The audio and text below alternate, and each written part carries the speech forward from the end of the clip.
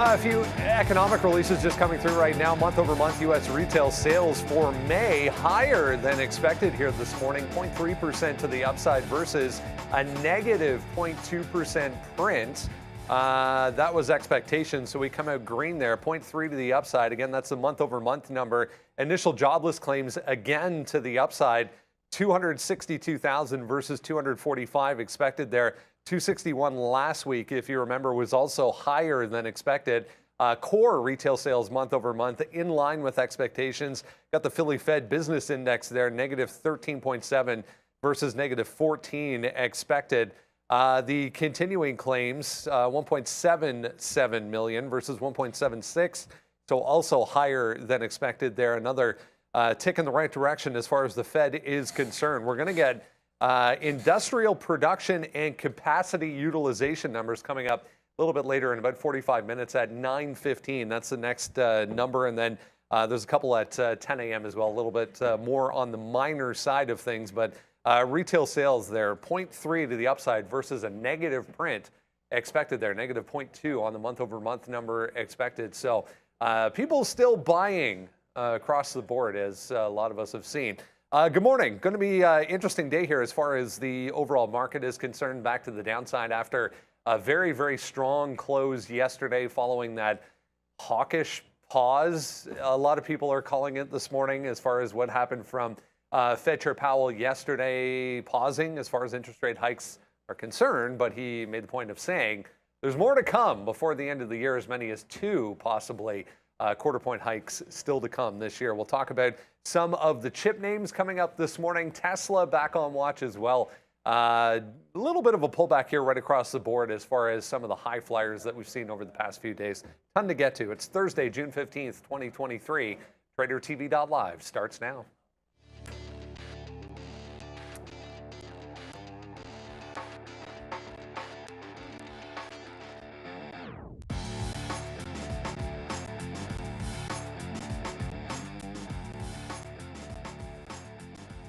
As far as the overall market is concerned, we moved downside a little bit there on the Qs, but right back higher on that retail sales print after, what a strong close it was after the Fed yesterday. We got a bit of a choppy mess during the press conference, the initial move downside on the release of the pause, and then we get the choppy mess during the actual press conference, and then it was nothing but straight to the upside into the close, led by the NASDAQ and tech, and specifically some of the bigger names that we've been discussing over the past, it seems like weeks and months at this point. Tech has been so strong. Sharif here as always. What a day it was yesterday. I feel like we need a pause. And I'm talking about the market overall, not necessarily interest rates. Maybe a pause, maybe a pullback needed here. Yeah, Papa Powell did not disappoint yesterday. We got the hawkish pause we were promised. My surprise was how many other FOMC members were on board with this and how many actually saw further rate hikes down the road. 4 members actually believed that there were going to be 3 more rate hikes with 4 more. So some hawkishness on the committee, Brendo. Yeah, and he made a point of leaning on the PCE side of things, as we've heard over the past weeks and months, as we've been saying that there's still portions of it that are very sticky and remain much higher, 4.5%, remember, on that last PCE print, much higher than they want it to be, back to 2%. So still work to do, but we are moving in the right direction. We finally got, the Fed funds rate overall closing above inflation for the first time in this hiking cycle, going back to when we got that last CPI print. So interesting times, guys. 13 days in a row for Tesla, meanwhile, finally snapped yesterday with a red candle. Well, nothing's going up forever. And welcome. It's going to be a wild one, I do think. And quite frankly, the NASDAQ's down 0.7%. Hawkish pause all you want. They say, the majority of the members think 2 more raises throughout the rest of the year. We'll see what happens next month, and then you get a bit of a break. But the turn on Tesla, NVIDIA down 1.5%. Pretty much every name, I know we're switching these to bears today. Now it's not going to be always fun, but quite frankly, a lot of times after Fed has been a pretty decent turning point. If you look at the rally that happened late in the session, led by NVIDIA, it broke 430. In the aftermarket, it got into the low 430s there, now gapping to the downside. It's just been so titanic a run to the upside.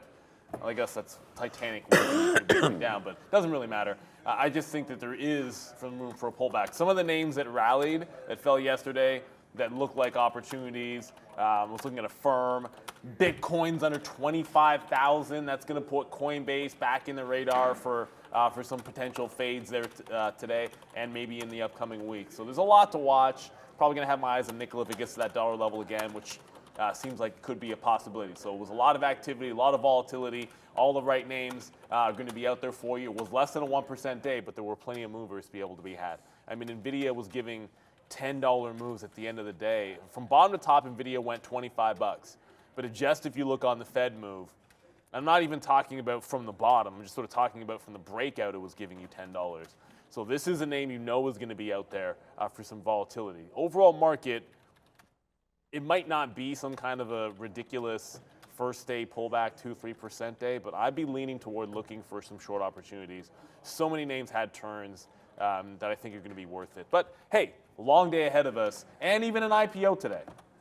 If you're into Mediterranean food, there's Kava, which I don't know anything about except for the fact that they priced at $22 and their valuation's at just over $2 billion, and they're raising $300 million, and they lost money last quarter. That's all I know about Kava. I've never eaten at the restaurant. Maybe it's good. Long, maybe it's I bad, guess. But well, we usually go. Oh, we know the IPO game plan is just to go long off the open. Again, the Sticky Note, ready to rock and roll. Thank you for joining us one more time today. Well, it was a fun day yesterday. Should be even more fun today, in my opinion, because it was kind of choppy, right?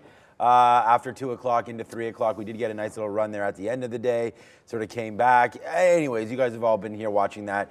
And now that Fed Powell, I believe him. I think that, they're probably not going to cut. I mean, we went from thinking that there was going to be numerous rate cuts this year, or at least maybe 100 points. I don't know. That's what was sort of been talked about and priced in a little bit, and now we're not getting really any of that. So there's a couple names I want to watch today, and I want to be bearish. I just feel like the NASDAQ does have some downside to go here. It was not the greatest reaction yesterday.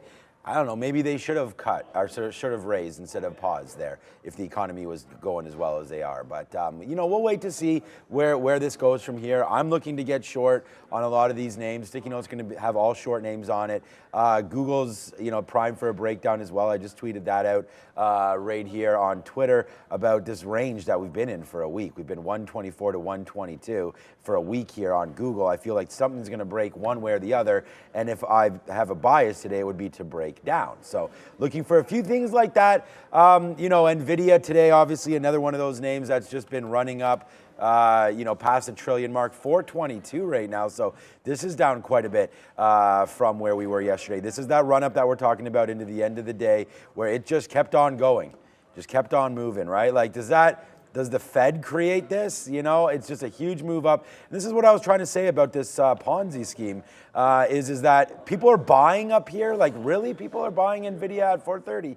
Okay, I feel like those people are going to get hit, right? And they're going to get hurt. I don't know if they're going to get hurt real bad if they're long-term investors, but I feel like there is a little bit of steam that needs to come out of some of these names. And today it seems like the market agrees. So let's just see, as Neil said, very, very early, man. It's only 8:40. We still have 50 minutes before the market even opens and real volume comes in. So, hey, has been happening. Maybe they buy this dip right back up. And the next thing we know, NVIDIA is back at 430 in a heartbeat. It was 405 yesterday to 430. So, $25 move could happen the other way today. I don't think it's going to go down $25, but this is just, some of these levels, in my opinion, are ridiculous.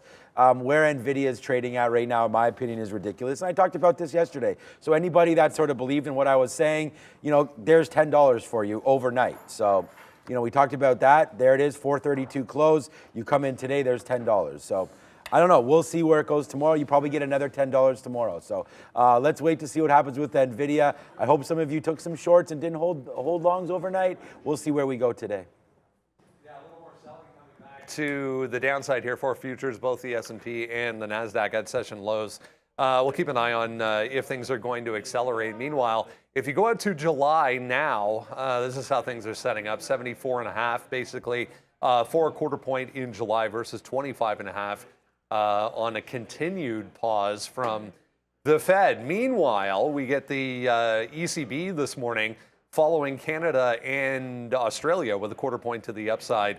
I mean, they're still a little bit further behind as far as where they are with rates overall. But this line kind of interesting.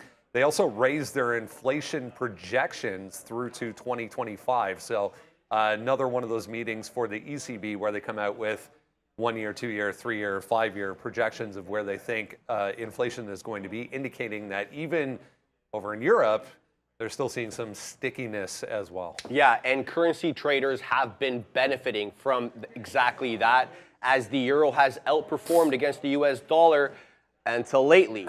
And Frank and I talked about that. Frank Caberna and I talked about that about a month ago, and how the ascent of the euro versus the US dollar could be stifled a little bit by them pausing rates. Not so. They continue to raise as they have an inflation issue. But Brendo, with respect to the Fed rate tool, let's not forget that we still have July CPI coming before the Fed meeting next time. So if we get a good print like we did this time around, who knows how they'll be thinking. Yeah, and Fed Chair Powell indicated or pointed towards that, saying essentially they'll have now 3 months worth of data to kind of comb over with the pause yesterday before July, and kind of judge the effect of the 3 months worth of data before they make a decision on the July meeting. There is a little bit of positivity in the market so far today. Here's one group. Here's PDD, but the Chinese ADRs all showing some strength here today. I mean, another day of gaps really for some of these. PDD among the strongest, 2% to the upside. Just broke that pre-market low though through 80.75, 80.5. I mean, we've talked about the strength here as well. Straight to the upside for Pinduoduo. The Bank of China lowering its short-term rate overnight in a bit of a surprise. So all of these, JD, PDD, BABA, I mean, pick one. They're all showing a little bit of strength here. Yeah, I mean, usually pick one, and the one we usually pick is going to be, if it's not NEO in the EV space, it's going to be Alibaba. But Pinduoduo gets interesting if it drops back into 78. It's just been like I don't know the word to use. Like, it's been a good pivot point, for lack of a better term. Not the actual indicator, but I'm talking about like good pivot area, because every time it gets here, we bounce, we run, we reject. So you get to that 78 today, you've already started a rollover. I think that looks interesting. Alibaba's been trying to break out on the daily. That's the one that we've kind of more highlighted on usually on the show, and it's above that $90.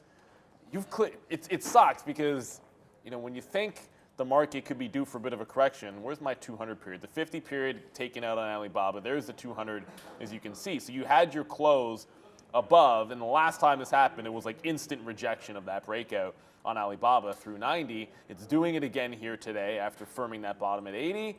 I'd love to be looking at the long above $90. I just feel like with Pinduoduo coming down, we're going to get a test down.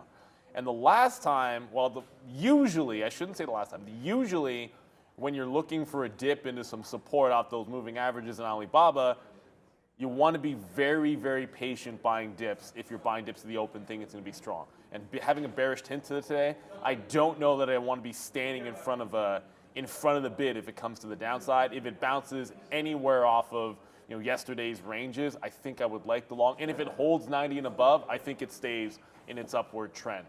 But that's probably going to get tested right away at 9:30. PDD's already broken the bottom. Alibaba has a history of doing this when it gaps up and looks really strong. That's the most dangerous time to sit on the bid at 9:30. So it looks good. If we're holding this in the morning above 90, I think you should be looking for the long trade into that 94. But with the market, I feel in a bit of a pullback mode here. I don't want to be sitting on that bid at 9:30. At the open, I want to be looking for some pop fades or dips much further for dip buying. And speaking of pop fades, I just keep looking over the corner of my eye every time to look at a firm. I'm hoping that thing squeezes today, because I think if it does, it'll be the easiest short ever. Yeah, firm, eh? Yeah, just for trying to name here that, that's not an ADR, but what about Nike yesterday? Nike yesterday was a monster, man. 107 up to 113 an absolute beast is right. And I think this one could get faded as well today off of 113. So let's just see if there's any pops here into Nike, and then we'll bring this one back down. If you're looking at the daily chart here, it's actually pretty interesting where it's come back up to. Right back into some pretty interesting levels of 116, 115 right here for Nike. So I really want to see it take this out. You are getting the nice curl up. So I do feel like maybe 113 is too early to fade it because that was the high yesterday, but into here, 115, 116, something around here I think is a decent fade for Nike, but a huge move down off 128, and again, just came right into some support up or resistance up there, broke the support of 116, then we looped down, curling up now, and trying to get going right there on Nike. So I think that this could be another play here, especially on this 5-minute chart. You can see this 113 level. Now you're opening up a little bit lower, looking to break back down below 111.50. So we'll see if that can hold that 111.50 area. If it doesn't, I'd say look out below for a little retracement today in NKE. So that's another name there that's on my watch. Let's just check out the imbalance locator quickly. There's Kava. There wasn't much here when I looked earlier. Kava, UiPath, Uber is going to be on our watch list. NEO. So right now today, normally we are littered here with buys over the last little while. This looks pretty mixed today. KeyCorp is there as a buy. That's strange. It should be down today, right? Yeah, down slightly, 0.6. There's XPEV, as we talked a little bit about China names. NEO's on there as a sell, so XPEV a buy, NEO a sell. XPEV up 2.12% now. That's interesting. What's NEO up? Might be down $9. Where is it? Flat right there as well. So not too many interesting names on here. Remember, the imbalance locator will get updated at 9:25 with NASDAQ names. So 9:25 NASDAQ names right now. The sticky note is out. AMD, Google, Sofi on the sticky note. Go check it out. All right, quick check on crypto markets here. As we said when we came on there, Bitcoin downside on the Fed yesterday. We were wondering if there was going to be some sort of resolution to this consolidation. I mean, call it a resolution downside maybe, but we're just back to this high, trying to bounce off that high once again. So support still somewhat holding as far as BTC is concerned. Meanwhile, all of these under pressure a little bit here pre-market as a result. So the mining group specifically, Riot, Mara, Hut 8, BTBT, the CORZ as well under a little bit of pressure. Coinbase as well, down about 4.5% to kick things off today, to be expected. Yeah, right across my watch list in crypto land. But yeah, to be expected, as you say, when the price of money becomes higher, more expensive, as we anticipate it will be later this year. The speculative assets suffer. Bitcoin, crypto in general, regarded as a speculative asset. So we'll continue to watch and see how it performs. Yeah, it shouldn't be a market mover, but just be aware, ECB's Lagarde making some comments right now after that rate hike from the ECB this morning, guys. Yeah, actually, what's interesting about what's going on over there in in Europe, is I was checking out ASML because I just wanted to see what the reaction was to the rate hike. And if you're not familiar with ASML, and I'm pulling it up in Amsterdam, I guess, it's a habit of mine. I'll pull it up in the native currency that it trades in, but you can look at this on the NASDAQ as well. But ASML, they're a big-time semi-equipment maker, very specialized equipment that they make for high-end chips. They have a bit of monopoly in their segment of the market, and they've been a high flyer with the rest of the chip names. They're down 2%, and quite frankly, you look at, and this is what I get about, you think you're going to have a bit of a turnaround. This is one of the strongest tech names in Europe. You had big double top there. You're making a bit of a reversal. I'm not saying it's a start of a downward trend, but this was on the verge of breaking out, essentially going into a rate decision both here and then, of course, with the ECB. So it's hard not to look at things like this and say, okay, well, everything I look at is turning off of highs, including one of the strongest names in the European markets. Great company, by the way. So if you're thinking a U.S. Equivalent to them in some regards, I guess Lamb would be somewhat of that. But yeah, I'm probably not going to trade this. I think we stick to looking at NVIDIA, but it's just another reason, that rejection and gap under, that I see that leads me to think that we could be in a bit of a pullback day today, at least in the short term. Every single time the Fed has come out recently, it's been a good time to be looking for reversals in the market. ASML, just another indicator of that for me here today. And I noticed one other thing, that this is, maybe it's nothing, maybe it's something, but have a look at Apple. Where's that wick? So 183 on Apple this morning has been just a hard line at 183. And oddly enough, at right at the end of the day, we bounced off of 183 on Apple. So that sets up for a flat bottom break if I've ever seen one through 183. I guess it's support first, but wow, you don't usually see that out of a name like Apple in the pre-market. Usually be a much lighter traded name, but worth watching here, that little flat bottom on Apple. We wrote down on our sticky note, I mean, I love that Apple trade. I think that if you're going to watch the market, I mean, you might as well watch Apple for sure. All right, so we wrote down AMD here as a short. I mean, 128 if we can get that, or 124 as a possible breakdown. So if you're looking here at AMD, you're just going to see right here, 128 was where we closed yesterday. If there's somehow we rally up to that, I'd love that short. Like, we'll probably be short into here, 127. I actually have an offer right now, 127.50. So hopefully that will come in. If not, we have 124 bottom. That's where I think we break. That's where we bounced off of that release yesterday. So if we can break that bottom, then I think it's see you later for AMD. Possibly retracing all the way to 120 again there for advanced micro devices. So let's just wait to see what happens here with AMD today. It's been really strong, and what I wrote down was we kind of failed off that. I know Neil loved that blue blazer that she had on. I don't know if anybody else liked it at all. It's beautiful. But they went down after that day, right? So we were sort of trading it through that news, buy the rumors, sell the news. And then all of a sudden, the market started getting going again, and AMD just went right back up to its highs of 130 again, well, more appropriately, that 128 level. So I feel like, if we talk about the GPUs again, we saw that Investor Day release there, the 300XI. I don't know if that's the game changer that AMD thought it was, but hey, the market, we already know about AI. The market's huge for these GPUs. So I am a little nervous about the short, but if there is one name that I'd like to short, it would be AMD today, along with Sofi and Google. So there are a couple shorts that we're looking for, and one of them is AMD up there at 128. It's making a move right now. The market's pretty strong. We just talked about, hey, what's going to happen? They're just going to buy it right back up? Oh, boy. We just went up 60 handles here. Oh, this market's crazy. So, yeah. I mean, the shorts may get punched in the face again here today. The NASDAQ just continues to be so super strong. Even though we're bouncing back up, you still have some tops that we have to get through yesterday. 15.2, so that's 15.1. That high yesterday, 15.250 basically. We can break that, then, I mean, it's off to the races. But I will be trying to short anything up here, 15.2. Let's just see if we break it. That's going to be the line in the sand for me. It's hard for me to be so convinced on the short, so I don't know. Let's just trade what we see and not let our opinions affect it too much. But my bias today is to the short side. You eating candy right now? I had another one of those fisherman friends things. Oh, it's fisherman friends. I'm out of them now, so this is going to be the last one. Oh. Sean, I apologize. On the desk, there's this lollipop that's just been sitting here. And I don't know, what's the rule for how long Sean can have candy sitting on the desk? I mean, look at this. This is candy. How long have I had this for? Before I just get to steal it. How long before it's just... Well, it's not stealing. Remember, I have to have a tea. Maybe I'll just have a tea today. Maybe in the afternoon show, it's just right I'll have there a tea so I can stir this with this. Thanks to Daniel from Yummy Burgers who came through. Yeah, that stuff is great to just stir in. And then I can't remember.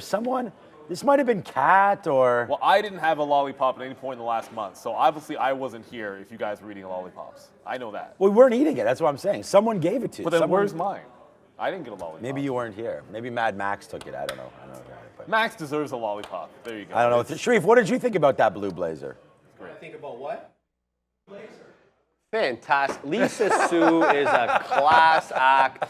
Look, that blue blazer rivaled Jensen Huang's leather jacket. Let's put it that's the kind of status. Iconic. Iconic. I mean, they have their imaging, right?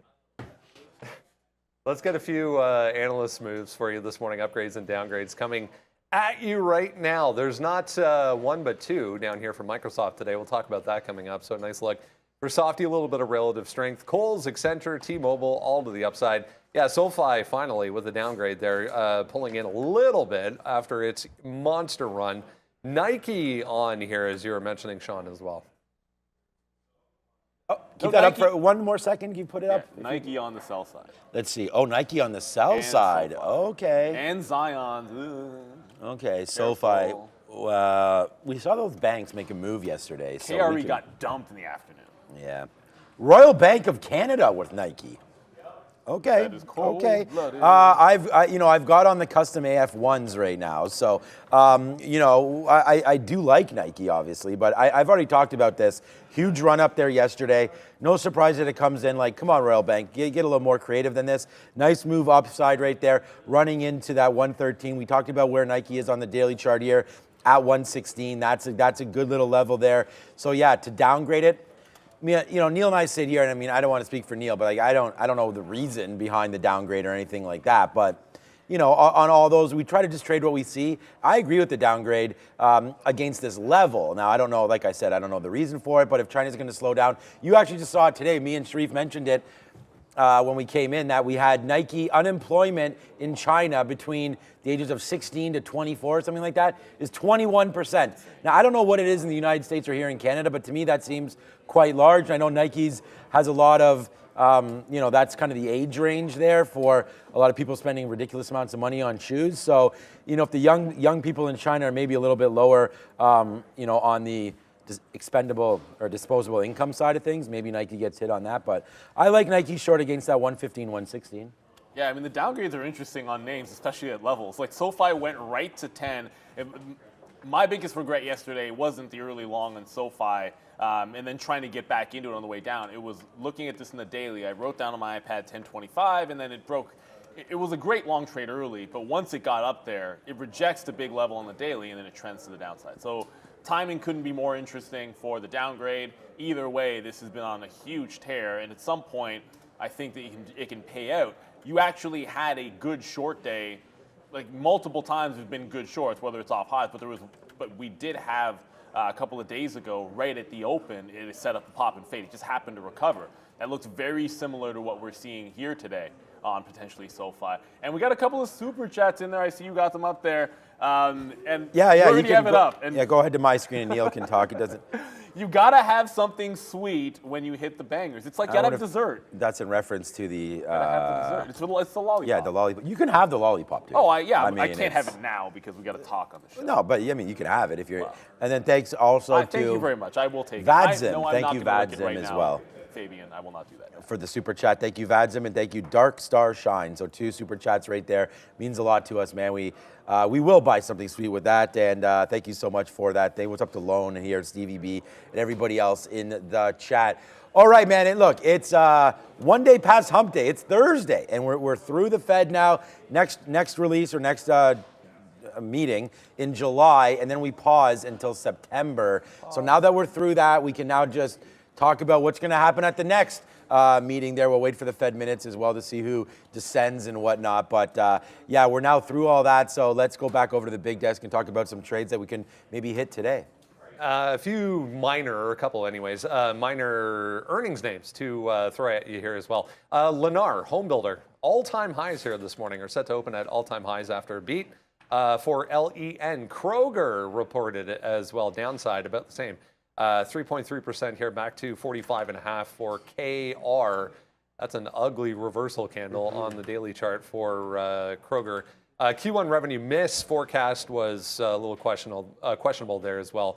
They maintained their prior forecast. So, I mean, as we've seen, if you don't raise it or if you don't cut it, you just maintain it. That's typically a sell. It's been a mixed story with some of these retailers, Brenda. We've seen some being able to hold on to margins, some haven't. It really has depended on how they've done their logistical setup. But to speak about Lennar, we've known a lot of local governments are really trying to push forward with home building. I know that's the case in this country, and I'm hearing that south of the border as well. So interesting look for Lennar and the other home builders. I wonder how they do the rest of the year, Brenda. Yeah, quietly, that stock has had quite the move in the past couple of months, off of 44, 45, all the way back to all-time highs this morning.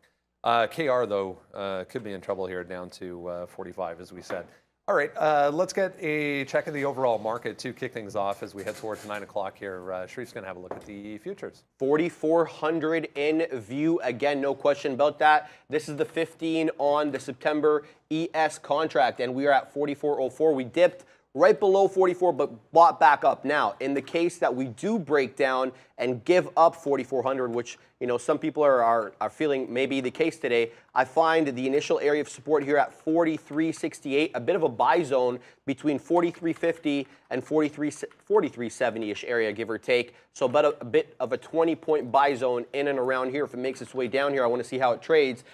With respect to the bullish side, though, I'm looking for a 44.20, 44.18 reclaim. That's yesterday's close. I want to get above that, trade above that, and look to make new highs. All right, let's get into everything else you need to know heading towards the open this morning. If you haven't done so yet, make sure you hit that QR code, bottom right corner, will get you there. You can go to watchlist.tradertv.live, enter your email address, then you get that every day for free right to your inbox. Semiconductors, top of the list once again this morning, showing so much strength into the close yesterday. How could they not be, quite frankly? NVIDIA led the way. AMD was not far behind. They're all kind of gapping down this morning, to be expected with the overall market move here. But if we're going to get any kind of bounce today, if we're going to get any kind of reversal in the market, should we look to these again?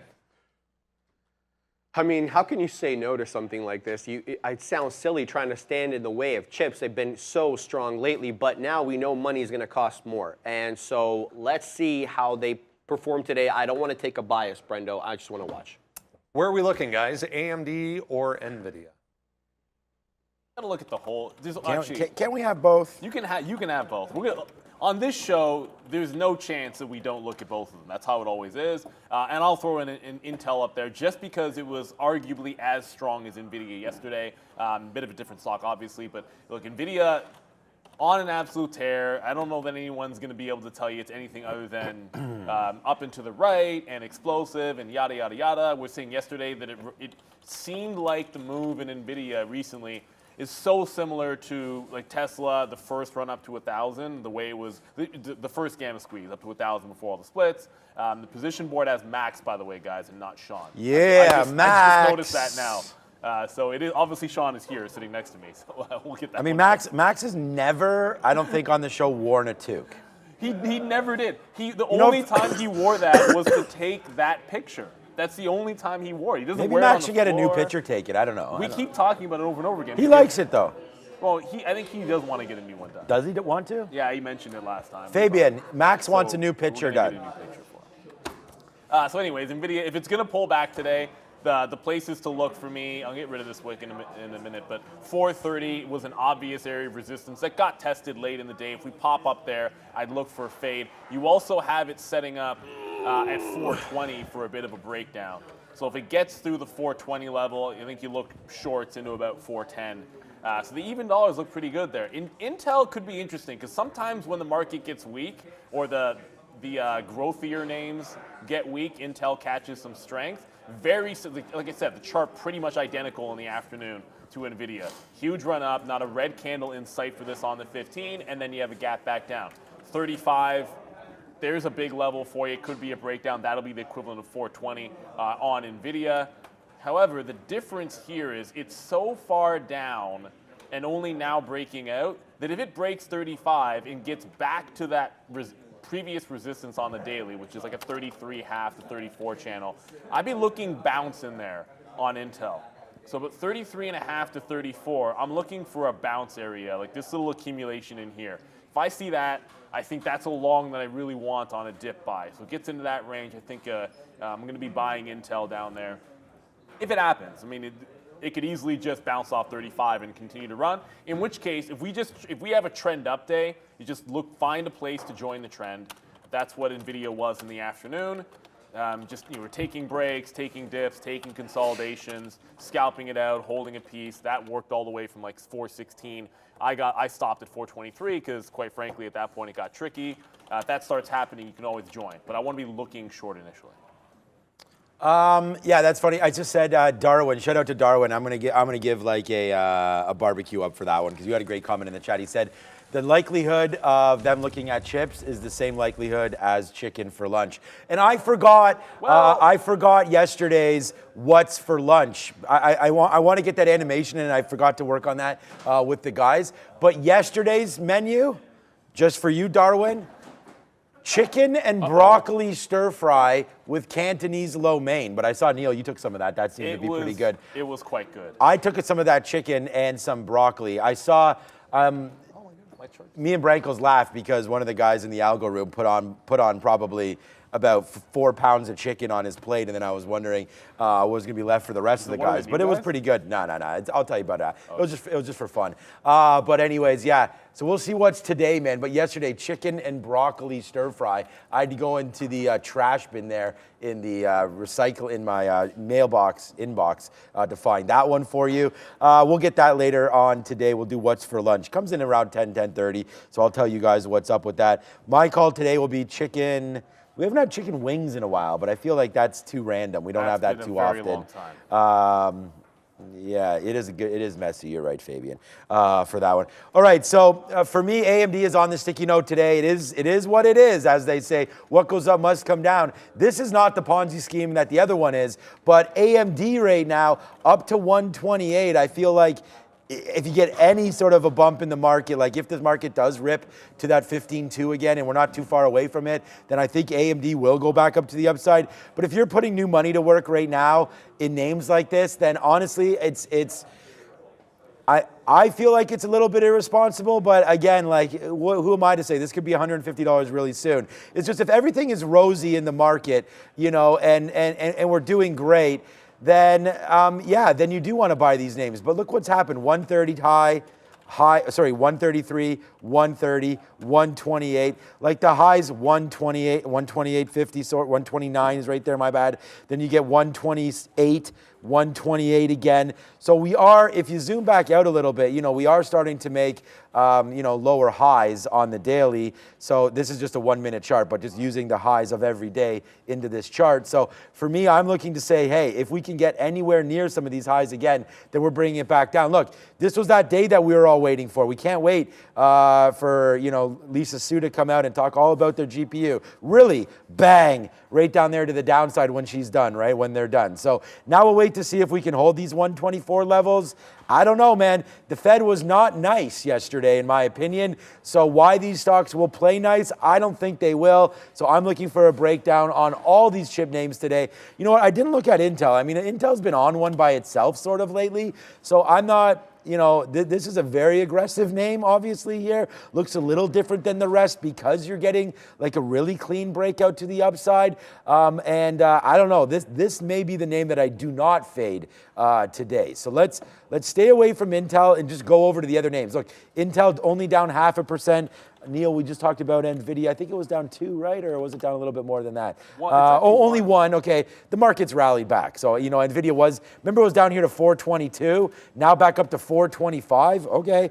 And then AMD, we just talked about it. That's the worst. Down 1.75 and not rallying as dramatic from that bottom. So for me, I'm a short right here. And who knows, man? Who knows where we're going to go from here? But I'm staying away from the short on Intel. I'd rather short the other two, AMD and NVIDIA. All right, let's talk some Sofi here. Another one that's just been a monster over the past few weeks, doubling, or more than doubling as of yesterday, since its May low. This was yesterday, if you remember. BTIG beginning coverage with a buy and a street high price target for Sofi. And then we come into this today. Oppenheimer cutting to perform from outperform. Obviously, it's in need of a pullback. Yeah, Dominic Gabriel, the Oppenheimer analyst responsible for the downgrade here, basically saying that the stock's year-to-date appreciation, which is over 100% so far, basically reflects his 2024 revenue outlook. He said this downgrade is purely on valuation after what we suspect is a significant short squeeze on the likely bear thesis based on account changes away from fair value accounting. And he goes on, you can have a read there. But he's basically saying it's not really a downgrade. It's really up a lot this year. Yeah, I mean, take these with a grain of salt, as we always say. I mean, the stock is up a lot this year. Now 5% here, guys, for Sofi. Yeah, and it's another name that I think it could be a bit of a fade. I did get into coin in front of 52. It's a bit early, so I don't really want to add to it until the market opens up. So I'm probably not going to do much of that.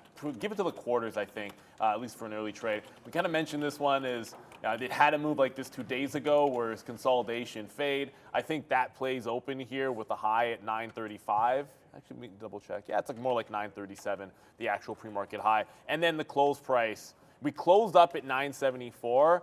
That's where there was that nice sort of sideways action when the market tried to break late, and it ended up holding there. So those are 2 levels I like. Pop and fade immediately. And also, if it does make a bigger move to the upside, you're at 985. And really, I don't anticipate there's a chance we see that 1020, 1025 again. If that were to happen, that'd be the 3rd level I like for the south side. If there's a bounce, 875, 760 to $8 is a big level. There's lots of accumulation down there. That's where I'd be looking. But even right now, there's a big offer at 926 for the pre-market. Like someone's sitting 55,000 shares when there's been nothing trading all that much. So I think the sellers are looking to take some profit here on Sofi, and I want to join that.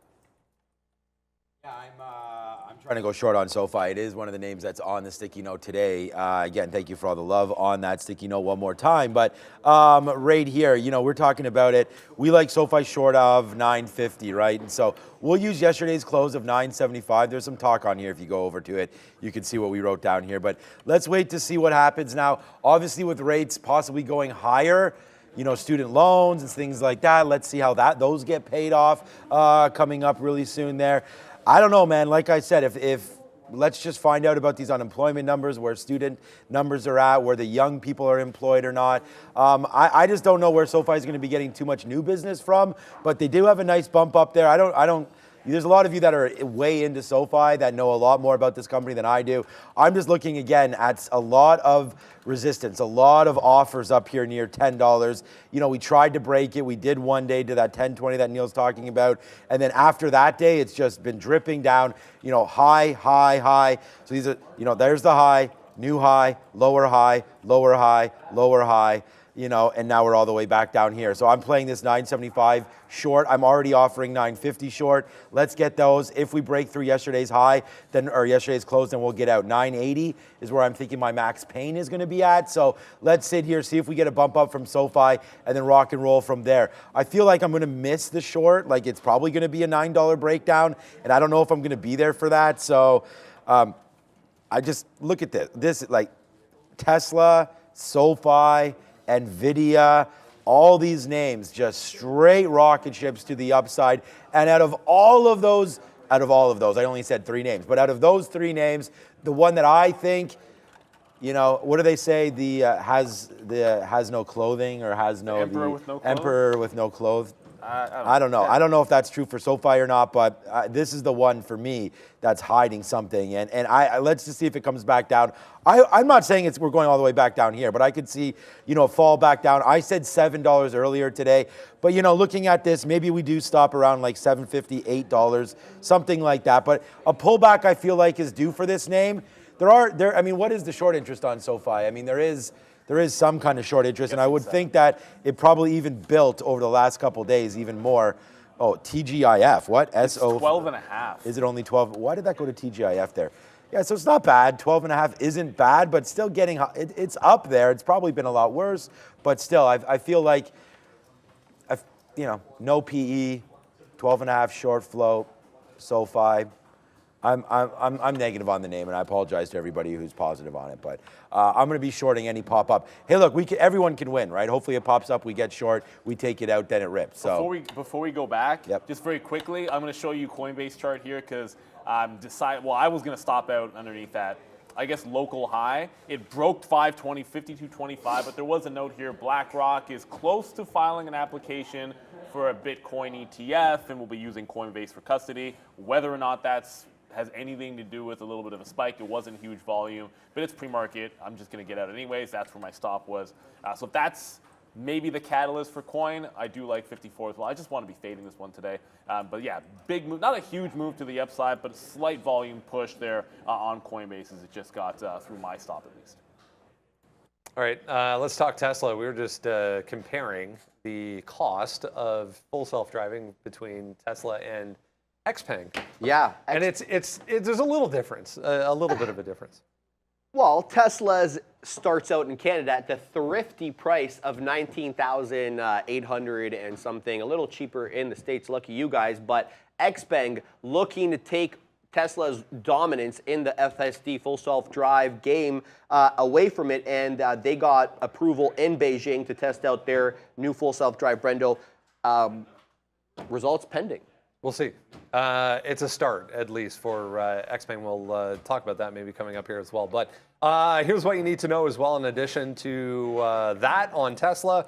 RBC raising their price target, as we saw on the upgrade side of the, or wasn't on the board this morning. Another one that RBC raised their price target on today to 305 from 212 currently. This happened yesterday as well, if you missed it. First red candle on the daily chart in 13 days. That added $200 billion to Tesla's market cap, the 13-day run. At all? I mean, there's reasons for it. I mean, I love Tesla. That's going to be the one name on this dip that I do want to buy at some point again. If you look at Tesla on the weekly chart, and again, I'm going to pull up my, I'm just going to pull up my trade ideas to show you the longer term time because they're just so much cleaner. On the weekly, you're breaking out. I mean, the 50, the 200. This is not. It's not looking like an Nvidia as far as I'm concerned. You know, this move. If you look at the local break, it's about 230. That could be the dip support in here when you look at that weekly chart. And there's so much room up to like 300 that, yeah, I think there's a dip buy situation that could come into play. I don't know if that's today necessarily because we're up at that 250 zone, but 230. And this is, the 200 period is no good because it doesn't split adjust on ours. But yeah, the 230 zone from before, out in front there, could be spicy for Tesla on any kind of a pullback. For now, I just look at yesterday's close area, that 260 level that got rejected. Oh, I got that bad wick I'll get rid of. The 260 area got rejected late afternoon, and then you had like a local bottom of, or high of 258. It was 258 and a half. I sat with a breakout long order for most of the afternoon on Tesla. Given the fact that it didn't break out after Powell took the podium at that price, I kind of like it for resistance. So 258 half into 260 for some shorts. I guess it could set up for a flat bottom break, but I'd rather short the pops. The market's trying to go up here. If we go green and you like the short, you might want to, you know, let it travel into some of your prices before you get too aggressive here, because we've seen the market look weak and then rip faces off in this rally many times early. So I want to be patient shorting some pops here. Sofi is just going down, down, down, down, down right now. So just in what, 3 days? Or I mean, I know we're talking about the 13 days. Brendan just mentioned that number of $200 billion plus that they've gained in Tesla. How much did he pay for Twitter? $56 billion. So he just in this last 2 weeks, he paid for 4 Twitters. So obviously that's the market cap of the company. But if you're thinking about how much Elon Musk maybe possibly just in that move up off the announcement, of course, that, I mean, there are other catalysts here, but you know, if you remember, I'm gonna go look back and find the date that they announced that the new CEO or someone was going to start looking after Twitter for them, all the way to the upside there, and Tesla's just rocketed right back up right there. So like, I don't know, this has been a huge move to the upside. Our charts are kind of a nightmare right now. I'm going to leave Tesla alone and just play the momentum in this name. It's down 2.5%. My bias is to pick up something on this if it continues to make that move down. But again, in such an aggressive name, upside, no surprise that it's leading the way to the downside here for as far as aggression goes. 2.4%. I think it's probably the lowest big tech name right now as a percentage-wise, unless I'm off on that. So let's watch out for 250. It looks like it wants to hold right now, but Neil just talked about some levels there. I really like the name. I think automation is so key. You want to talk about AI and data and everything. I mean, Tesla's going to win in everything. So, you know, more plants in not Japan, in France yesterday. They were talking about that coming through. The factories are pumping them out there in China. Price cuts coming. I don't know. Tesla just continues to work. And remember when Ford announced they're using their EV stations? Well, so did GM. So that's just another rung on the sort of the ladder here for Tesla. Now they can make, I don't know how much they're going to make off that. And I don't even know if the power grid can handle everybody charging up here. So I don't know where this is going to go, but I like some of the catalysts here for Tesla. And if Uber is going to go 100% automated within the next, I think it was by 2030, then what do you think they're going to be driving around? I mean, they already have a huge order order in for some Tesla cars.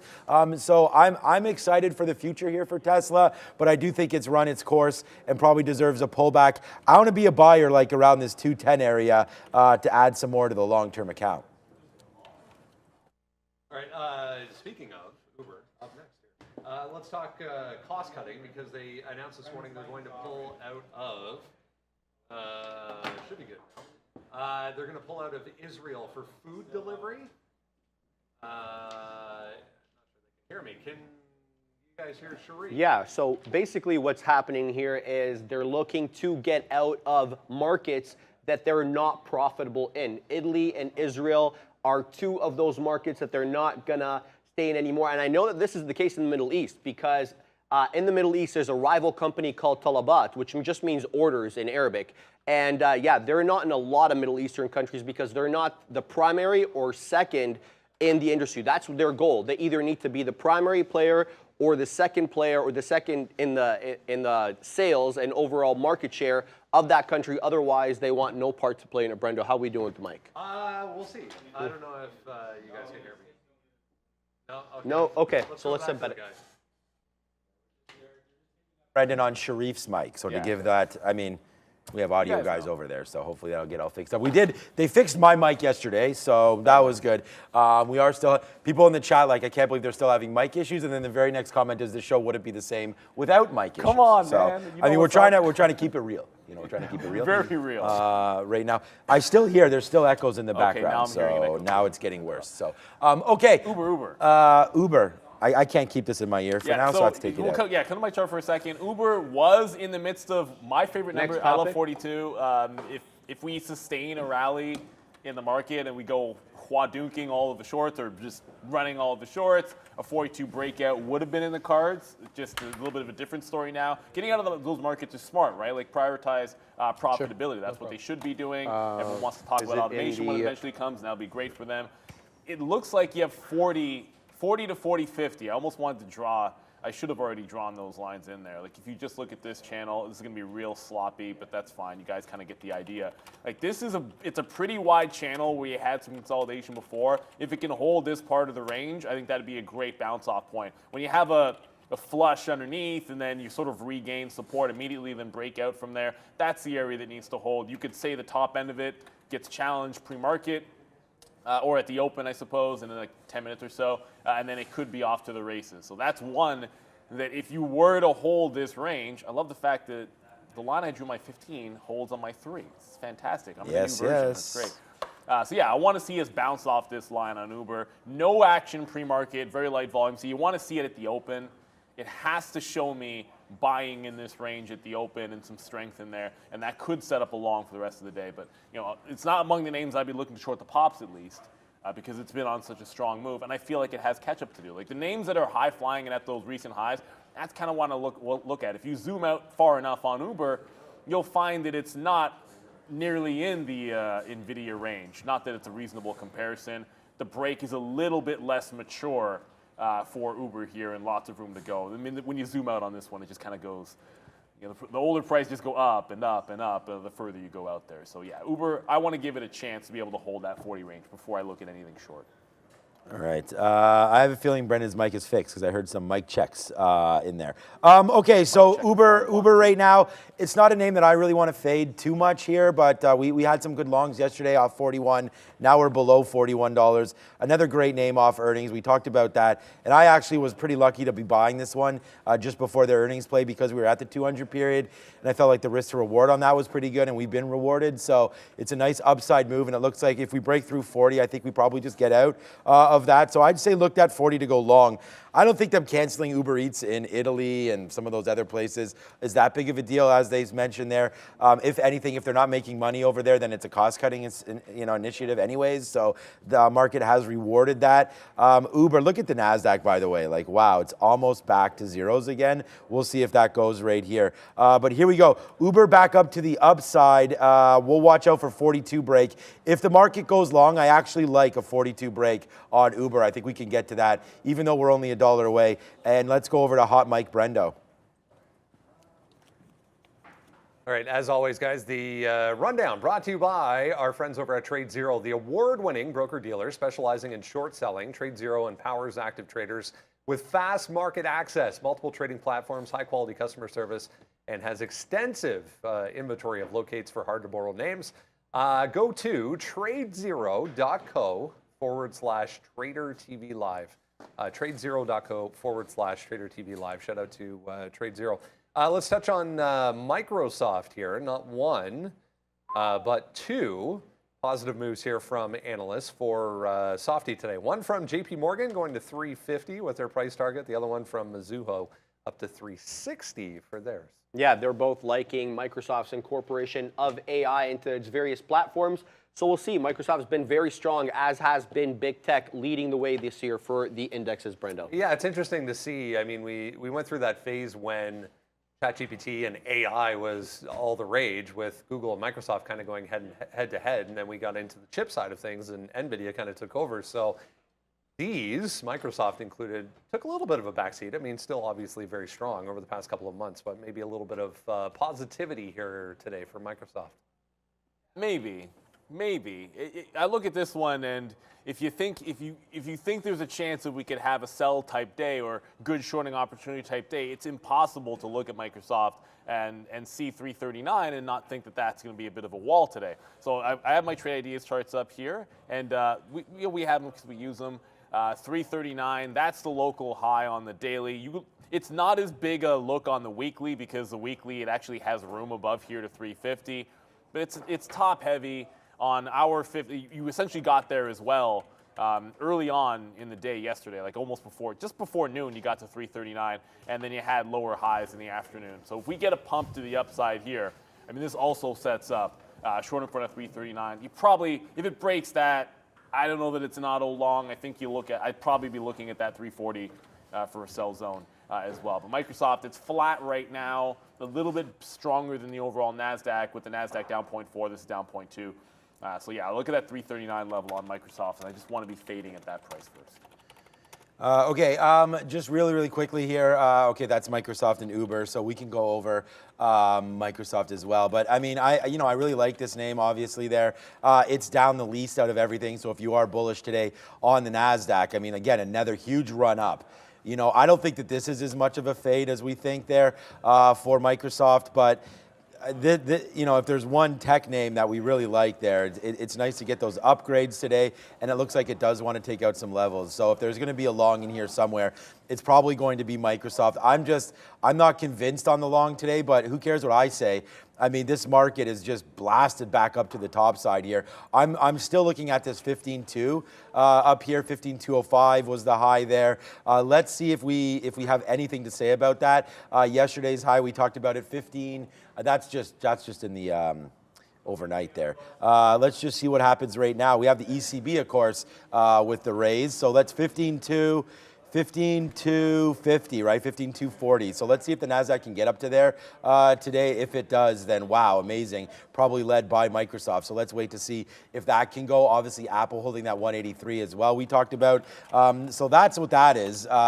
If we have to go back to Brendan, we can. But Apple definitely held that 183. Look at that, 183 up to 184, 184.20 now. So maybe it's Apple is the name that's going to sort of carry this market today as well. We talked about Microsoft being almost that flat. Well, Apple is flat right now, and again, looking to take this out. Why can't we take out 184.50, right? I mean, at this point, it's looking pretty strong. I like Apple here to the buy side. Let's just quickly go over the imbalance locator to see if anything came on there. Obviously, Kava is going to be hitting off at some point. No idea when, man. That last IPO, which was Kenvue, wasn't until like 1:30. Snap, Baba, NASDAQ names. Brendan's mic is hot, so that's okay, just to let Brendan know. All right, so here we go. Apple up to 184. Let's see where we go from here. So I think we're done now, yeah. Oh, yeah, 90 seconds to go till the open. Just saw a couple of names that are making some power moves. I didn't mention Nikola just yet. It's not near that dollar range that we had it yesterday. So it was long off $1. It was kind of the easier trade. It got to 115.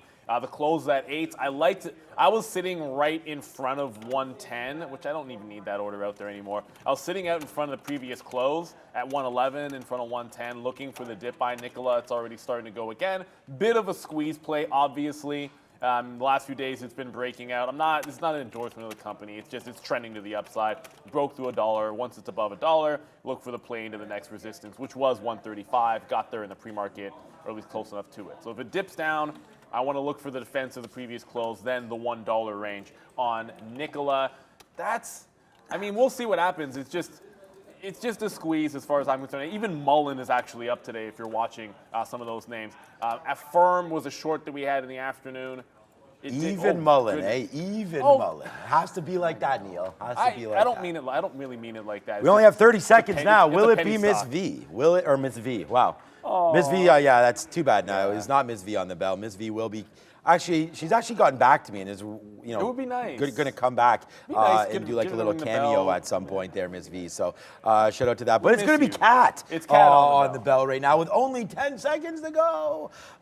So here we go, man. There she is. Ooh, what's that shirt? I don't know. What is that shirt? Cowboy Bebop. I've seen. That's a good show. It's on Netflix. All right, here we go. 4, 3, 2, and 1. That's random. It's like a big comic book, and they made it into like a Netflix thing. It's got the guy from I know nothing about Harold that. and Kumar. Oh, really? Okay. Yeah, I'm surprised I haven't seen funny. too much about that. Okay, let's see what's happening right now as the NASDAQ continues to make a move downside right now. Not really. We'll wait to see. AMD, we're watching out for that one. That hit 126 and then faded off of that. So that's trying to make a move down 125.50. Maybe we'll take a small little fill here against 125.50 on AMD. So we'll take that. We'll see what happens. I'm going to use that 126 actually high right there as an area to get out for. Holy baba. Wow, there it is right there. Okay. Okay, let's go, man. This is going to be a fun night, man. We didn't get out there, but AMD just flushed 70 cents off of that short. So let's wait to see. That was a good one. Maybe that was an exhaustion flush right there, but here we go. Let's see. Wow, there's not too much liquidity. Like we were just at 125.40 there or whatever, and then a nice move to the downside. I'm bidding in the 70s. We could take something out for 30 cents, but let's see if we get a little bit lower than that. Here we go. We might be, there it is. Yes, sir. Instantly a 50-cent winner right out the gate for you right there. So it's Sticky No Nation. Stand up once again. 70 cents in the money on our first trade. I don't know what's going on with Alibaba, but that just went 3% to the upside. $1.20 move, pretty much at the open. It's already fading back in here. I did get a firm, but that looks like it's local to Alibaba because we were talking about Pinduoduo earlier. There we go, Affirm. Pinduoduo is, wow, it's not local to Alibaba. PDD's going the other way. So Chinese ADRs are going absolutely ham. We'll find some levels on those when they start to calm down. Just had to get that one to you. I got the consolidation short on Affirm just now. Probably shouldn't have been distracted with Baba. We'll take the first 15 pains as this starts to flush to the downside. I'm going to like that one for sure. I haven't got anything Nikola because it hasn't moved. My goodness, Apple. What's it Apple doing? wants 185. Am I already What? off? Okay, so Apple's at 184.50. You do remember from yesterday it never quite got there, but we got the line in the sand at 185. I want to be on the offer in the 90s, and if it breaks it, fair enough. You know, that 180 was such a big level on this for a short trade, scalping in and out of it many times, that if Apple gets there, I want to respect that level for a fade play. But good move on Apple. It held that 183 like an absolute charm. All I have is a firm to the sell side. That's working down. Already at 1650 as we're going to Brendan. Not only SoFi, guys, on watch, but how about SOFO? SOFO, Sonic Foundry, with its own AI headline today. Having quite today. I was watching PDD there as well. But SOFO on the run.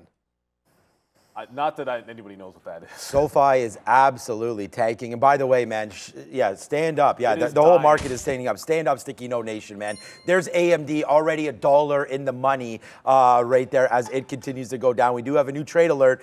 It's Google, and this is the short that we wanted, baby. We talked about waiting for a Google possible short entry area. Didn't come up to 124 for us, but we'll take it right now. Holy shit. This market is really doing well for us right here. As look what's happening. whatever, man. Let's just keep it going, man. Let's just spin the money, and watch what the hell's happening to our damn P&Ls right now as we are short this market and blowing it up right now. $1.50 in the money right now. It's a chicken dinner winner if you're short. I wonder what Ponzi's doing right now. This is going to the downside in this market. AMD $1.50 in the money as we continue to go down. Google downside as well, and the mics are almost back to where they were yesterday. But let's keep going to the downside as I know we're trying to fix those. So bear with us, everybody. Google, see you later, alligator, and AMD also nicely down there as well to the downside for advanced micro devices. So yeah, Neil, we are timbering down, and I'm sure Affirm is doing the same thing. It did. It went 80s. I got 65. I just got 55s out as well. But I want to get to Tesla if I can for a quick second here. Tesla actually bucking the trend short term. I mean, it's back above 250. It's trying to go up. It's already gapped down 2.5%. That could be a little bit of it. And then Intel, we mentioned that this could be relatively strong. Looks so far so good. It's actually holding 35. No test 35. It's gliding higher. So that is one name that is holding up rather nicely. As far as getting into Sofi, I don't know if the ship is sailed already. It's now through 9. If this can't get back above 9 even, the play might just be to fade the 9. I mean, I like the pop and fade at 9.30, but you didn't really get a shot unless you just had the breakdown. So $9 being challenged. I want to give it some time to work here because if it pops up, we still want to short it off the 920 level. And then Coinbase was one we're in early. We stopped out. Did not get it at the open. I was looking for 54s. It ends up turning at 53. But the market does not want to give up these. Doesn't want to hold some of these levels. Unless you're Apple, I mean, everything else looks pretty weak. Microsoft is, There we go, ripping back break, up. Microsoft got like 40 cents away from shorting me at that 339. Pulls back $1.80, but it probably wants to test that 339 level again. Wow, that was a big move up. I didn't realize Apple. Yeah, you're right about all that, man. Apple with a big move up too. I know you were talking about that one. 184.50 just ticked on Apple, and that again, like. Ooh, man, if we wanted to short in anything there, too, Apple at a nice little level. We are already really net short here. So, we've got everything on board here. AMD, Google, for the shorts that we really like. So, we can join the party with Apple, I think. But I don't know. Why deal with that? SoFi, by the way, like, wow, what a call on that. I mean, we were talking about a short. We were waiting for 950. I still have the offer there. But that was just a big move to the downside on SoFi. Now down 7%. And it was a lot lower than that as it did break 9. So maybe 9 is that sort of that level there. So we'll see if we can short SoFi in any kind of a pop back up to the upside. But this market could just get bought back up. I mean, you guys can see that we've been getting out. AMD is the one that's not getting bought back up. We're still down here to bid 123. It's a $2 banger for you right there on AMD. So we'll send that through the roof, hopefully, at some point. And we'll see if we can get a reload in that short, fine. But, man, we talked about it. It's on the sticky note. It's Sticky Note Nation. It's all about AMD right there. So hopefully you guys have that. We even wrote it down here, 124 short. Unfortunately, we're short at 125. We should have took more shares when it went all the way up there. But if you had the 124 short, you're still $1 in the money, and then 50 cents in the money now. 35 cents in the money on Google. Let's put another bid out. I still like to get a little bit lower here on Google, obviously. But this name really isn't getting so excited to the downside. But we still have a nice short on there. Only 2 trades for me so far.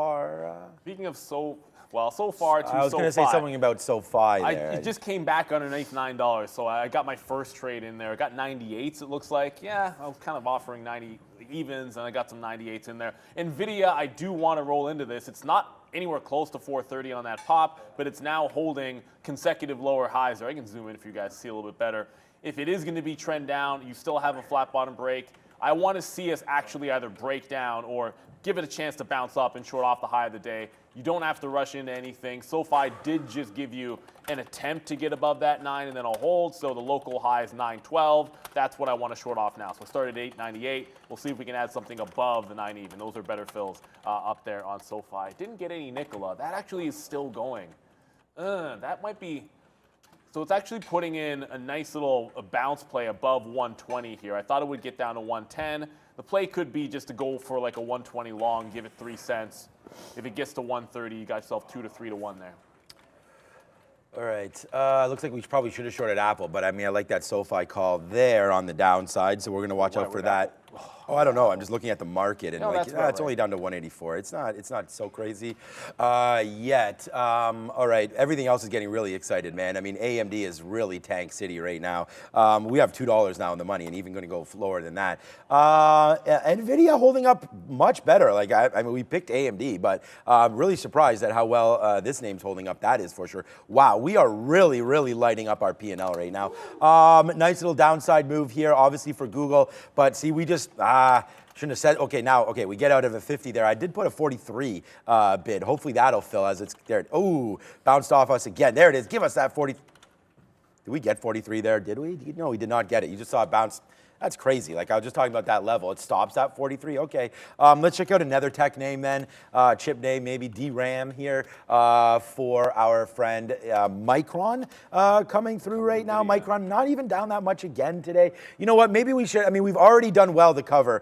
We still do have 40% though of AMD. Now that I'm seeing like Nvidia not really going to the downside, the NASDAQ is above and trying to go higher. Tesla's breaking. Tesla's breaking and going ham apparently. So yeah, let's just get out. So we got another piece out there on AMD. We're pretty flat now on some of these names as the market is just, we could be wrong. We could be wrong. That's why we're getting out. Be right early, be wrong late is fine because we're getting out of shares. So if that does happen, fine. But I guess we're not that wrong after all. Here comes Google right back down. Hopefully we get that 43 fill, but we did take another fill there at 50. Only, what's up, Fidel? Only 2 positions so far. Yeah, I haven't gotten anything except for the 2 positions. Affirm looks okay. Sofi, I almost said softy.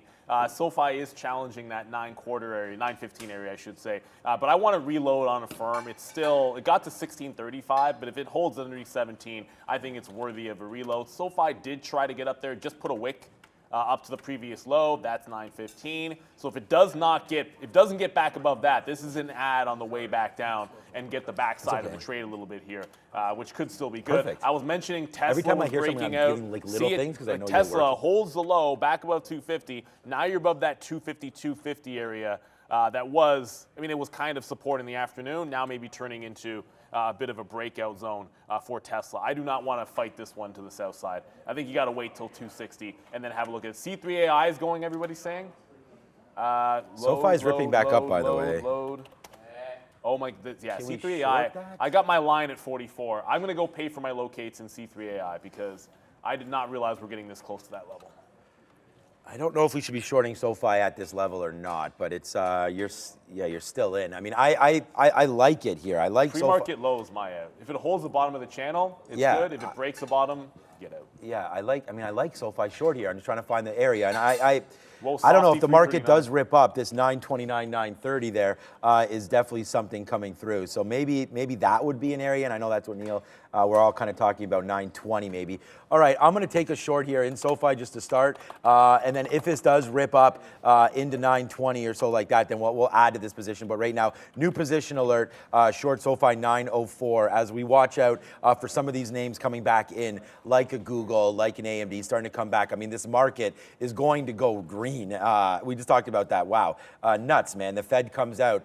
Little, in my opinion, anyways, pretty hawkish yesterday, and the market is like going up today. So that's interesting. All right, let's go over to Brendo. I'm not taking much on this yet, guys, but a nice look, nice day so far for this one. Haven't heard from Robinhood in a while. Just popped up on a volume scanner there. Just took out $10 on a huge volume spike for Hood.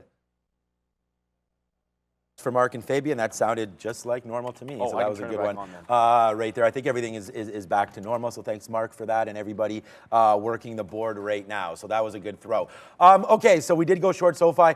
I'm looking to maybe reload something here, possibly on Google as it's making that move back up to the upside. We're getting near that 200 period. So this is where we're short already. So let's put another one on right here at 84, and then watch out now. But remember, this market's possibly going green right now. So we got to watch out for this 15.2, right? So 15.2. 15,250 is the level that we're really concerned with. So, yeah, you know, like I said, you make money early, you know, that's the important thing, but let's not try to give too much of it back late here on some of these moves because our bias was short, but for right now, it seems like it's a long.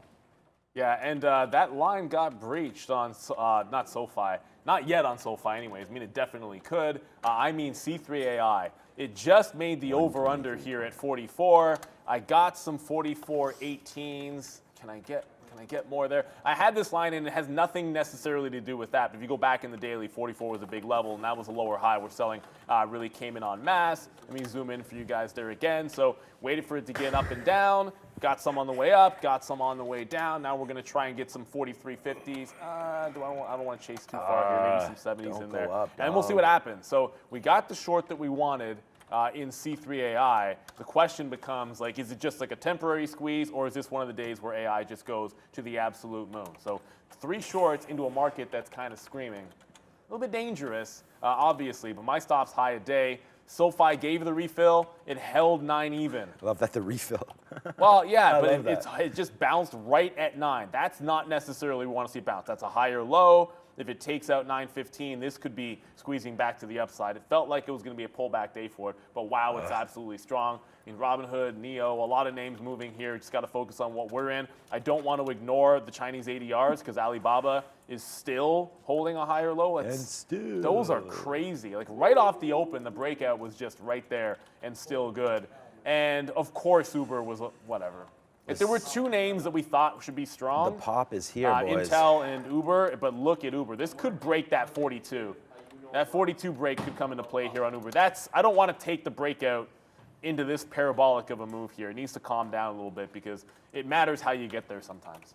Yeah, That's way too quick of a move to take the long at the high. this is, I mean, I'm impressed, honestly. I mean, we sit here, I just heard the professor, like, the market doesn't care about the Fed, and I think that's 100% right right now. I mean, this is going to go green. I mean, wow. Unbelievable. I didn't hear anybody yesterday that was talking about a green market today, but we could definitely get to that, and it doesn't matter what people are talking about. You need to trade what's in front of you and what you see, and for me, I've been biased short on this Google trade, so we just averaged it in right now up to 123. You can clearly see where we have a position in.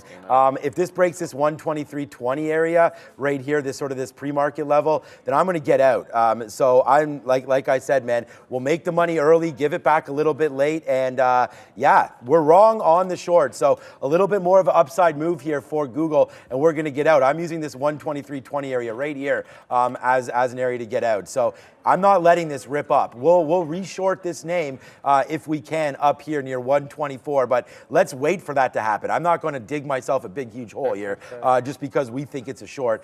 We did get a nice little reload, though, not a nice one, a great one, for Sofi. So yeah, we are reloaded on this one right now, and this is going to be a good trade for us, I'm hoping anyways. Sofi right now short at 12, so it's just right here. Let's see if that wants to continue to work, and here comes Google screaming back down. Yeah, I got out of C3AI. It ran the stops at 44.5. I thought the risk reward was pretty solid on that one, but you got to take the out when it gets there. Not when if my stop gets run, I'm just going to take it out pretty much every single time. Sofi did the same thing, short underneath. If it can hold back underneath VWAP, I'll look for a re-entry, but I don't want to take multiple trades at the same level if it keeps breaking. Uber is at that. I mean, it's at 42 pretty much right now. I guess I'm looking for a dip here because I don't want to take a breakout at that high. And Apple, 185, feels like it's the next shoe to drop. Oh my God. So we're at 184.77. If you remember back to 180 on Apple, it got there. It was, I don't remember how many times it was a short at 97, 98, 99, but it was a lot. It was more times than you would normally count big cap tech name. It was there for like an hour and a half the first time it got to 180, 185. This is the all-time high, not close. But the local high here, 185. We got there, and I think it was an early market move, and then it rejected off 185. Affirm is the only thing I'm still in because I guess it's Affirm, but it's trying to run 17 up top. The only way I reload this is if we hold that afternoon short that we had. That was about 17.15 to 17.20. So I'll let it break 17 and try and get more shares on the way back in. We did get most of this out on the way down first time. All right. On Apple, get there. Yeah, let's go, man. I mean, we did cover some Google there at 87 when it came back down. That was our price, or that is our price, sorry. So we'll, no, I'm not bidding 87 again, am I? No, okay, I was. Oh, cancel that. We didn't get the full fill. But now that it's coming back down, let's see. We just canceled our 87. Now let's go Timba. Hopefully we can get back down to the downside right now in all these names. So here we go. We just touched 15.2. Hopefully that's a fail. But look, Google, no. Wow, that's amazing. We just got an 81, and then it goes no to us right there. We did take something out on Sofi at 07 there on that dip down, but look at that, man. Google goes timber, then right back up. So, wow, this has been so fun to trade, honestly. But right now, it's not really moving much for us. So we talk about, you know, being stuck maybe in a position here. I don't know if the bears just got trapped there. Like normally we talk about bull traps, but maybe we're all trapped. And if we're going to go short on this market, it seems like, yeah, it just wants to say you are wrong right now. But let's wait to see. It's right back to 15.2. We said that the market probably wants to see 15.2, and that's when the shorts really should start to come in. So, hey, if we're right, it should start to happen about now. That high was 15.2. Yesterday was 15.2. We talked about a 15,250, so we still have another 50 handles to go of pain possibly here. So I'm going to get out if this takes 123.20 and just say thankfully we were able to make our money early on this name, and now we're going to give it back late. So that's sometimes what happens there. It's a good cover at the bottom side there of 80 and 87, but yeah, it does look like right now Google's going to come back up to the upside, and we're a couple pennies away from getting stopped out of this name right now. So unfortunately, that's not working. AMD is still working, and AMD is actually going quite low right now. Yeah, so Apple got there. I started at 90. I should check that, 91. It's at the high currently. It says 85 even. I didn't see it actually get to 185 even. I've seen mid-90s, like 95 is about it. AI wants 45 now. Oh so my God. I jumped back in when it failed at 44.50 again, and now seems to want 45. But Apple, that's a new position. I did make a reload in a firm. As Sean mentioned, you're at that 15.2 level. At the same time as Apple gets that high, you know, if this is the last time it did this, it was a scalp trade up here. So taking some out if I can in the 80s and 70s on the way down to maybe 184.50, and then try the rinse and repeat over here in Apple. Should have been I was just too greedy there. I didn't have any bids out when it got into the 70s. It gets back down there again. We're going to reload at the top and look to scalp this trade out. If it breaks 185, it's a hard stop there. I'm not really giving it any extra space. It can always jump back into the trade. When 180 broke the first time, it kind of quadunked it and gave you a chance to just jump right back into the short at 99. I want to play it in one direction. Trying to go both ways off 180 was a bit of a fail last time. I want to work with only the short, and if that doesn't work, fair enough. Holy shit, like this market, guys, like pardon my French, this is really strong. Now we just took out 15. Wow, like on the NASDAQ, this market is strong. And we were just talking about AMD being weak, right? And it just bounced back up a little bit there as well. So I think like Google's not going to be the right short. By the way, we got some more out there on Google when it came back in. We got some 96s there. Like it just fell down and we were able to get out. Now, there it is. So now we're out of Google. So we will flush ourselves down the toilet on that last piece there. But it is starting to get excited here to the upside. Yeah, as if. See, like that just happened there. So we'll try the short one more time against that level as we just got stopped out on the level that we thought would hold. And it looks like it might have held. So one more move back up there. We'll try the short again off that Google just to see maybe we did get wicked out there. And we could always use a little bit higher levels at this point, but it seems like we might have just got taken out there. So we'll buy it back a little bit, but not for too long there. 123.25 is going to be basically the new out. We might use 30 as our out there, but we'll get back into Google. I really like that trade up for Apple. Hopefully that can still work out. Sofi is still bouncing around. We need to find some more names here. I think maybe AMD on some reloads. But again, if the long's going to be right, then I got to watch out for this AMD trade for sure. And Nvidia might have been the one. Nvidia got to 429 and then turned back. I got something out there, like on Apple, I got something out just sub 90s there, 88s. We got a first fill. I'm now reloading it back in front of that 185. It's Apple I'm watching. It's about 500,000 shares. 400,000 on the offer. Actually, 500,000 shares on the offer. Let's go to Brendo. Another one moving back to the upside here, guys. MRSN was down huge this morning, better part of 60% still. But volume to the upside right now. The FDA halted one of their trials for one of their drugs mid-trial, so they can't enroll any more patients, essentially. But trying to get back higher here for MRSN. Man, I can't believe this market is still going, man. It's still going through 15.2. What is AI doing? And so AI just pressed right up to 45 even.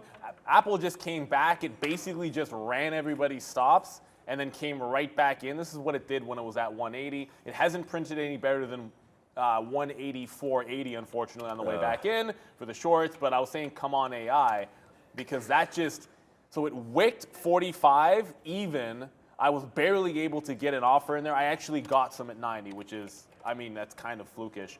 But it does look like it wants to come down here. Maybe 44 holds, and I'm looking at gift horse in the mouth, because if I had a hard line in the sand the first time up on this level, I should probably be taking something out in front of it the other way. I mean, the shorts have not exactly been printing, so if you get it working in your favor, just take advantage of it while you can. This 44 might be a bit of a barrier in the other direction. A firm's holding for it. This is the only one that didn't have to rip your face off before it turned. You know, we got the first short good, and then it held 17 even pretty nicely. I have not taken anything out, but I got to respect VWAP down here. I'll get some shares out in front of 1670 and 1680. It has been a pretty tricky day. You had to wait very patiently for your levels. Apple doesn't even want to get further than 184.70. That's insane. And Nikola, I just heard Pratt. Nikola's up at 134. Should have just kept it simple and stayed going long that stock. Yeah, obviously Nikola. I mean, duh.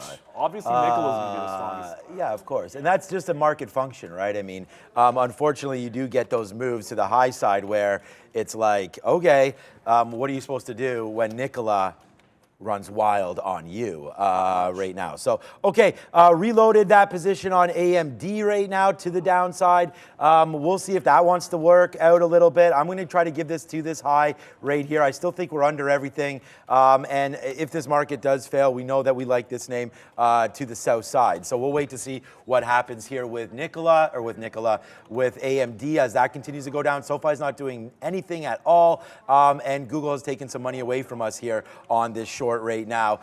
That's possibly the wrong one. On AMD, well, we've talked about that. I know you're short Apple. I think that's going to be good. AMD, we want to give this up to this high right there, 124.74. Let's see what's Bye-bye, Apple.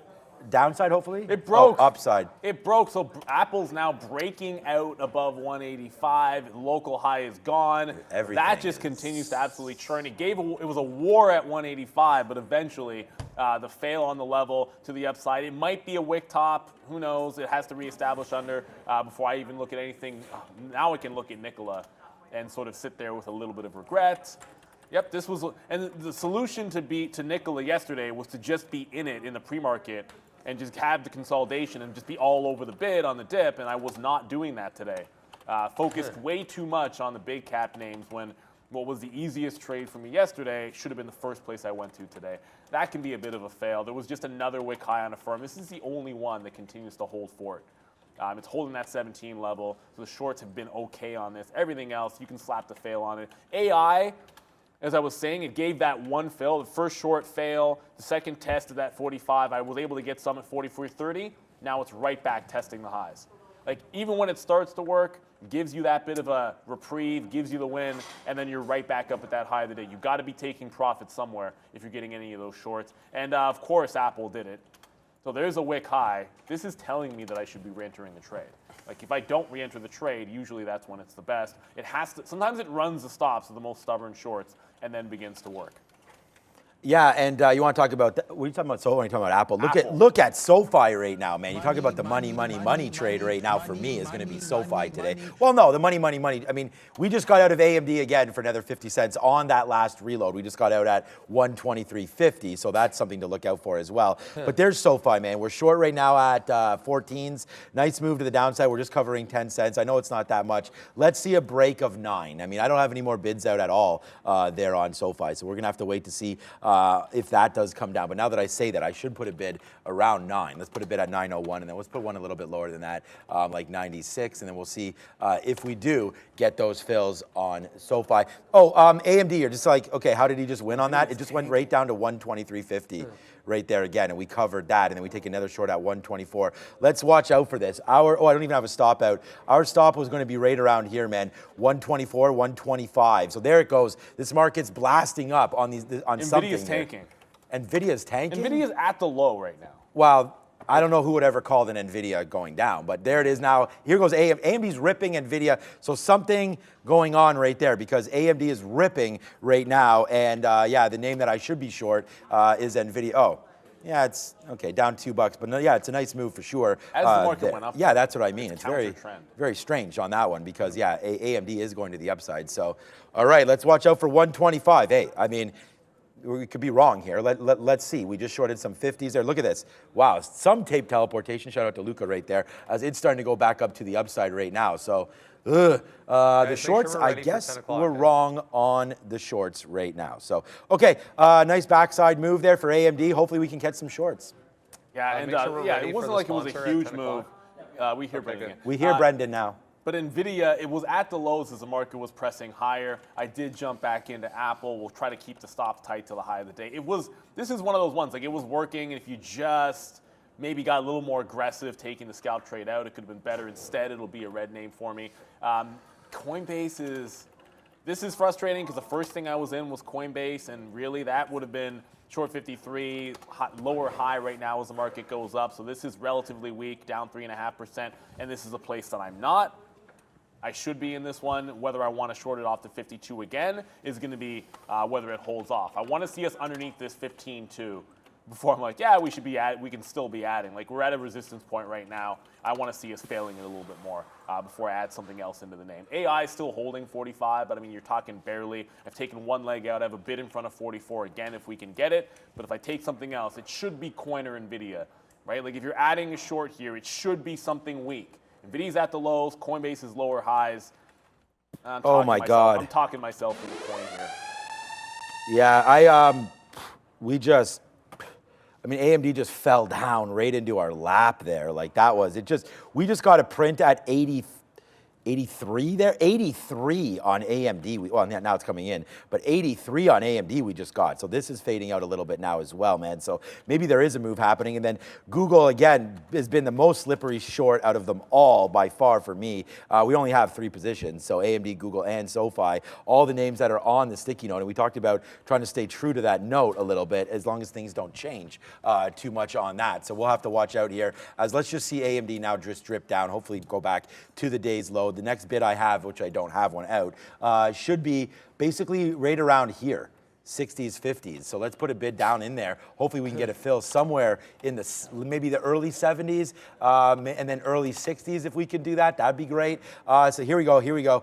Some nice downside moves. We did get some out there on Sofi at 905, 904, and 905 as that's starting to rip back up. So, like, remember I was confident in Sofi short, and then all of a sudden it bumps right back up. So this market is a funny one, I'd say, here today. Apple is now, I love Apple. It's just pure breakout. Oh, 185. Yeah, you're right. It was holding 185 on that wick. It just made a fresh high. So that was the one level to work off of. Now that we're gone, I'm going to stay away from it. I think you have to really look for maybe just a trend join here. If the market makes a high off of yesterday's top, you're now holding green. You're looking longs above, and it has to be consolidating beneath. I need to see some red candles underneath 185. Everything else, like the other 3 are okay. I was able to just get C3AI. Get some 44.30s there. I want bids underneath 44 into VWAP, so that one's looking okay. As I mentioned, Affirm still holding that 17 level. Are we going to Brendan for happening now? Because I'm hearing it in my ear. Is that true?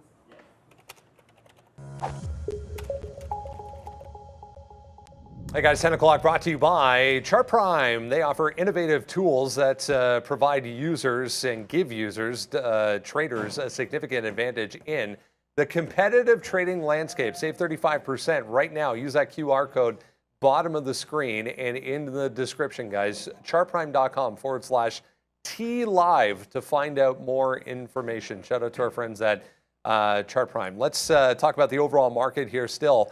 Trying to get to the upside outside of the Russell 2000 here, 0.25%, still stuck in negative territory. Everything now back in the red, good to see, including both the NASDAQ Composite and the 100. It's the Dow that's leading 0.5% to the upside now. The S&P 0.35% to the upside now. If you're with us in the pre-market, we touched on a number of things, including Oppenheimer with a downgrade this morning on Sofi. Tesla finally breaking that 13-day win streak that added $200 billion in market cap to the stock. Uber, a number of minor headlines this morning, including this one from the Wall Street Journal. They're going to launch full-length video ads on all of their platforms, the apps, in the car, wherever you use Uber. You'll see more advertising starting now. Jinko Solar, what a day. Almost 11% straight to the upside. New battery launched in Europe this morning for JKS. We talked about Microsoft as well and a couple of positive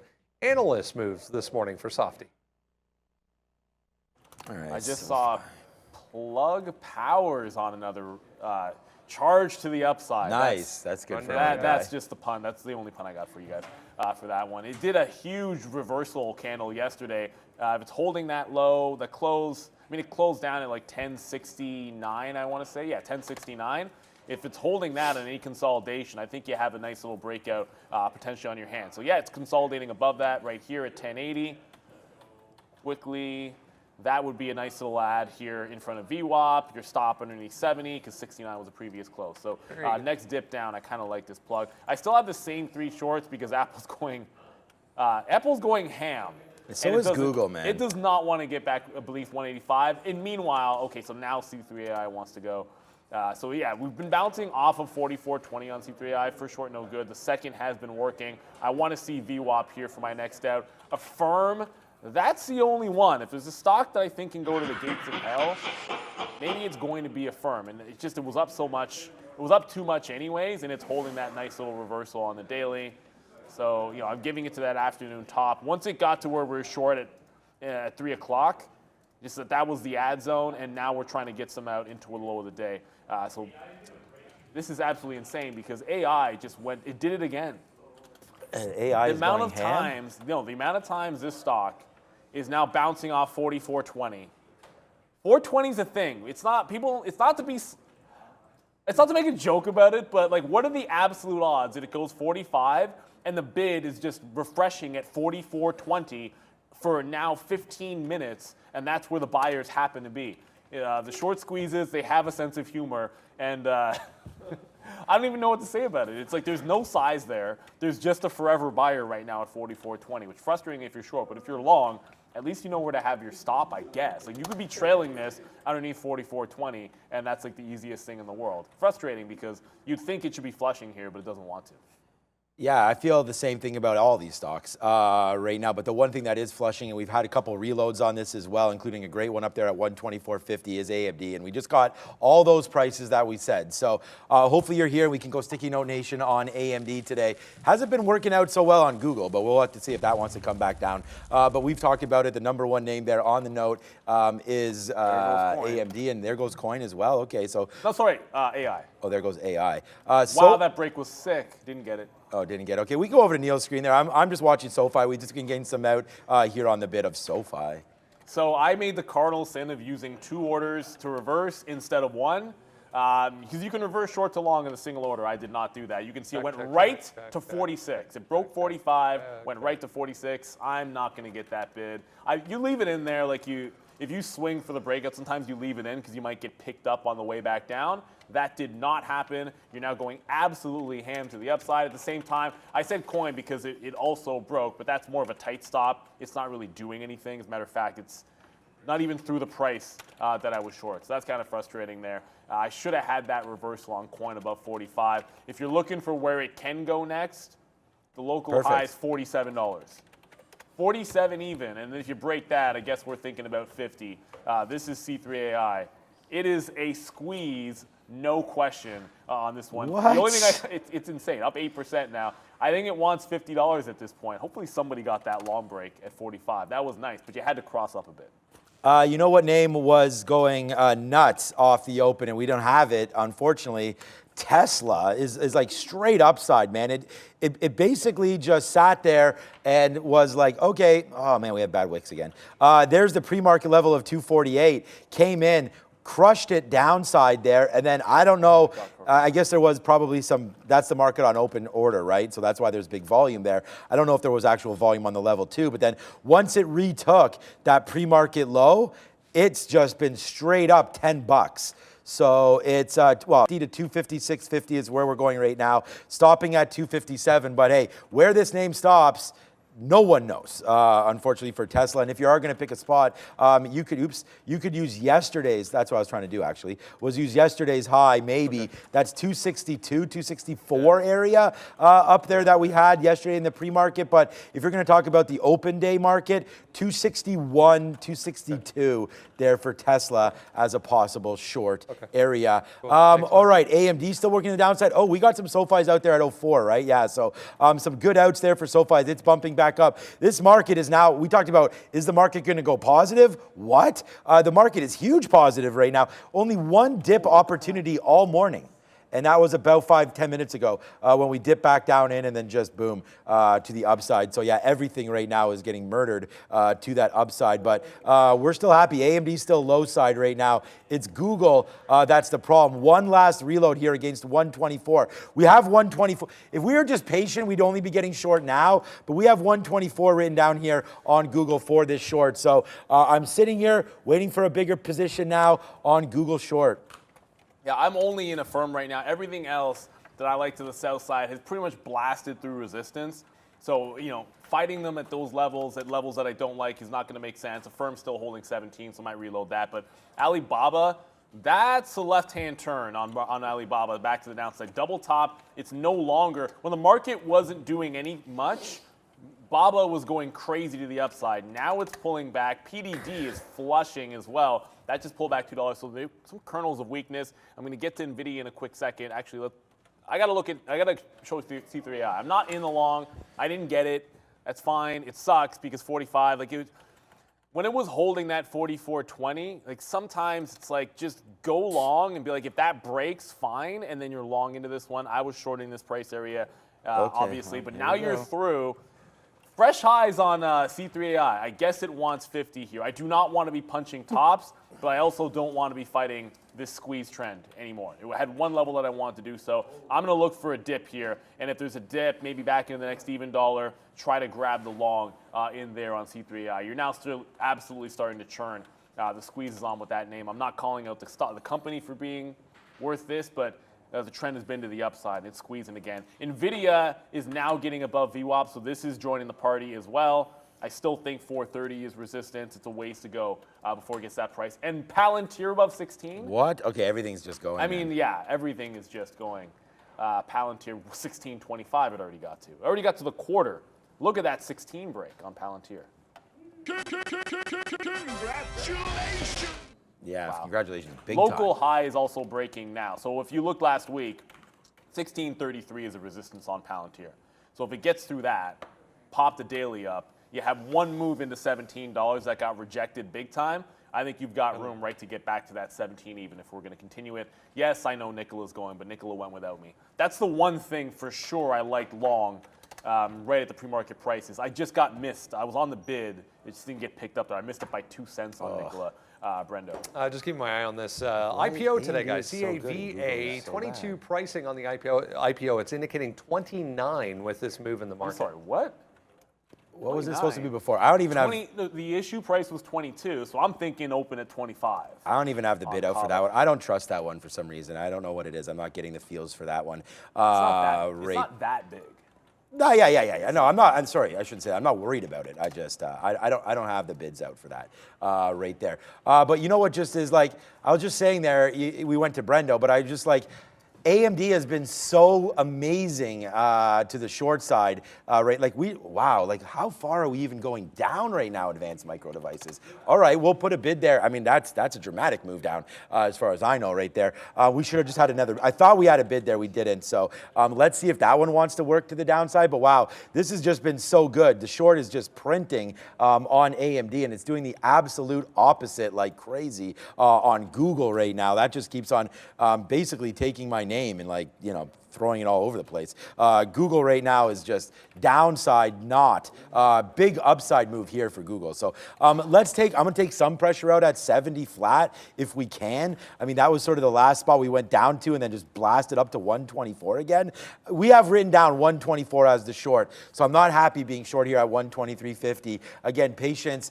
I feel like I've been working on that, but at the same time, doesn't look like it when we're giving ourselves 50 cents right here on that. But you know what? 50 cents worth of a hit for Google, probably worth it. Really where the loss was happening all into here when we kept, like we got out there on that break and that break when we sort of used pre-market highs instead of a bigger picture high. So that's something that's, you know, the mistake here on Google for sure. I don't feel like shorting 124 was a problem because you could have just been short right here at 124 and at least it's giving you 20 cents, but 20 cents of a pullback is not something that I'm going to get too excited about. We did get another 06 fill here on SoFi. Hopefully that keeps coming, but this name is really barcoding right now. The only reason we're winning on this is because we were able to be patient and actually got a 16 or 7, what are we short, 16 fill here on SoFi. So that's really the only reason why we're up on that one, because it really hasn't been that great. It's been pretty sleepy, to be honest with you. So we'll have to watch out for that. And then my eyes are just for, there it is. Another dollar on AMD. But what we're making on AMD, we're throwing it back on Google. So I can't be like net happy here. I can't be happy at all about this 45 on C3AI. It just tagged $48. I guess it wants 50. It feels like it's almost inevitable at this point, but there was no real dip into 46 to be able to join, and no consolidation. It's just straight squeeze, straight upside. See, Carvana's also going. Like, are you kidding me? All roads lead to Squeezeville, apparently. Population Vana, population AI, population everything. Whatever. A firm hasn't broken the top yet, so I guess that has a squoze. But $25 here on CVNA. It's got a $27 local high. I haven't had a single breakout that, well, I didn't, okay, I had the order out on AI, I just didn't get the fill. I guess maybe we look for a 25 break on Carvana and then just see if that one will take you. Maybe 25 half, 26. I think 27 is resistance, but it just broke the high, the local high at 24.60. So there's a decent amount of room here back to that price to take a 25 break. Yeah, Palantir is going absolutely ham as well. NVIDIA is the only thing that's playing catch up to the market at this point. So if the market turns and NVIDIA fails 425, this is still a relatively weak name, and then you go back to the tops, I think that can be faded as well. Just don't want to necessarily diddle in the middle. Under VWAP, under 425, or play it to 430. Brendo? Anything and everything kind of a day. Here goes CVNA again, guys. Just lighting up some volume scanners here for me. 5.6% already. Huge volume, though, at day highs. Everything. I'm just sitting here knowing that this is going to be a punch in the face on, first of all, some more outs on SoFi. What I was talking, AMD on a reload is just still tanking. We just got some 77s on Google, and I got out of 5% there. Honestly, this name is not falling. Now that I'm talking about it, maybe it will, but it's not going down. Like, I'm sitting here watching AMD going down $1 since our last short, and this name can't even go down 5 cents. So I'm like very, very nervous here about what we're doing with Google. So I'm going to start to take some more out here. Hopefully did we just get those? Yes, we did. Okay, we got some 72s there, 74s, sorry. Hopefully this will crank lower. We're only short at 50. Like, this is not like, oh my God. It's just, I'm saying, oh my God, because I cannot believe that this is not going down. Not that we're in trouble here. It's obviously going to be a red name for me today, but that's not the problem. I'm really shocked that this is not going down. So we got to find, if we think this market's going to break, we probably have to find something that's a little less strong than Google. Maybe something that's even down here on the day. Like, Google's up 0.1, but that's not the story of Google. Google was down pretty bad earlier, 122. It's just shot up, basically. We had the good shorts early on this one, and that's where we banked it out. So that's why I'm saying this is not like the be-all, end-all of anything here, but definitely hoping that we can get some love on Google at some point to the downside, and I wouldn't be surprised if that doesn't happen. So I'm going to just leave it. We have our stop there. We have some lower bids. If it tanks, it tanks. I'm going to move off of Google now, because if I just sit here watching it, I'll probably scalp it out and then be more upset if something does move around. I'm not really seeing too much. Let's check out. Yeah, go ahead. I'm just going to check out Peloton because we had that story the other day, but only 3 million shares. So. See, but that's still relatively weak, man. Like, the only reason I'm still in a firm reloading is because that's the one thing that's still making sense from the plan to the south side. A lot of the longs have been missed, but the NASDAQ just wicked the top. If you go back, look, if it's going to pull back, I suppose it would be here again. And if we hold above there, I just think you almost like stop looking for anything even off resistance. So I just got some out, and VWAP has been a bit of a thing here on a firm. The first short good, second short not really. When it failed the break of 17, that's when it pulled back to VWAP. So I'm looking to take some more shares out of VWAP. You got to ring the register on anything that starts working to the short. NVIDIA looks like it could be one of the weaker names, and now it's getting back underneath VWAP at 425. This could be a nice little turn here. See how the bid picks up. By the way, AI did reverse off 48. Let's see if it can bounce off 46. And Uber broke 42. That's the other thing. It's holding right now, not a lot of volume above 42 on Uber, but I feel like NVIDIA is one of the weak names worthy of this short off the NASDAQ highs. I just took, I don't know if this is going to be a breakout or not, but I just took a small piece here on Oracle just to see if it does want to break. I mean, this has been a high here of 125. So we'll only be in this, we're almost out of this anyways right now, actually, as it coming back down. I only want to hold this for 25 cents. So if this does break, it was a really shallow break. We're long at 02s here on Oracle, but what a great name this has been today. If we lose on it, we lose on it right now, but big movement up there. I feel like we can be more patient with this. So let's put Oracle on our radar now and look at this at at 124. Google's starting to come down for some reason right now. So let's watch out for that at 124 right now on Oracle. I may get some out because Google is coming back down. So NVIDIA, like I just tried to, it broke 425. I was just sitting there like cross down. It's already at 423. If it does a little mini bounce here, maybe we can get into the short. That broke VWAP and then just flushed pretty quickly. NVIDIA is going to move fast. You know that's how it's going to be. But if it pops back up, I want the short into VWAP here on NVIDIA. What else is pulling back in here? Maybe Uber fails a break at the high. That's been strong. Apple just pulled back into 185. Man, if it starts holding this line, and this is, if we consolidate above 185, I think you're probably still looking for the long in Apple as strong as it was. And then Microsoft. Remember Microsoft? Yep. 343 on Sofi. Congratulations! It's straight up. This is another one like Apple. If it does dip with the market, I think you're probably looking for a retest of that 340 level to maybe even go long. I'm going to stick with some patience in here. Firm continues to work. I probably missed out on NVIDIA. That's a relatively weak name. So is a firm. That's why I like them for the short side of the trade. If we get back into VWAP, I'm going to try and short into the local high on NVIDIA. Palantir short? I don't know about that. I don't know, Palantir's on one. I think you want to be careful with that. I haven't really studied that chart. Actually, AI is pulling back as well. So this could be a nice little dip in AI. If we hold 15 to maybe 46, will be the level for that one. I haven't really checked out much of anything going on with Intel today to see if it's following along with NVIDIA. It's relatively strong, but not going nearly as parabolic as the rest of the market. So 36 resistance on Intel. If you're looking for a chip name that isn't $400, that's got a nice level up there. Yeah, we're loving chip names today, man. It's AMD, the #1 name here for the show today. It's Sofi right there as well. And then the #1 loser for sure is Google, as we're sitting in the only loser today that we've had. But you're the loser, Google. No, we should have waited. It's my fault. We wrote down 124. 124 has Still been... on me, guys.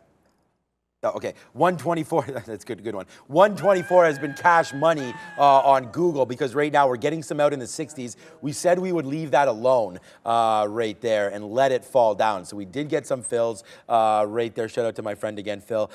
Into the 60s. Now we wait for the 40s and lower.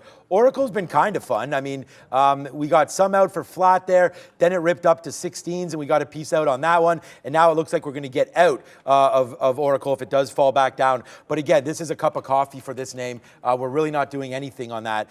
So let's just wait to see.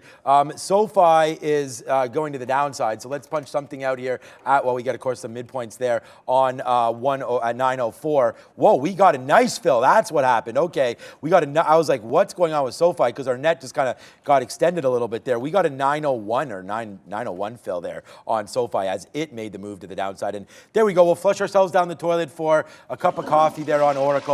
It made that move down right there. I thought if Google was going to be strong, let's just go back over to Oracle as well. But that looked like that faded out there. So that was kind of just one of those like little proxy trades. But let's wait to see now where Oracle goes. And honestly, this is, Google bounced off 50 again. Oh man. All right.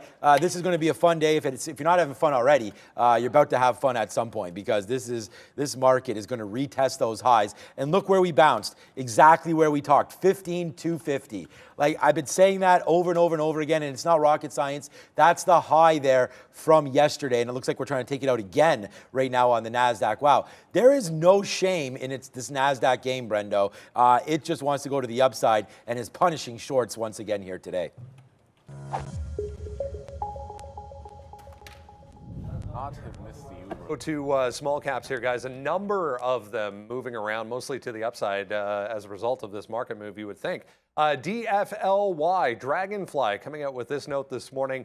They're going to make non-flammable lithium batteries and have picked up a patent for that in the U.S. So DFLY up here on a bit of a pullback right now, back to 280, 290, but still very strong on the morning.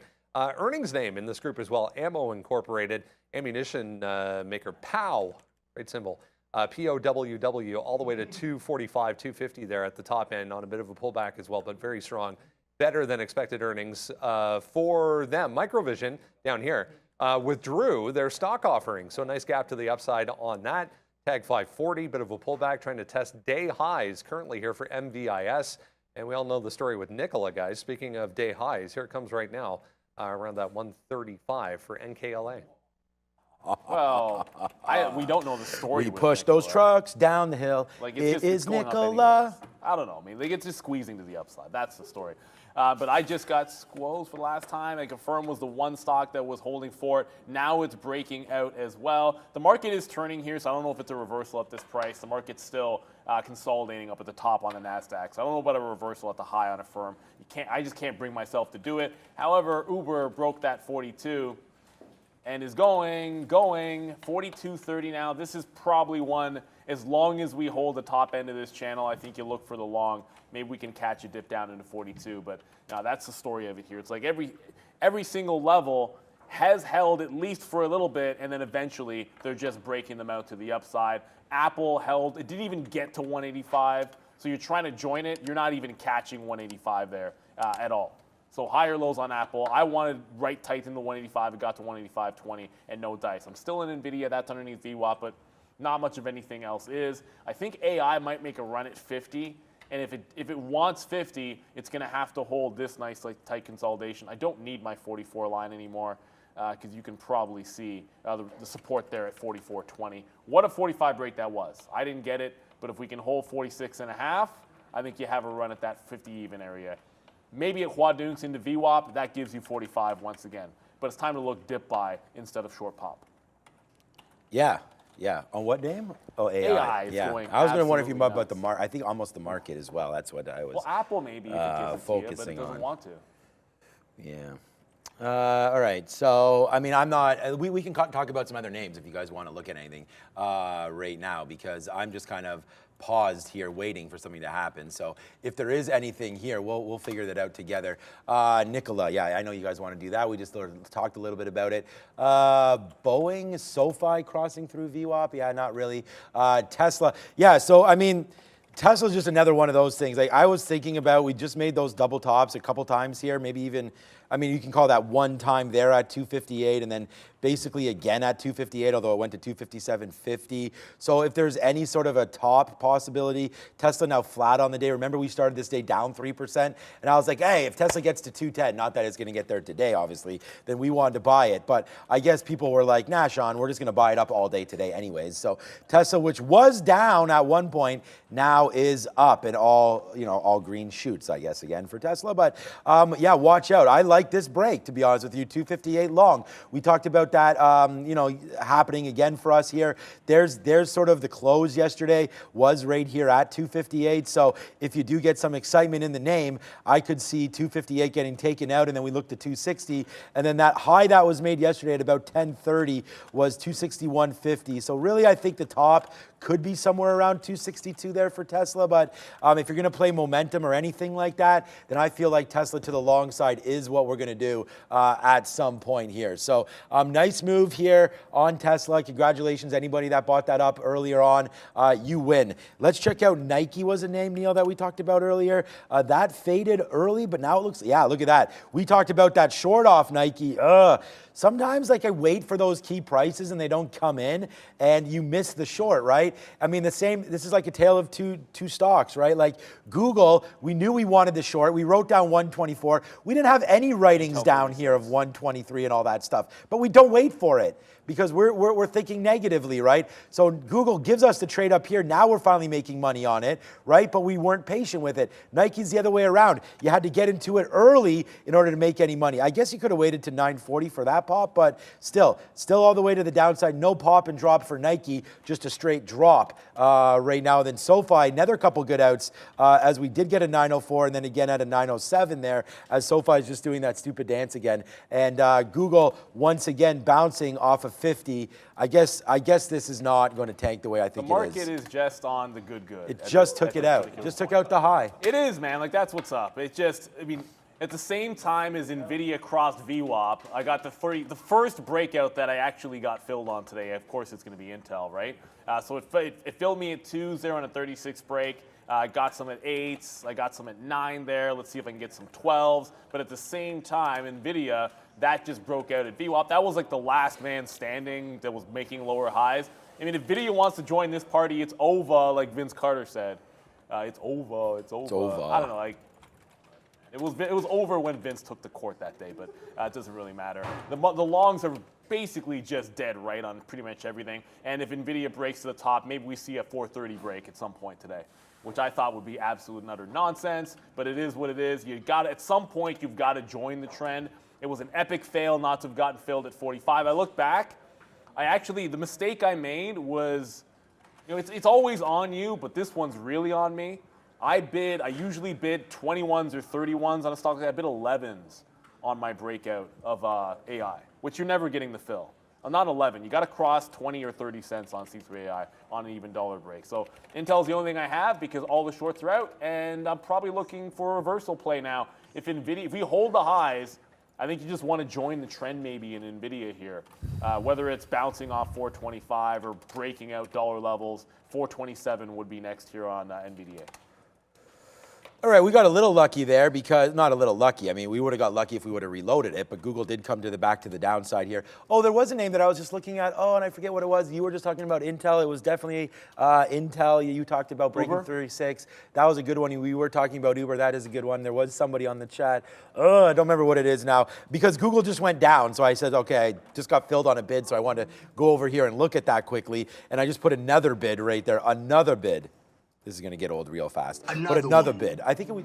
Another one. And? Another one. Too many another ones there. I want to get that fixed. But the market is going upside. Now here comes Google back down. So, again, I said I'd look at something else. But if this is fading, there, I'm going to punch some 48s out right there. I do have a 44 bid on Google. And, yeah, I'm getting a little trigger happy on that. It's just because all right, now...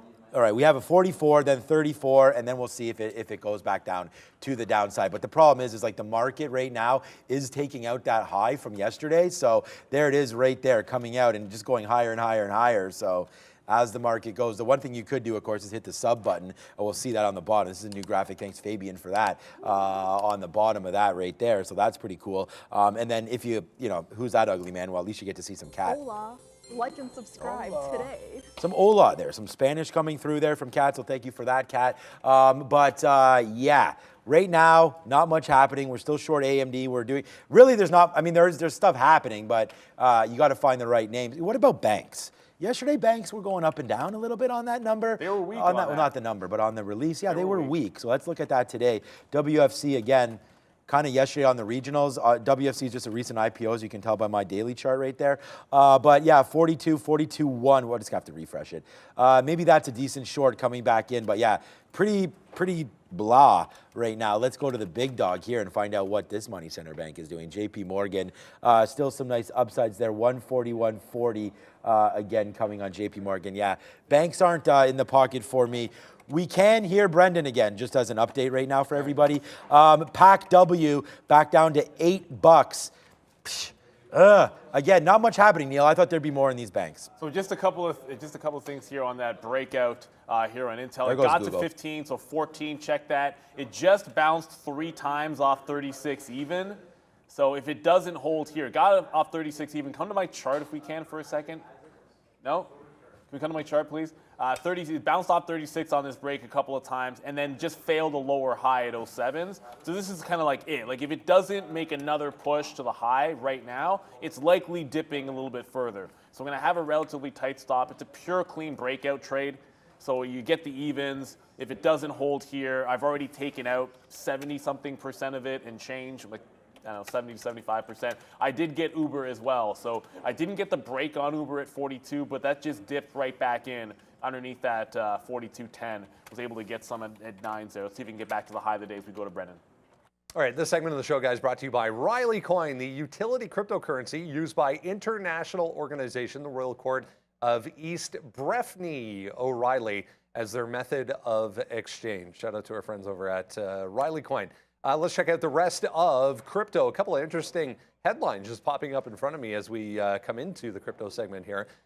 BlackRock, according to CoinDesk, guys, BlackRock reportedly close to filing for a Bitcoin ETF, which will instantly get denied. But hey, good for them for trying. Went into an hourly chart here for Bitcoin to highlight this move to the downside that we had during the Fed yesterday. We're just chopping around now. Around 25,000. So if you consider this consolidation, we definitely resolved to the downside there. We were wondering if this 26 to 25.5 was going to hold, but doesn't look like it for the time being. Not a heck of a lot of volatility otherwise, though. 3.5 right now for BTC, 5.4. Meanwhile, for Ethereum, making a similar move, 1647 coming into play currently, guys. AI looks like it's turning a little bit here. Yeah, the market did fall down. We did get some great Google fills. So we can go back into the money a little bit, say, oh, Canada, I don't know why, but we'll say what's up to everybody. Oh, by the way, I'm off tomorrow. Max will be here tomorrow. I got to go. We have a tournament happening tomorrow. We're really super excited about that one. Yeah, no, what was I going to say again? I have no idea. That's so, Google down to the downside now as that's starting to fall out a little bit. Oh, the bear fell down. Well, obviously I knocked it over because I'm angry that the shorts all got blown out, obviously. It can't even stand up, this guy.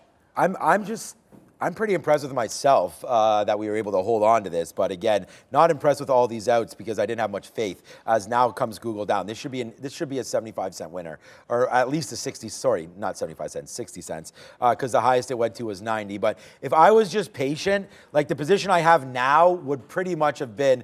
I'm fine with going short early here on Google because again, I want to play some of that early momentum. We saw some pretty dramatic moves happen, right? We had a great trade on AMD. I mean, AMD right now from our first position is actually $3, almost $3 in the money. So yeah, we like that. I like that trade. I shouldn't say we all the time because we get in trouble. We're not team trading. We're not doing anything. Neil and I sometimes will even have opposite positions, although lately I've noticed we've been like-minded, which can be dangerous. We actually talked about this yesterday. When everybody, like when Neil and I had our own floor, one of the culprits was BAC you brought up. I think there was a few other names as well. Probably Apple and some of the highly traded names. When those names, everybody's the same way, especially on a prop floor, that's kind of dangerous because it usually means that we're either being duped into something because trades aren't that easy and we shouldn't all be there. Like if everyone gets the same fill, like if Tesla breaks a level, breaks 258 and goes to 258.30 and just keeps on going,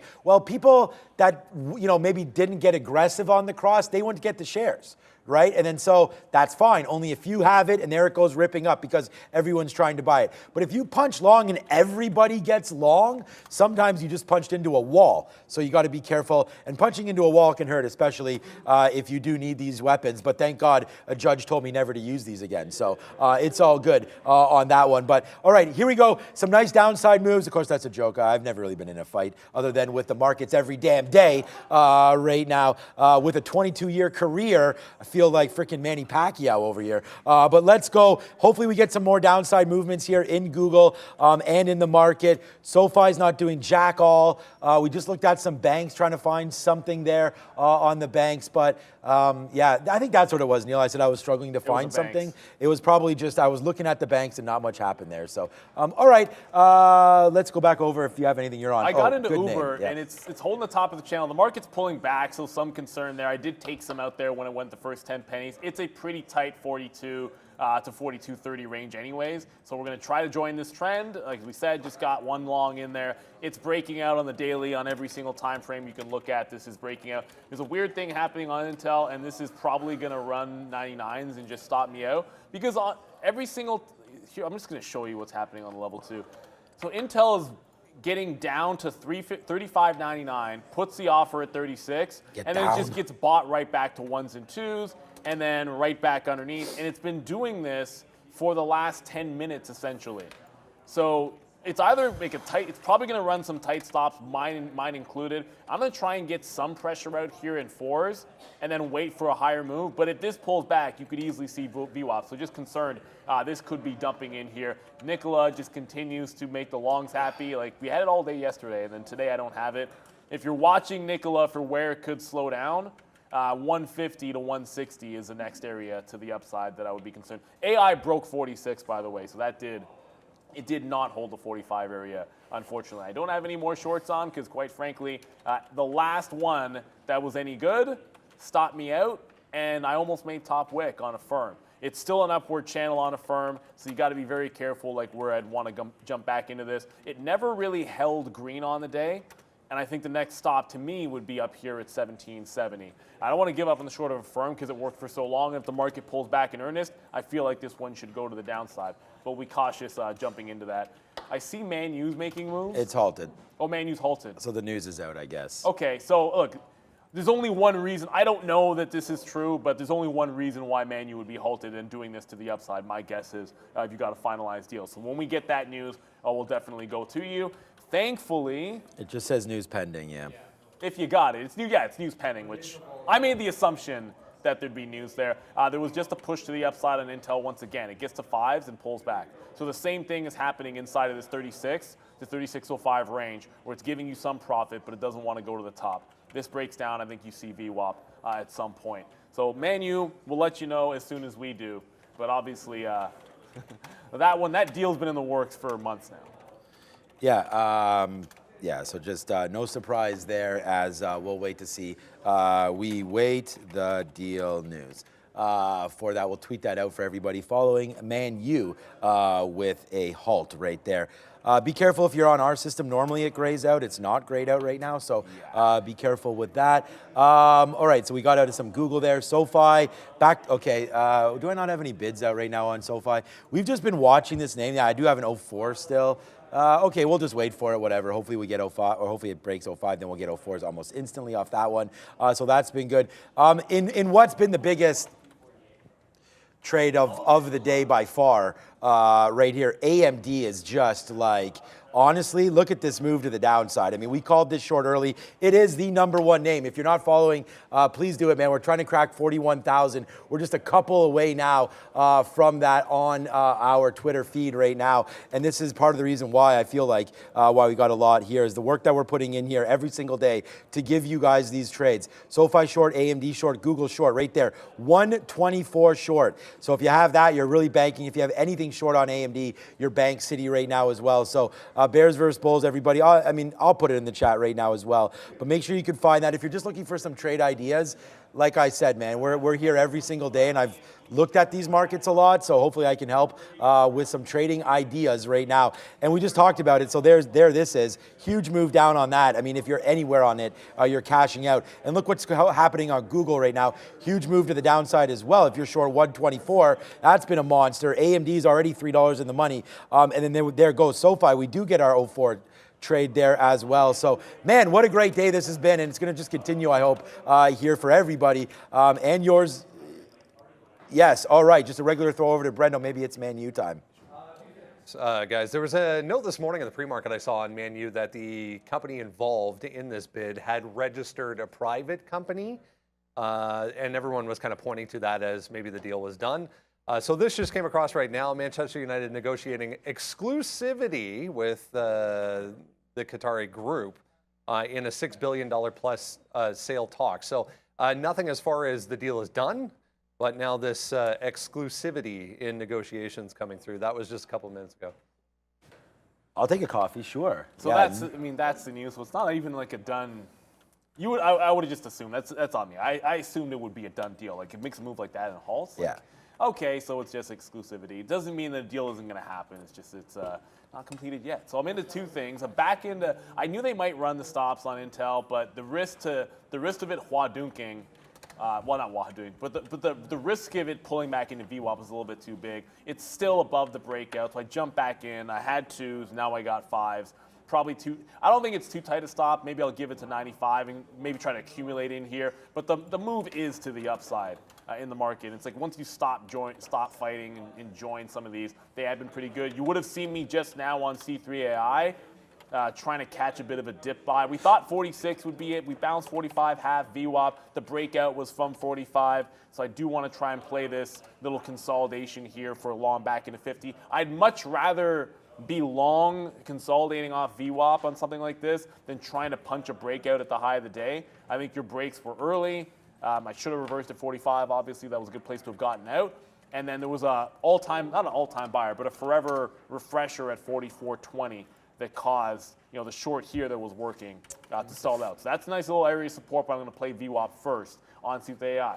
Usually this time of the day, you kind of figure, okay, the market wants to make its decision as to what we're doing, and you can place your bets at we're going to hold as the NASDAQ, we're going to hold above these highs and continue going, or we're going to fail this top and you probably have 100 points to the downside. So I'd rather be longs, trending stocks. If I find something that I want short up here, it's got to be relatively weak.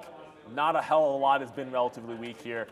Man, I should just held on to Intel till 95 instead of a 98 stop. That one's still going to the upside. Intel, all arrows up. It's about to make the high of the day again. All right, we got to go over to Brendan now for. We do? Money talks? happening now? No, it's not happening now. It's money talks. Sector. Positive days so far, guys. Let's have a look at the S&P 500 here. It's really just semiconductors that are weighing to the downside. A little bit of negativity in the banking group as well. But these right here, semiconductors, AMD leading 3.25 downside, MPWR, QRVO, Enphase downside. Some of the other ones, though, in the clean energy side of things, positive already. SEDG, one of those. Intel, one of those. 1.4 to the upside for Intel. Versus the rest that are still stuck in negative territory. Annette's downside 5.25 after earnings missed. Oracle, Microsoft, ACN, FTNT, DXC, to name a few in the software group, all higher for the most part. Healthcare group, consumer discretionary names for the most part positive. Some of the hotels, travel-related stocks downside. We mentioned Lennar, there it is, 3.25. All-time highs early on this morning. Nike, 2.25 as well, downside, trying to offset some of that. Warner Brothers down here, giving some gains from earlier in the week, back once again along with Paramount. So some of the streaming names under a little bit of pressure. KR we talked about as well on the earnings side of things, 5.4%. Energy, industrial, and utilities, though, also helping to make that number green still at this point, guys, 0.4 for the S&P. All right. Yeah. Oh, Man U is now open, apparently. So let's just go over to Man U quickly and see what is going on with Man U. Yeah, there's the halt, and there's the news that Brendan brought us. So nice little move to the downside right now. Probably halts down, I would think. But it halted news pending, not for volatility, right? So although that would have halted it for volatility, I think 24 up to 26.50. That's almost exactly 10%. And then that move down right now has come back in a little bit there for Man U. So for those of you that are interested in what's going on there and maybe have a position, Man U is fading back out one more time. All right, so Google bounced off that. I'm going to take another fill right around here. We did hold on, and you're welcome. Those of you in the chat that are like, thankfully, Sean held on to that trade and gave a little bit more credence to the trade there. So I think that was good, and I'm pretty proud of doing that. So thank you for the feedback on that. All right, and then the other position right now that I want to talk about quickly. Before we do our next segment, which is coming right now, this next segment is sponsored by lunch.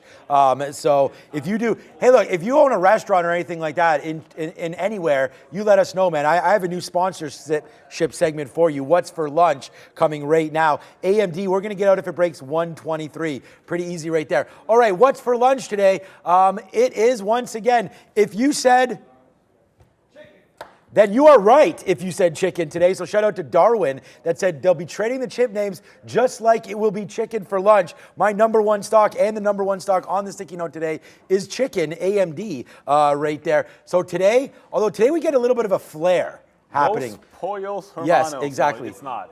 Tex-Mex chicken. Oh, shout out to my wife, who's not only lovely, but an amazing cook as well. She threw down this amazing orzo dish the other day. It was incredible. And if you're watching, obviously she knows what's good with that. Tex-Mex chicken with Santa Fe orzo salad. I'm going to go.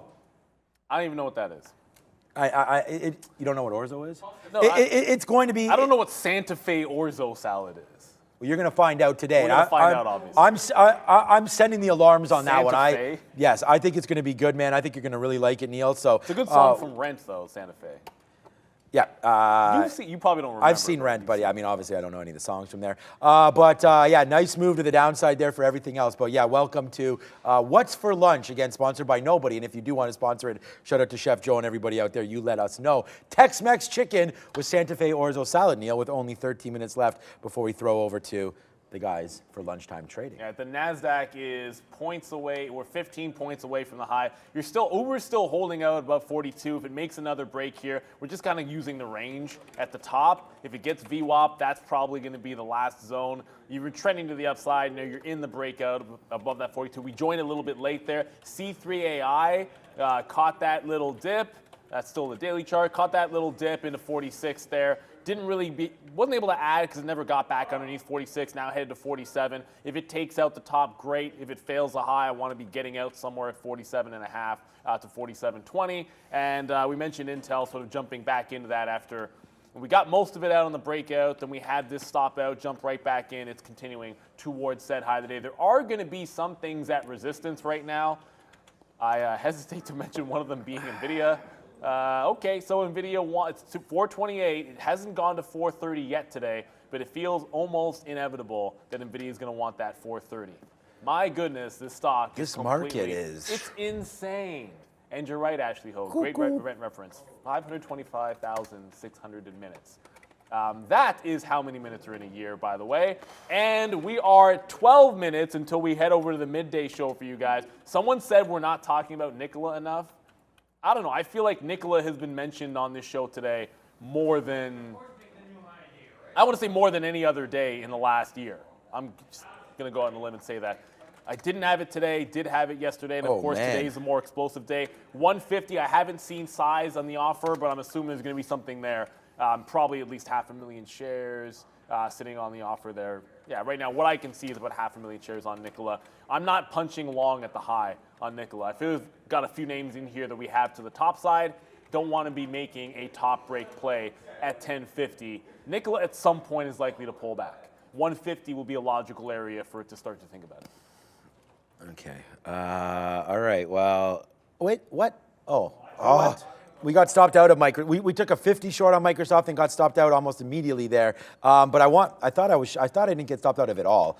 This was a quick trade there on Microsoft, man. We lost a couple pennies there.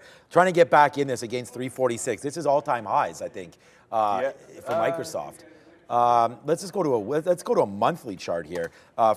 I remember buying Microsoft at $45 when I started my investment journey, man. This is absolutely, yeah, it is. Well, it's not. That 349, I don't know. I guess we had a pre-market tick there at 350. The all-time high close right now on eSignal with this watch list is right here, Microsoft, a 52-week high, 339. So 52-week high close is way above, I guess. I mean, yeah, this little wick high there must have happened at 350 at some point there, but there it is, man. Huge move up for Microsoft. This is a monthly chart. This is when I started buying Microsoft down here, honestly.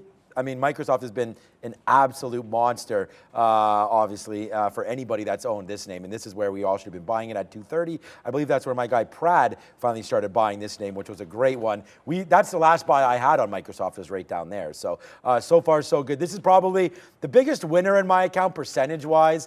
Is just Tesla. I think that's probably true for many of us out there, just because of how parabolic it's gone. It's ridiculous. But Microsoft also a good one. Google's been pretty good. Amazon, I wasn't in that one early. NVIDIA, I remember getting people were like, you're buying that at $100. Remember, it's since split and everything.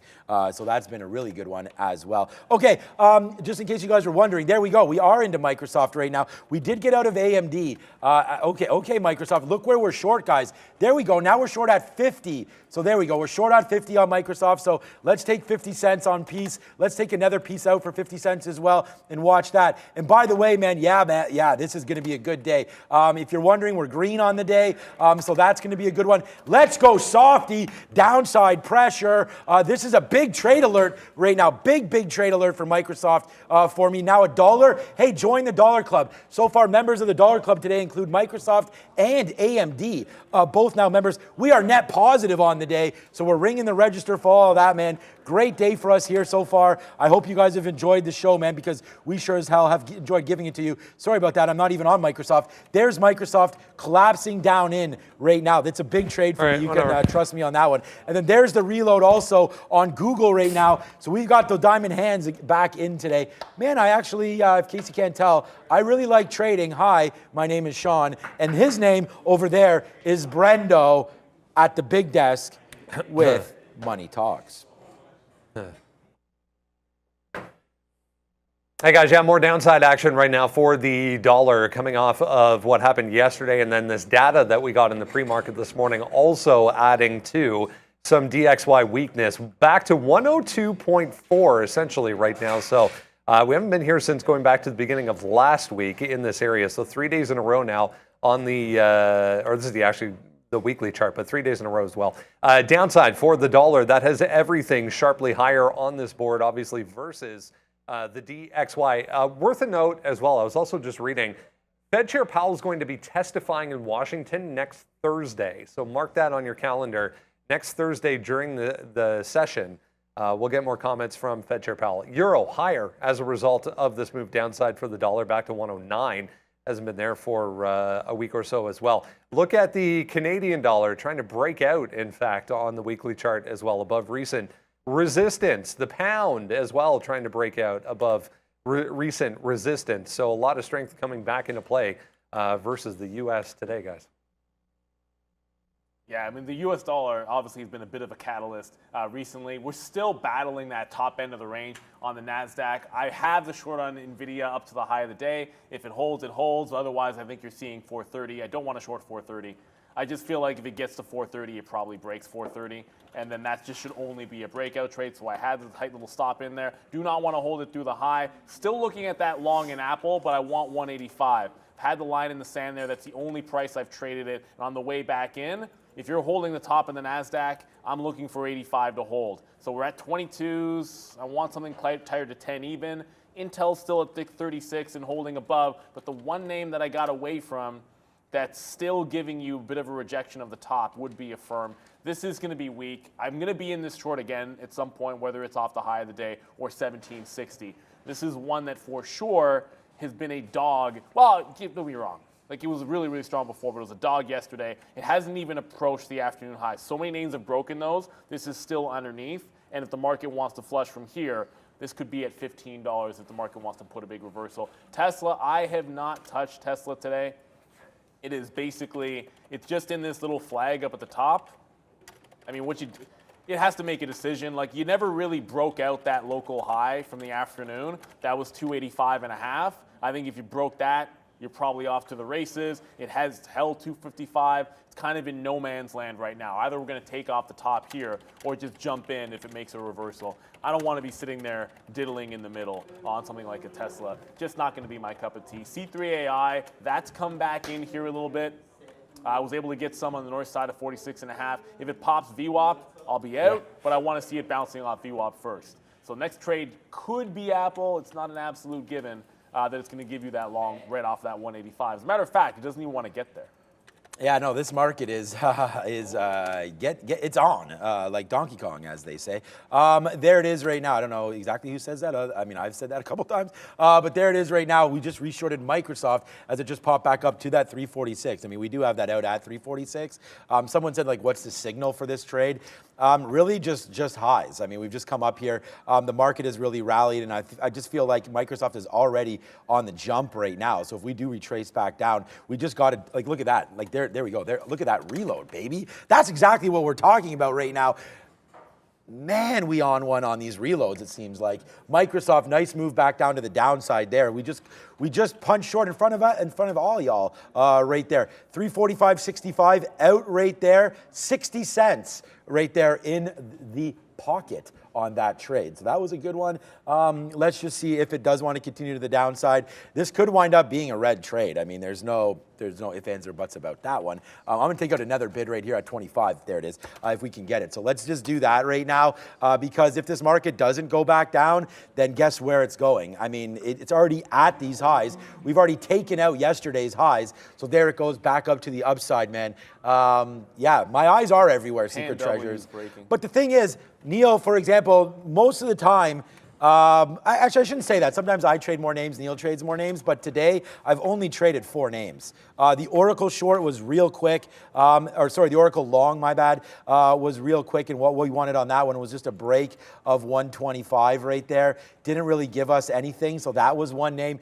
AMD were out at 123. This is a sticky note name, so that's I'm not everywhere on that. Google's a sticky note name. Microsoft, we just got it and we're destroying it, so that's good. And then Sofi is a sticky note name as well. So really, we've traded all 3 names that are on here, and then just added in now after an hour and a half, Microsoft, and then Oracle was one and done. So yeah, I do think it's important that you sort of stay in your lane and try to trade the names that you're more comfortable with, for sure.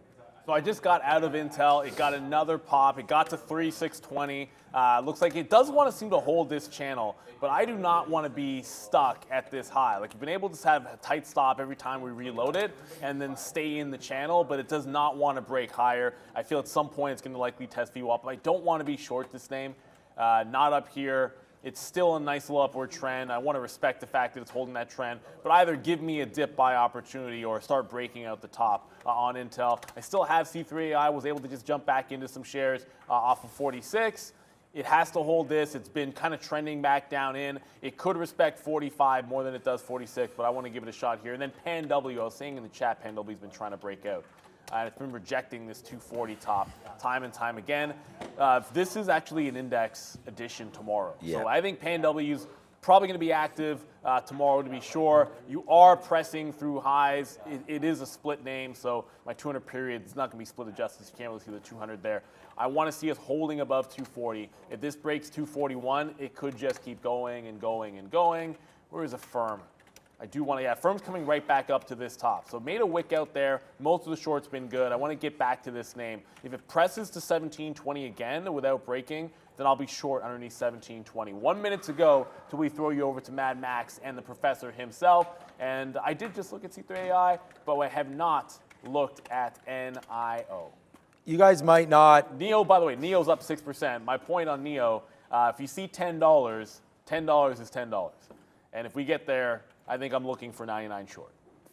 And scalping is scalping right now, and we'll just go cash register on this one and just barbecue up Microsoft. Again, my favorite name to trade of all time is just banking out right now. We just took another short right there. Let's just put it out and get to put out the 25s and get the 25s, man. That's what we're doing right now. And then also we're nicely green today, so all good. We had to battle back from that early hit on Google, but we did exactly that. And look what we're doing now on Google. We just shorted again at 80, and now we're just going to go into scalp mode. If the market does continue to fall down, we'll hold some of these, man. We're now 70 cents in the money on Microsoft, a dime on Sofi, and a dime. Yeah, that's it, okay, and a dime on Google, but Google's not doing anything. AMD we got out of, we did talk about that. But one last throw to Brendo. Just keep my eye on this IPO, guys. It's flipping back and forth right now between 40 and 38. Again, priced at 22. Flipping back and forth up here between $40 and $38 for CAVA. $30, I would have taken it long. Yeah, for sure. On the open, but because the price of 22, I'd have taken like everything up to probably $30. I would have gone long. But I'm not touching a market on open at $38. That's just a little bit too far for me. How are you? All right, yeah, but you have to have a limit. That's way too high, way too high. I didn't really love that name to begin with today. I don't know much about it, and plus I thought the restaurant business is fine. It's just, it's not an, if that was like an AI name, I probably wouldn't be putting, I wouldn't really care about the price. 100 probably. Yeah, exactly, but we just ring the register again. I don't think the animation, the sound is working on our graphics, but there's been a couple asks for the hot dog cannon, so there it is right there. It is kind of a hot dog cannon kind of day for sure, so thank you so much for asking for that. There's the reload up on Google, shorted it again, and this will be able to tell, we are reloaded. This looks like I'm just shooting everything right now, but there it is, man. Fish in a barrel, the market today for sure. I don't hear Brendan's mic. I don't hear Brendan's hot mic in my ear right now. Okay, People are saying that though in the chat. So yeah, you probably are right. You guys love the hot dog cannon. Okay, well, we'll do a little face slap on that one as well. But look what's happening to Microsoft right now. It joined the Dollar Club. So Dollar Club today, Microsoft, hopefully Google. There it is, another one to the downside for MSFT as we just short that against 346. All right, it's 11:01. It's been a really great day here. Thank you for your patience. Thank you for watching me absorb those hits on Google. And thanks for watching also AMD, as that was an absolute beast of a trade today. And I want to thank everybody for following with the sticky note. Hitting that 41,000 subscribers or followers on Twitter has been a lot. And we just hit 400,000 on the show, which is, of course, much more important. So thank you, everybody, for that. Neil, why don't you cover whatever you have there? Or what's your opinion on Kava there, maybe?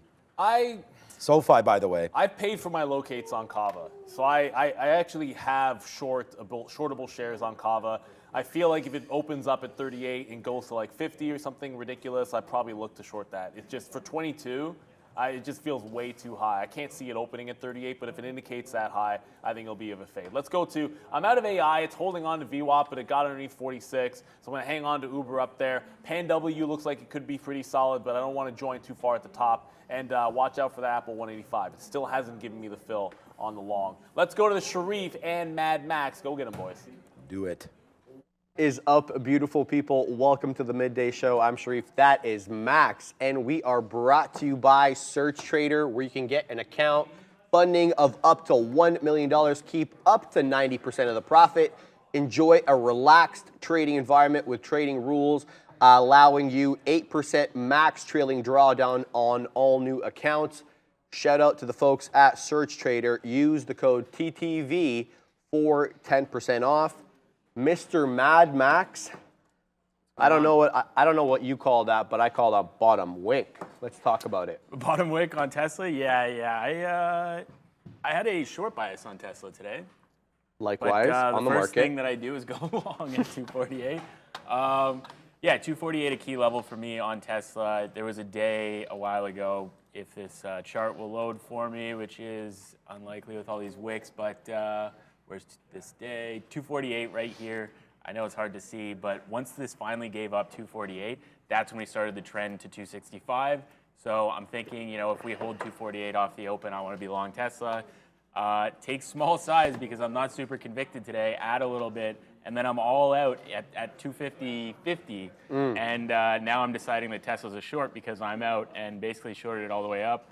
Thankfully, I didn't blow up. I did get a nice little long here, but nice. Yeah, this could be an absolute banger day. That's a pretty banger right there, man. If I was a little bit different in my bias. Apparently, also the squeeze stock to trade today was not AI. It was Carvana, which is now doing $26 almost. Missed that. Yeah, CV. Are you kidding? Ivana's a rocket right now. Yeah, it's just flying. That 25 breakout kind of sucked, it looks like. Go down, check, guys. But then when you break it for the second time, that's when it goes. That tends to be the way things go sometimes. This whatever this 2480 high, for whatever reason, flat top breakout. There's 5 candles there. I guess that's the way to execute on this. You never look back. So Carvana is still doing light volume. I want to see it do some more volume, squeeze a little bit more. Yeah. What was the high the other day? Like 27. I want to say, if I pull my chart back, 27.30 was the high on that exhaustion day. So we get above that price, I think we can really start going, as Nvidia is breaking 430 right now. So we have not seen this price in the open market. I should be long actually right now. This is kind of a mistake to not have had that stop in. Yeah. Bump it. Shoot. Yeah. We're long the future. Whoops. What happened? That I should be long a lot of shares right now on Nvidia, and I'm not. So we got in at 15. Let me give you the exact. Yeah, you have it right there. 15,233. Oh. We're looking. Look, the idea here. What's going on over there? What's happening? I thought there was action or something on my right. Is it Vana? Are they talking about Vana? I don't know what they're talking about. Okay. Maybe so Nvidia? I don't know. Yeah, the idea here on the future was to kind of see how it traded around 15.2. It really didn't give you a lot of time at 15.2, did it? I mean, it's been above 15.2 for the most part of the morning, especially after the bell action. 15. 215, 15,215 kind of was the dip there that you got at around 10:30 or so. But since that time, we've been making higher lows. I got in on this dip, and I'm looking for higher highs. But again, you see I have a resting order here hanging out in front of 15.2. We may not see 15.2. I'm sitting at 15.205 there on the NQ September contract, but we're coming into highs, man. That's the thing. 15.282. We're at 15.278 max. We are squeezing. Oh, yeah. Wow. Here we long go, Nvidia, baby. by the Very way. nice. Move up as we squeeze up.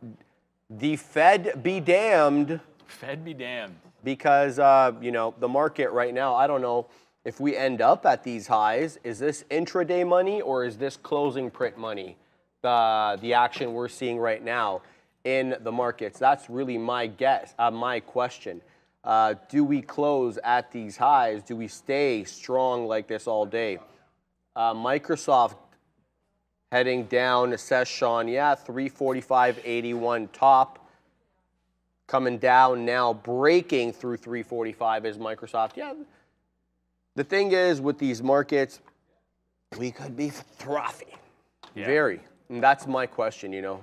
I'm not really sure what to make of today's bull run, but I mean, if we see a couple of more of these and extend into next week, okay. I mean, yeah. And here's what I said today, too, in the morning show. Like, you come into mid-July, when we get the July or the June CPI print, that comes cooler than expected, like June's did with May. Yeah. And all of a sudden, the Fed comes up the week after, and you know they're like, "Well, why would we raise here? That's two soft prints in a row, especially if the jobs market continued. Today we saw a continued increase in jobless claims, continued jobless claims. So interesting stuff. Like, anyway, the likelihood of them raising in July is up to like it is 70% or something now. It is, yeah. But the market doesn't care. We're at highs again. So well, that's what I want to see. Like, if they don't hike, or maybe the market just doesn't care about rate hikes anymore. I don't know. I think maybe that's the case now. I don't know. As AI is now squeezing back above 47, so maybe should have tried that one more time instead of this Nvidia trade that I stopped out of. But yeah, AI back over 47, 48 being the high. I think you see $50 today. I tried a bunch of times. Am up on it. It's not bad, but it could be better, obviously. This double bottom. You know what? The first print after that 45 break was basically 45.50. I should be long at 45.50 when it dips back into there. That's a bit of a mistake on my part, but yeah, I mean, I think that 48 break could be pretty explosive. All of the even dollar breaks except for that 45 have been like pretty bamboozled. Yeah. Bamboozling. So they'll go break 46, dip a couple, you know, like 50 cents, and then blast off. Same with the 47, dips 50 cents, or that dipped 70 cents, and then blasts off. So I'm not expecting that 48 break to be clean, but I think like there's a lot of people who also are not expecting that 48 break to be clean. So maybe there's edge there in taking the break and you're risking 30 cents. And if it is good, like people are really offside thinking that they can cover on a dip there, like adding above 48 and then, you know, they have to stop out even higher. So that's possible. VWAP dips have been great on that. I mean, retracements into that support level have been, especially if you miss the initial move up. Like you got the initial move up, you're buying through the move. But, yeah, I was able to get a decent amount here, but I only took half out up at 48, so that was kind of, you know, whatever. Yeah, we'll see. I want to see this one squeeze. I want to see what Carvana does. If these squeezers get going, I do want to be long, but I got to be...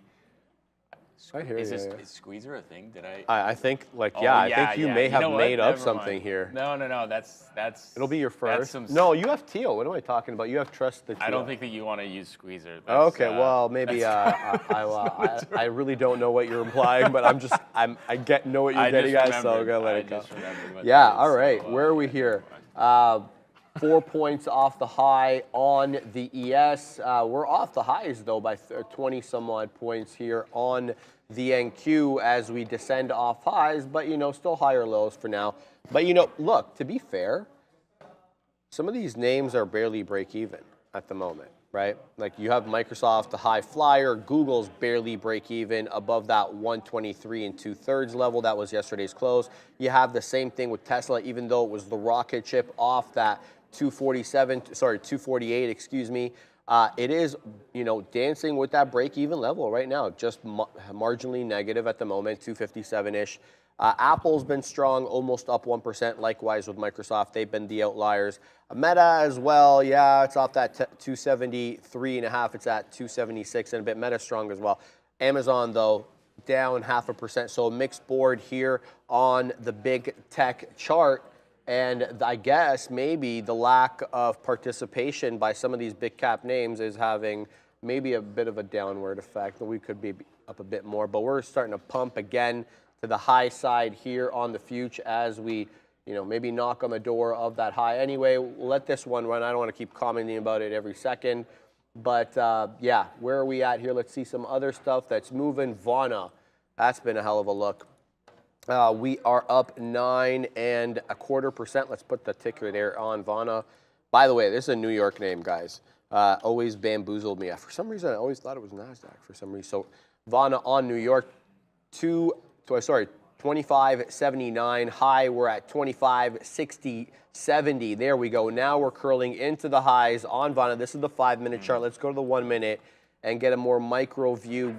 Dips have been bought up, and they've been bought up aggressively. These are like, unrelenting, solid candles. New high incoming at 81's 255.81. This one continues to make its move, and the volume. I know you guys can't see it. Let me move it up a little bit. The volume supporting this move, increasing. We are at, up until about 10 minutes ago, we were at the highest volume per day. This candle here at 11:02, highest green candle volume per day, new highs upon us, 25.89 max as we continue to go to the highs. Yeah, the squeeze is on Carvana. I'm trying to figure out how do I get involved with this name. Stonkonia saying, why aren't you involved? I know, I should be involved. I just didn't see anything on it today, so I'm wondering, how do I get into Carvana right now? I know that the high previously was 27.30. Do I take a $27 break, assuming that 27.30 is going to get hit? I think that's a little bit aggressive. Maybe just have to buy a dip somewhere, try to find size. But if we start going straight up parabolic, blasting off, I mean, you just got to punch in and punch out if it goes against you. I think sometimes there's no real science to it. You just punch in with the volume, and if that volume stops, you're going with out. The momentum. That's the move. Yeah. Right? Yeah. It's been positive days on end. It's moving counter to the Fed, so that kind of takes you off guard. I think it took a lot of people off guard today. Oh, yeah.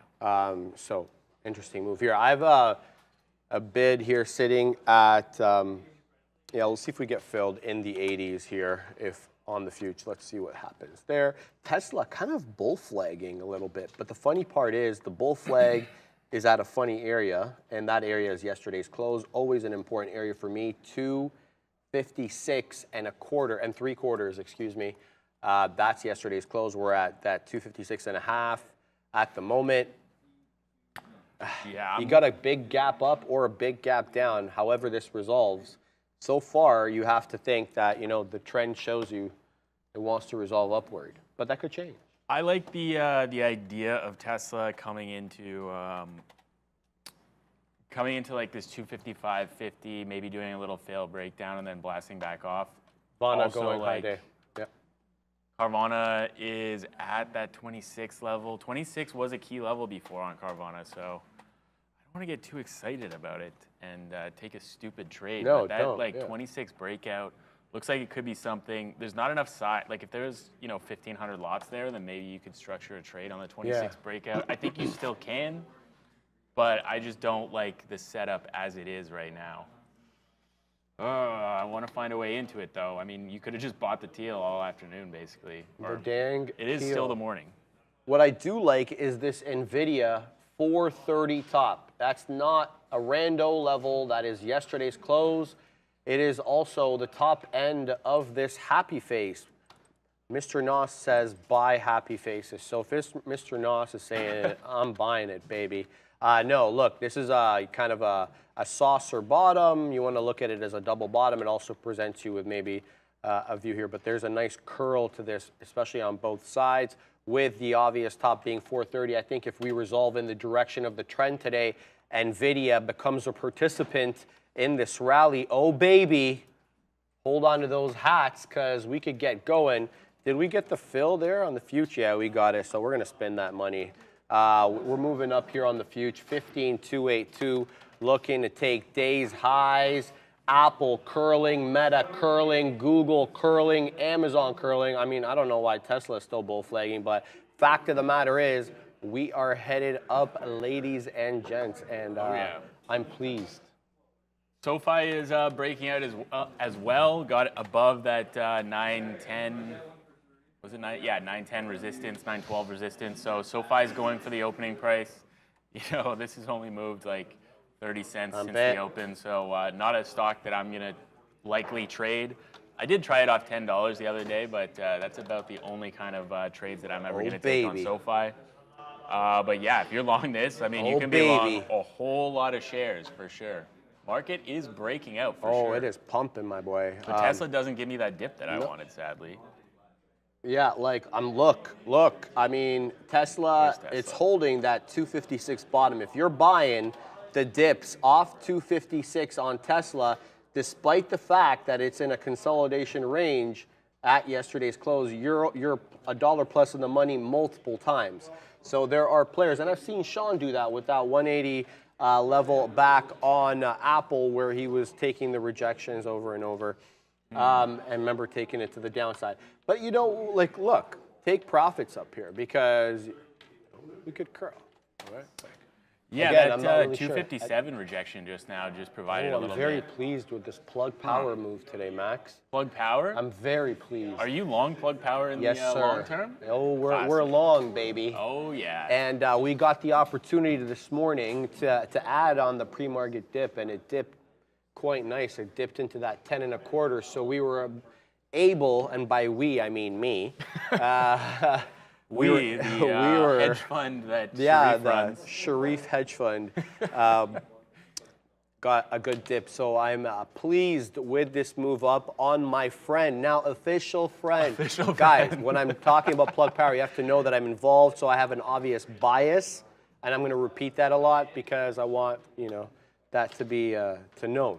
Well known. Yeah. There is a bias here. Yes. He is long. Yes. Glenn Smith says with me, my friend Glenn, now involved also in plug power, Max. Sharif, the man of many friends. The friends that don't know I exist, like these stocks that I habitually call my friends. I'm kidding, of course, guys. You know, we're just tongue-in-cheeking it over here, baby. But good market move so far, Max. But I'm cautiously optimistic. I'm going to keep saying that till we close above a decided I'm missing level. data on What's the problem?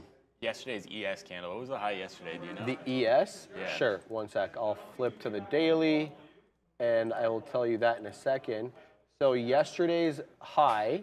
So we're above yesterday's high. So yes, we are above. Yesterday's high was, oh, this is the NQ, sorry.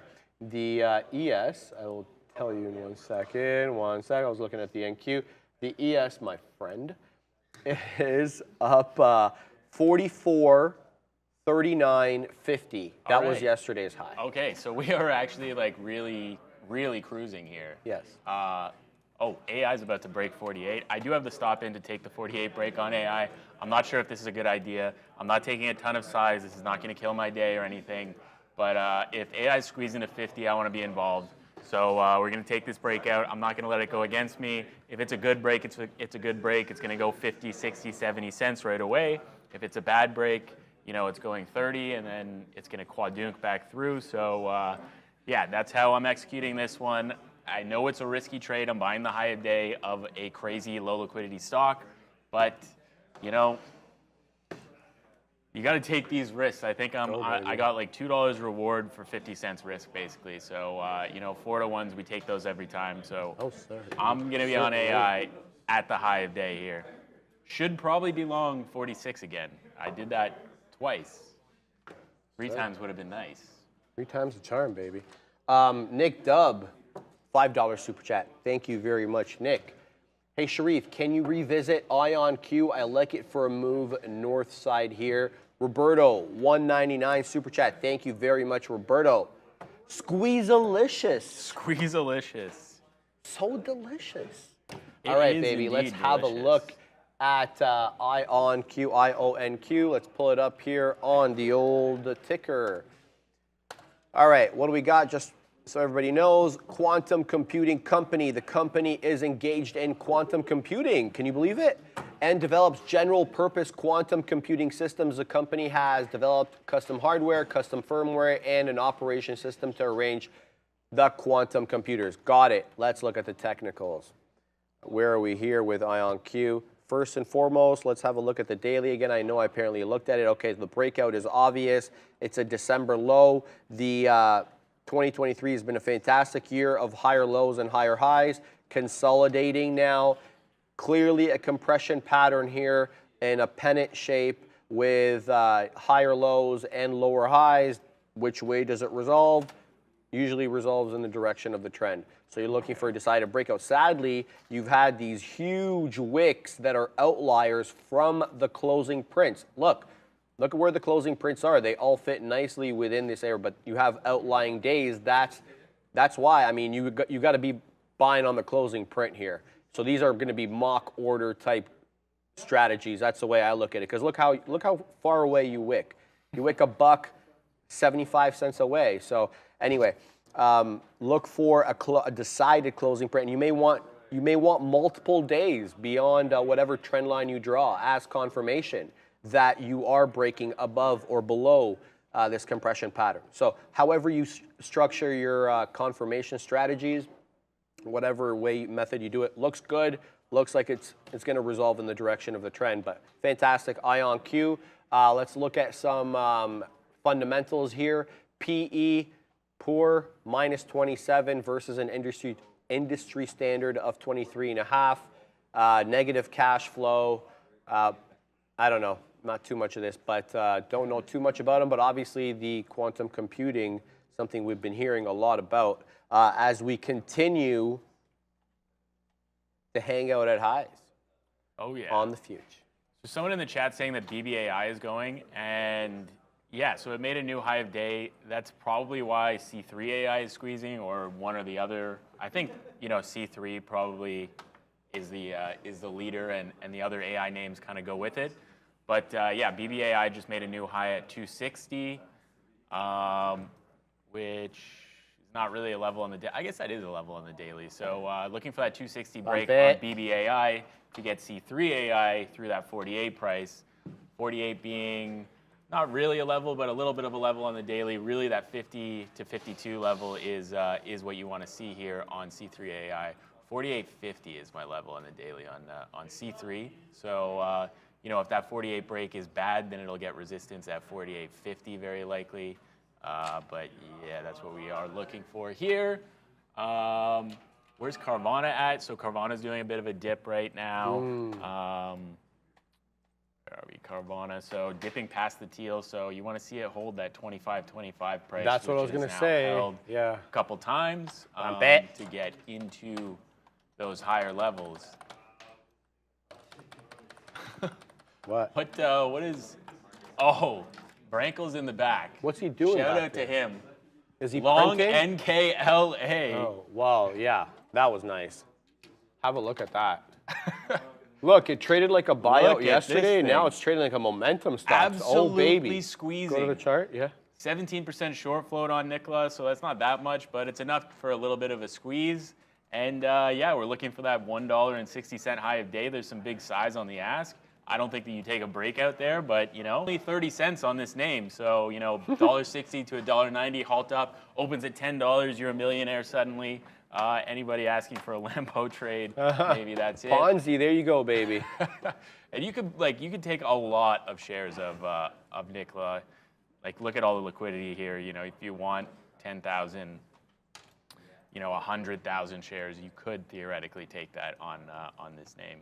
Yeah. Absolutely squeezing up high of day volume at 11:25 a.m. Yes, sir. That tells a story That's all you need to know. That's all you need to know. As we are starting. Oh, the size kind of re-offers there at $1.60. Yeah, this is nuts. I think that's from like a Chappelle reference. That's all you need to know. Maybe. That's all you need to know? Yeah. It might be a Chappelle show reference. I'm confusing maybe my sayings. I'll have to think about that one. Yeah, 44.50.5 HOD on the ES September contract. Up and to the right goes the ES, likewise with its partner over here, the NQ, but the ES at highs, the NQ not quite, but curling. The ES up 0.72, the NQ up 0.54. What is buoying, you ask, the ES? Well, it's oil, up again, 2.5%. The CL July contract up 2.45% on the day, lifting some of these energy names with it. You've got XOM up 1.5%, and CVX up 1.2%. Oxy, laggard here, only up 0.75 percentage point, but looks like banking and energy giving the S&P a bit of a boost here above tech, the tech-heavy NASDAQ. At the moment, we'll see what happens there. We get the print. Yes. Let's go, Sheree. On we're continuing to move up here. 15.3 incoming max question mark. I mean, yeah, I would say so. Looks like this market just wants to squeeze. I mean, 4,500 sounded like a pipe dream maybe 3 weeks ago, and now we're basically there on ES. Yeah. So these markets don't care about inflation anymore.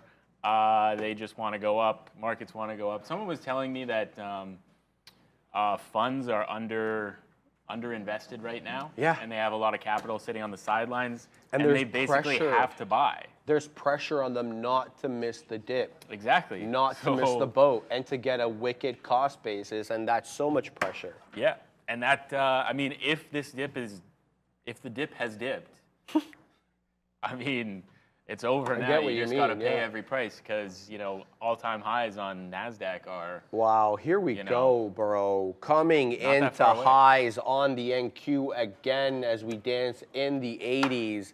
I guess the goal here is 15.3. You may not see it exactly, and if you do, maybe it doesn't come now. We'll see. Google curling, Apple curling. Amazon, despite the fact it's down 0.33%, it's curling to the high side. Meta, meekishly, is that a word? Meekly? I'm hitting it anyway. Meekly. Yeah. Yeah, okay, I have to retract that word of the day thing because, that was no good. That's not a good one. Meekly. Super chat. Oh, missed that. Sharif, look at VIXY going up with the market. Ironically here, because if we're interesting. Yeah, let's have a look at the VIX.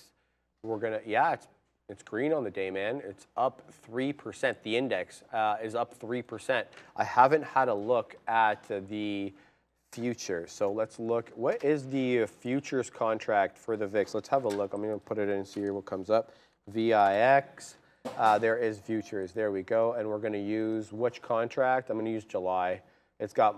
Oh, the August one has more volume? No. I think we're good there. Let's go to the, it's up 0.9%, the future, while the index is up 3%, which is weird. Let's go to the 5 minute. Yeah, we're up 0.9 on the day, 0.9%. Yeah, it's not a specialty of mine, and I really don't know why we are moving up on the VIX. What's your take on this? I mean, yeah, that's not like a specialty of mine, but usually VIX goes up, market goes down, so maybe we're gearing up for a little down move here. But usually they're inversely related. Yeah, I don't really know how that makes a ton of sense. No. But something to note for sure. Yeah. There are definitely some futures traders in the chat that can tell us what that means. But where's Brendo? D. Westermeyer said he thinks it indicates a possible reversal. So yeah, I can see that. I can see that for sure. Brendo's gonna send me a chart that Frank Caberna was showing on his segment, 245, by the way, usually Tuesdays and Thursdays. Just want to put that out there, Frank. Caberna, where it shows you a huge area of divergence between where the yields are and where equities are. So I'm going to show that in a second. I think it's pretty much on point with what we're talking about right now. Max, we are close to highs, my friend, as we continue to knock on the door of 15,290. Then one just must assume that if we reclaim 15,290, stay above it, it's just a matter of time till we hit that 15.3. What do we do at 15.3 though? Does it hold up as an area of resistance, or is it just another level? Apple curling back a little bit at the moment. Likewise with Microsoft and Meta, the outlier at the moment, pumping into highs. Meta looking to touch that 277.30. It's going into highs. Meta strong up 1.4%. Who was talking poorly about this the other day? I saw somebody show me some chart. Oh, I know who it is. I'm not going to say who it was. Wow. But somebody was looking bearish here on Meta. And despite the fact I haven't been in this one in a while, I don't see the bear case. Sorry, on Meta. Here's the daily. Let me remove all these. Remove all annotations. Thank you. Yes, remove them all. Show me the bear case here on Meta. I need to explain this to me. Okay, let's do the adjusted weekly here. No, there we go. Okay, so to me, the level on Meta to always be aware of was that 300. It was the flat bottom break before that huge earnings miss back in January 2022, when this whole thing kind of tanked for Meta. So to me, there was always going to be resistance at 300, but that doesn't mean it's going to curl down at 300. If the bull case continues, it continues, and there's nothing you can do about that. Just be aware of the resistance levels. To me, it was always 300, and look, 277, we're at local highs. This is the weekly candle. We are at local highs. So I don't see the bear case on Meta. I know some people were making that case, Max, online. Not in agreement with that. AMD is just breaking lows as the market continues to go up. I'm looking for a little bit of like a liquidity grab reversal here. Long at 52 right now. I tried it once, didn't work, and then we just spike right back up. So I'm looking for this to get back through that 50 price and back up into like 122.80. Yeah, I mean, we're at yesterday's low, and we just wicked yesterday's low, and now we're going up. So let's see this get through the 60s, into the 80s. I think that might be a little exhaustion move on AMD. We get a little volume spike, and now we're back above the level. So I want to see this 1 minute candle make a new high over 60, and then see if we can get into those 80s. I don't want this to print 39 again, so that is my risk on this one, 39 at the moment. As we start to pump, let's go, It is AMD. a print factory over here, Max, Looking for potential VWAP as the ultimate target on AMD, but gotta be cautious on this one. This is not, we're buying a weak stock at lows, so this could easily go right back through lows, but this looks like an exhaustion move here. We do this consolidation for like an hour and then do this move, so this could be serious as we start to pump up. I don't want to take any profit yet. I want to see it get to 123, but this is looking like a good trade on AMD at the moment. We're almost 67 points in the money because we got into that 15,233. Now we are at 15.3. Welcome to the 15.3 club. 15,299 and a half. That's where we're at on the NQ. 44, 53, 75 on the ES. We continue to march up. I expect I think it's pretty wise to expect resistance at these 100-point marks. We're breaking through it at the moment. Am I seeing prints above it? No, not quite yet. We're dancing at it. But there we go. The print goes right above it as we go up to 15,302 and a quarter. Good strong day on the future. But I'm watching out for resistance around here. What else is happening, Max? Carvana curling up. Oh, baby. Turning and holding that beloved 25 level you spoke of earlier. Did it? Did it ever? It did. Actually, on the retracements, it was to the T. AMD 25. is absolutely pumping off this low, by the way. We're already at 123. I took a little profit in the 70s, but I'm really looking for this to get back to like 123.50. I think we can get there. I'm trying to take a little more at 94 right now. We'll see if that gets filled. Should get filled. I bet. Waiting on these 1,000 shares of somebody else to get filled. Those ain't mine. As we are now blasting off through 123. So great little reversal there. Yeah, Carvana's starting to go. Market's at highs again. There it is. The Wow, market does here not we care. go. Papa Powell, All right. he's being sent a message right now. We're going up, Papa. Wow, let's go AMD. So Let's I'm go. looking now for this 123.40 break. This is starting to really pump up. I think this could be the short covering on this move. AMD been absolutely smoked today. This is a beautiful trade. 75 cents in the money now. Just This is ridiculous. Look at the NQ breakout squeezing. Here. Do I end it here? I'm almost 100 points in the money. No, we're gonna continue to hold. I need a reason to get out, and there's no reason being given right now to get out. So if it comes down, it comes down. We're gonna continue to ride it, baby. 15, 313, 75, 44, 55, 75. Oh baby, the future be pumping. And our friend Stressla, looks like that bull flag. Yup, it resolved in the direction of the trend, so that say the textbooks, and it is headed higher. Looks like it's on its way to 259 max. Strong move on our friend Stressla today. Yeah, that dip buy there was money, and the consolidation buy looks like it proved to be money as well. If you got anywhere in 256, you're already $2 in the money. 3 incoming, Stressla going. Stressla's going too? Damn. Yeah, I'm waiting on that AI breakout too, and I'm trying to figure out where to trail stop the last quarter of this position on AMD. I mean, we did almost get to VWAP. We got to that breakout price, so I don't want to be too greedy on this one. Tesla's absolutely flying. I do like the idea of the short on Tesla back through, but that's not looking like it's going to happen as the market just pumps. Where's the sound on the animation, man? The money thing is not the same without Sean yelling money.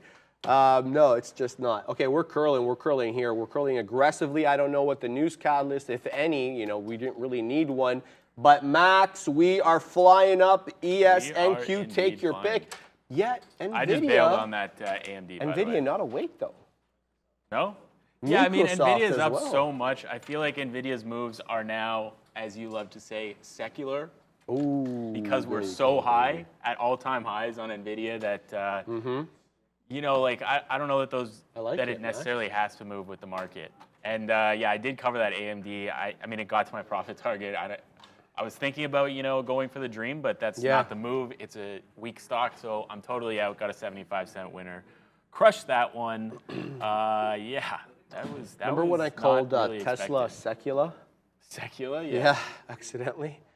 I wasn't intended to do that. That was an accident? Yeah. Oh, I thought you were like No. I was trying to say secular Tesla, and it came out as secula. It sounds like a breed of Count Dracula or something like that. Microsoft up 2.5%, the biggest name in the big tech world today, or I should say big cap world.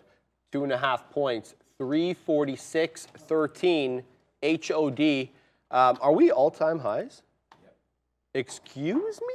We are at all-time highs on our friend Microsoft. Let's take off these annotations so we can have a look and see properly. Let's bring in the trend line. What am I doing here? There we go. That top wick. I think we got a little bit higher than we currently are at, but we didn't close. That's the thing. Sean's accurate in the fact that we didn't close above the level that we are now. We actually opened at 344.03. That was back on November 2021, high a day there. Before Papa stepped on the mic, everybody remembers that day when he said inflation was not transitory and that they were going to have to pump the brakes. Sharif, here we go on AI. Go. AI breaking 48 right now. I got my order in to get long. There's a little size on the offer. It's breaking out. Breaks 15s, 18s. We got to get through those 20s pretty quick here. I think this can be a good break. I'm willing to hold it a little bit. I'm in 11s right now, but yeah, looking for this to really blast off, get to 49, get to 50 today. This has the juice, 38% shorted, I think it is, on trade ideas. And here we go, making new highs again. So let's get through the 50s. Lots of buying coming in. Somebody trying to sell at 27 there, but we are absolutely flying. This is a huge move, huge volume spike. This is exactly what I was looking for. Just need this to get going ASAP. Looking for that massive green candle of short covering to come in over this new high of 48.30. I think we get that very soon. Somebody reserving 27s. He gets filled, though. We get 30s. Let's go. Starting a pump, not taking any profit yet. Come on, AI. You can do this. You can do this. You can do it. Where's Carvana? Carvana's going for the high, too, so all the short squeezers are squeezing. NVIDIA moving, going back into that 430 again. There we go, AI. So if NVIDIA move, oh, there we go. Sorry, AI. Nice. New high 48.50. Haven't taken anything off. I'm looking for the 49 break into $50. This is more of like a swing idea. Again, don't really want it to go against me at all or too much, so we will stop out. Yeah, I love it. Might stop out right now. Nicola for a second. This needs to blast off right now, and we get back above 48. So looking like we could be okay on AI. If we trade in the 80s again, I'm gonna punch out of this because I don't want to get smoked. I don't know. Oh yeah, it's a volatile one, man. But a 48 holding for now. Clearly, 48 was a level as you wicked up there about 10 a.m. So clearly, it is an important level on the chart. Let's see if it manifests and holds. 175 though, Nicola, the rocket ship up 61%. Nicola squeezing here. You have to assume there's probably a lot of offside shorts. Let's get to the chart. The daily, where's the price action been? Oh, baby, anybody shorting anywhere down here is going to be offside. But look, we're coming from real highs. Wow. Yeah, we're coming from 1450, so you know, a lot more to come through. Nicola, huge today. I know a lot of people have this in the back. I'm not sure what's going on. But very exciting times around here. I love it. Neil's excited. Yannick's excited. I'm sure Yannick's sweater in the chat will be happy about that. I was talking to Yannick outside. He had a great trade on Tesla as well. Nice. So shout out to your boy Yannick there on Stress. Let's go, Yanny Rammy. All right. Yeah, this AI now has size on the bid at O's. It has size in the 90s, so I'm assuming people are trying to get filled. If they don't get filled, then this blasts off. But this is not as fast as I wanted it to be, so I am being very cautious right now. My hand is on the button to get out of this. The Kava.ny is open. Kava's open? At $41 right now. Ew. What? Okay, Neil's saying this is absurd. That's ridiculous. It was $25. Yeah, it's the first one we've had, so to say the market is excited is an understatement. Deal making has been non-existent this year. Market back on, baby. I love it. Let's go. 42 Kava, $42 open print there, Sean. So big Carvana moves over up. 26 as well right now. Go. But I still got my eyes on AI. I need that 48.50 break.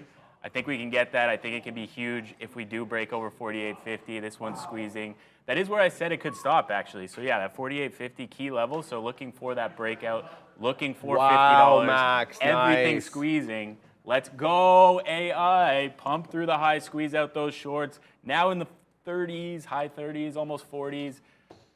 Here we squeeze. This one's really making me wait today, but I'm expecting this to be good based on the last breakouts. Here we go, 44. Come on, print through 50s, baby. AI can go. We all know it. I don't think shorting it is a good idea right now. Is Carvana going through the high too? So everything's squeezing. Woo! Come on, AI. Come on, squeeze through that 50. This one's really making me wait. It's not showing you that like it's obviously going up. And maybe that means the long is really good because people are trying to hide those buys. Oh my God. 48.50. Wow. A lot of people excited back there. I love it. I think that's Pradley back there. Yeah, so he'll bring that excitement to the midday show, baby, as he'll be on in 50 minutes. Good day for the Bulls today, whether you've been in AI, what have you. Big tech names, it has not mattered. We have been headed to the high side. Nicola, 180. It continues to squeeze up 66%. Whoa, this unreal. Pull up this AI.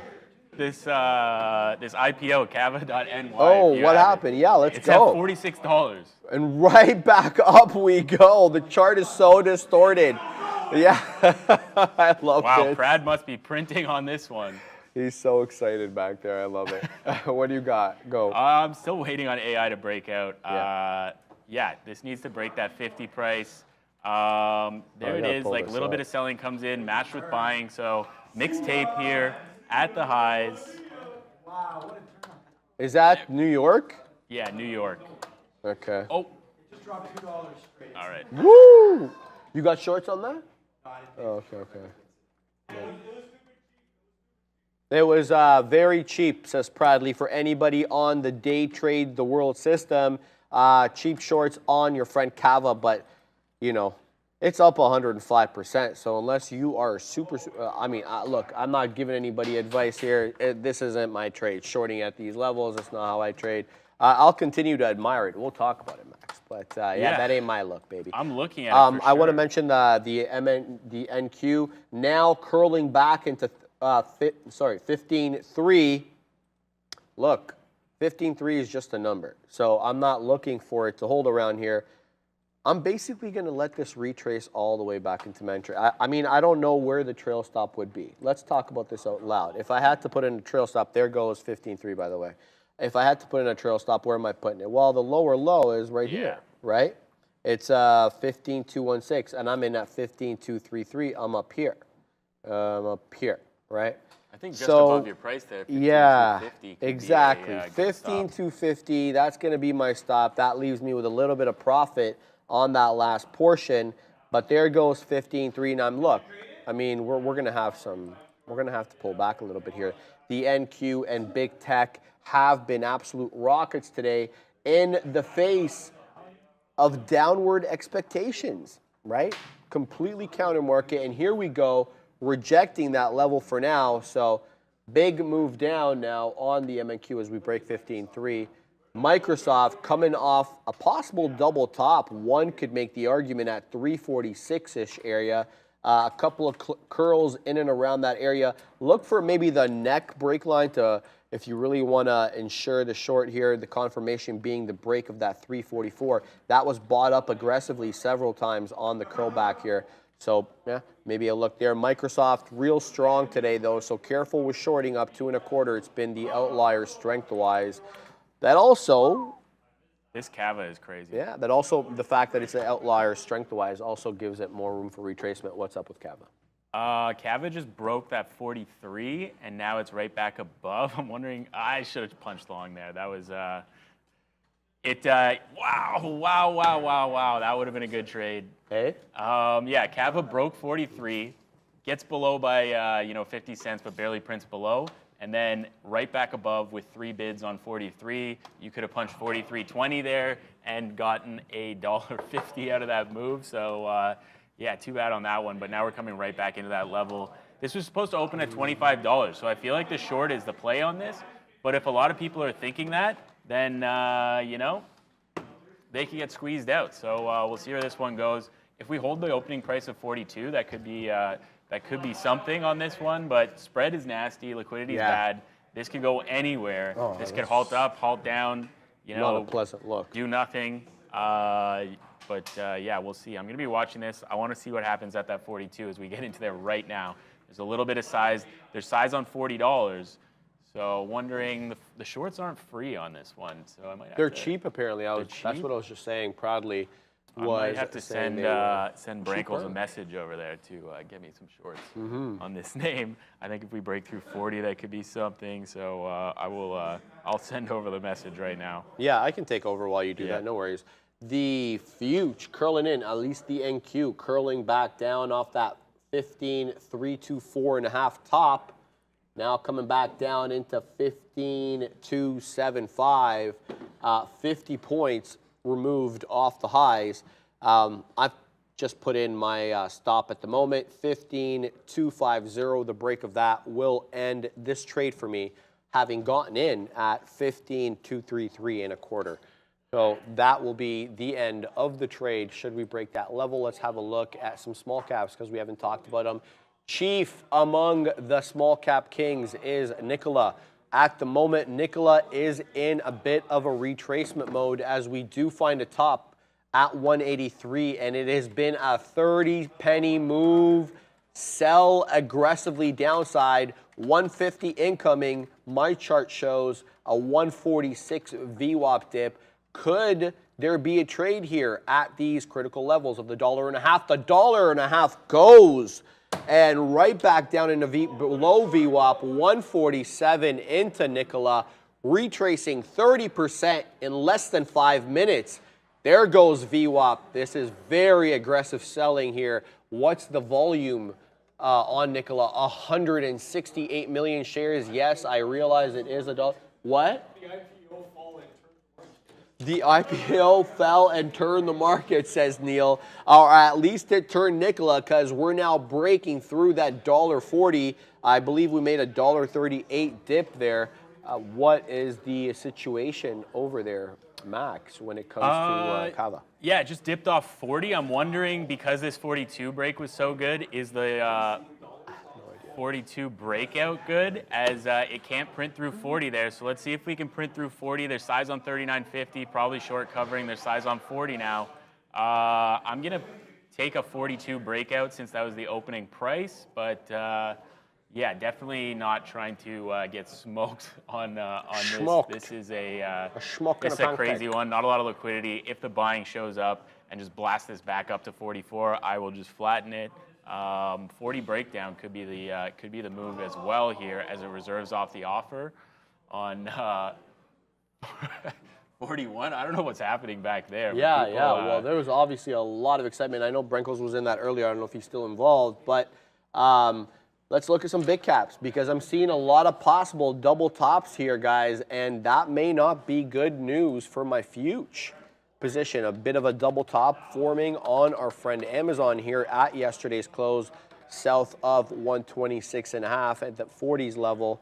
Likewise with Apple here, stronger though, up 0.9%, that 186 top acting as resistance, and then Tesla with a bit of a skewed double top with that 286 top. But look, Tesla now, if it was the 257 that was resistance, now it's actually using 257 as support. So I don't know, Tesla kind of skewing off here. I don't know. I think we continue possibly to head higher here.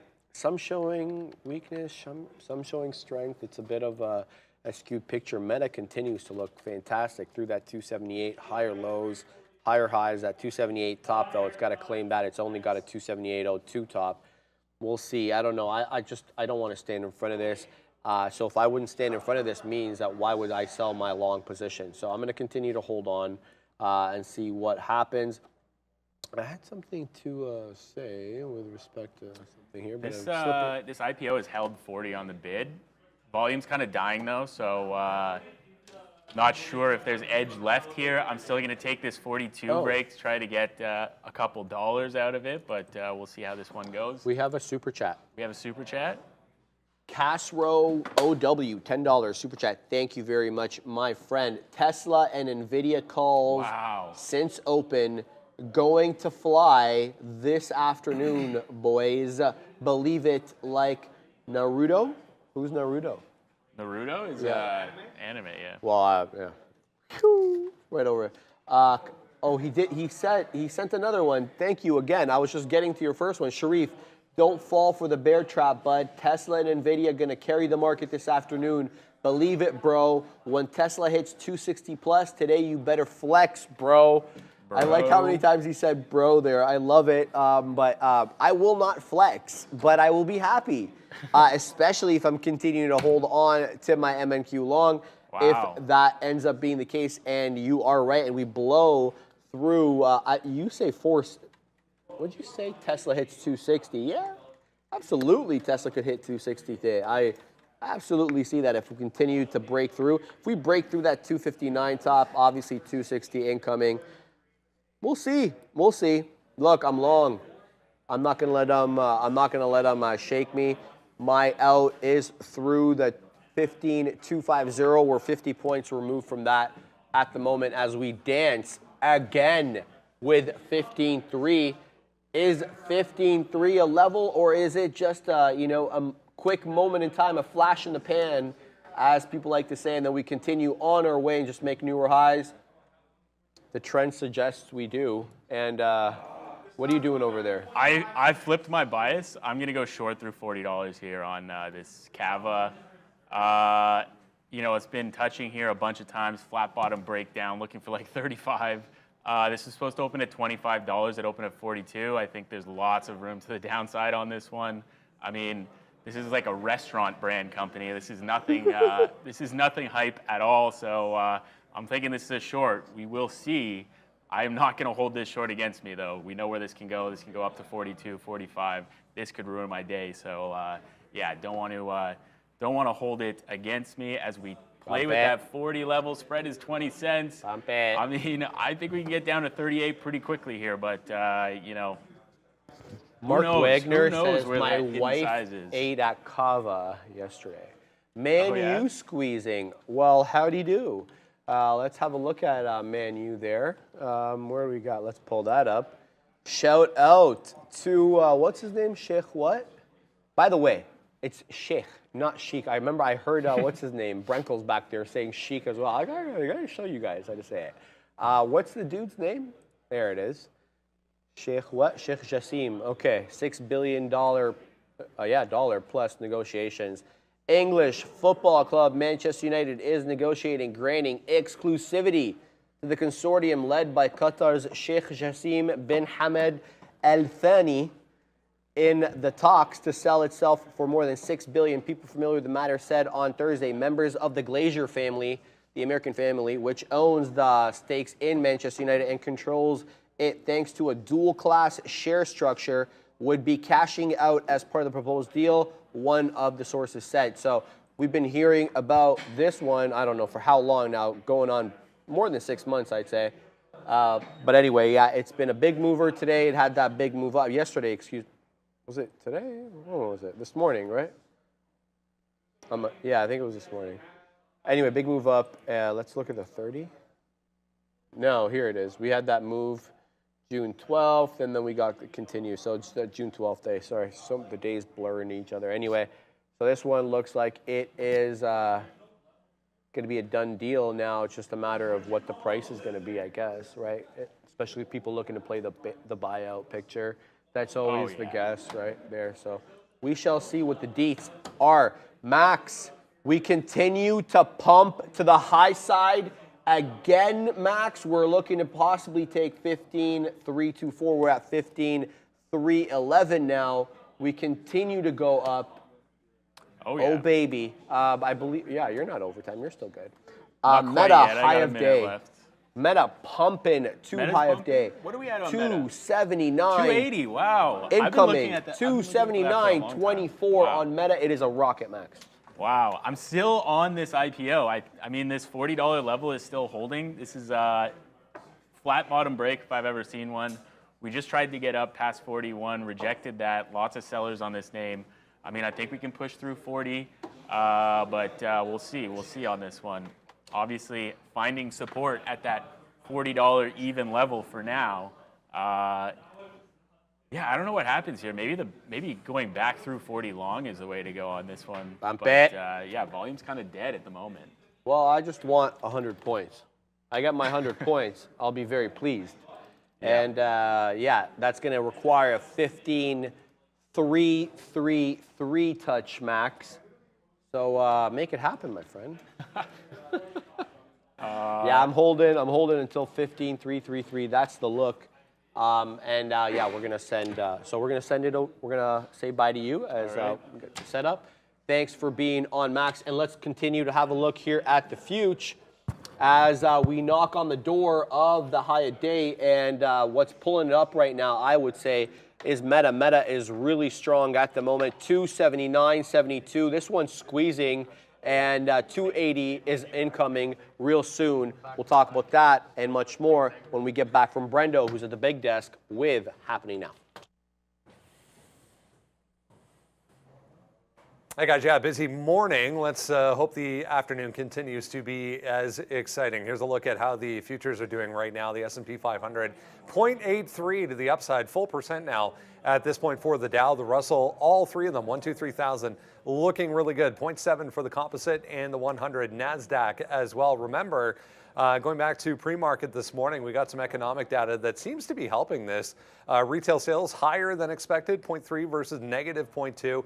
Initial jobless claims also higher than expected, 262 versus 245. A few things we were discussing if you were with us in the pre-market, including Sofi on an Oppenheimer downgrade. Tesla snapped a 13-day win streak yesterday, which added $200 billion to its market cap, and Uber adding more advertising options. Speaking of, what a day for Uber now, 4%, guys. Back over to you. Thanks for that, Brendo. And just like that, we got Bradley Beal in the seat, rocking the red shirt. You wore the wrong color, bruh, even though that's maroon. But it started off the day in pre-market red, okay? And I was ready to short the crap out of the market today. But no, clearly, you know what direction we're in right now. Yeah, man. The market does not care. Bradley, were you involved in the Nikola trade and the such? You want to take us through some of them? I'm just trying to retrieve my layout for the show, so let me just do that real quick over here, and then we'll get ready to go. As we dance again, it looks like how many times we have to say this, we are heading towards highs again, 15,315. We're looking for a 15,324.5 take to make a new high as we dance also on the ES. Near highs 4457.5. We're at 4454 at the moment. So looking to curl, Meta broke 280. It broke it aggressively. It broke it with volume, and I'm not really sure why it broke it. I'm going to look at the blotter real quick. All of a sudden, Meta now looking to overtake Microsoft as the highest percentage gainer in big tech world. Instagram broadcast channel rolls out globally today. What is this? What time did this come in? It came in at 11:45. When did Meta start moving? When was that big spike up? Yeah, around that time. Okay, what is this?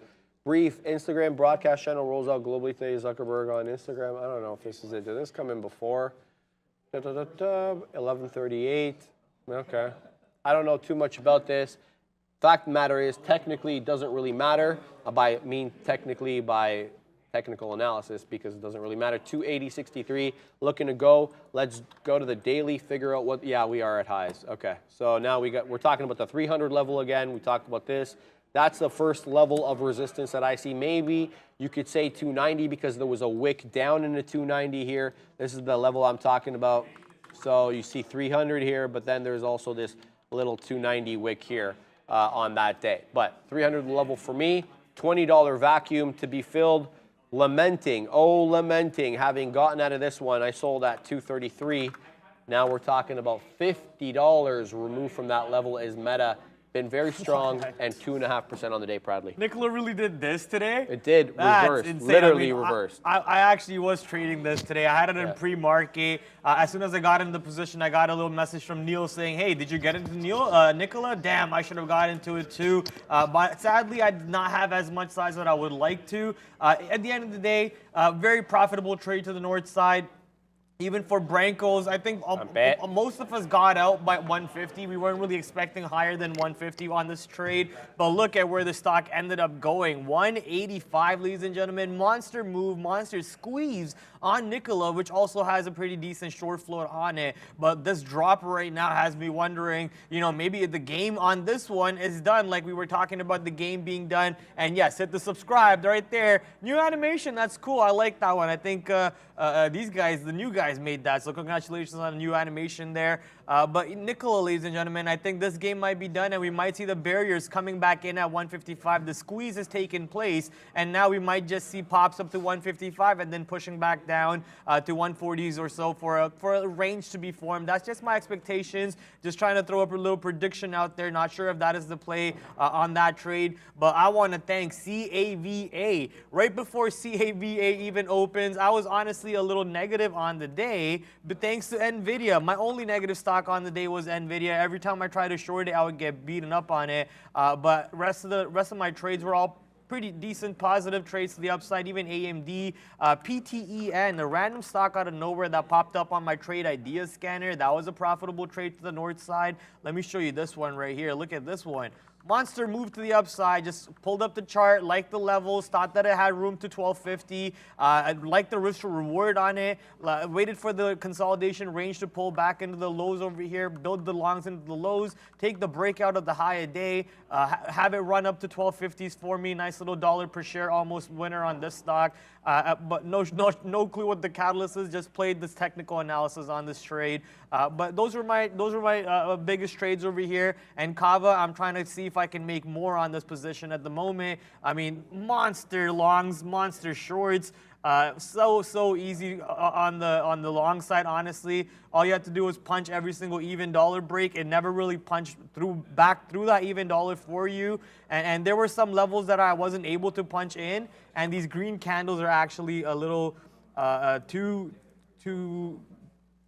much of the same color. So maybe we put it in a different color and you can see it. There you go. Now it's in a little darker green. So now you see my entries. Those are my entries right there. And for my shorts, I got stopped out once, but then the second short ended up being a cleaner short to the downside. Now we're all just waiting for the $40 area. I bet you that Neil's waiting for 40, Max is waiting for 40, Prad's waiting for 40. That 40 area is going to be fun to look out for. Right now on my second screen, I noticed that NVIDIA is not too far from that 430 area. And if we go look at NASDAQ looks like it's about to form a double top. There could be a possible short around here, giving the risk of 430. But, the high a day is 432. So you might just have to give it $2 a risk for a move back down to VWAP. So risk to reward kind of gets skewed over there. And trust me, I'm not going to give it $4 a risk. I would like to get filled closer to 429.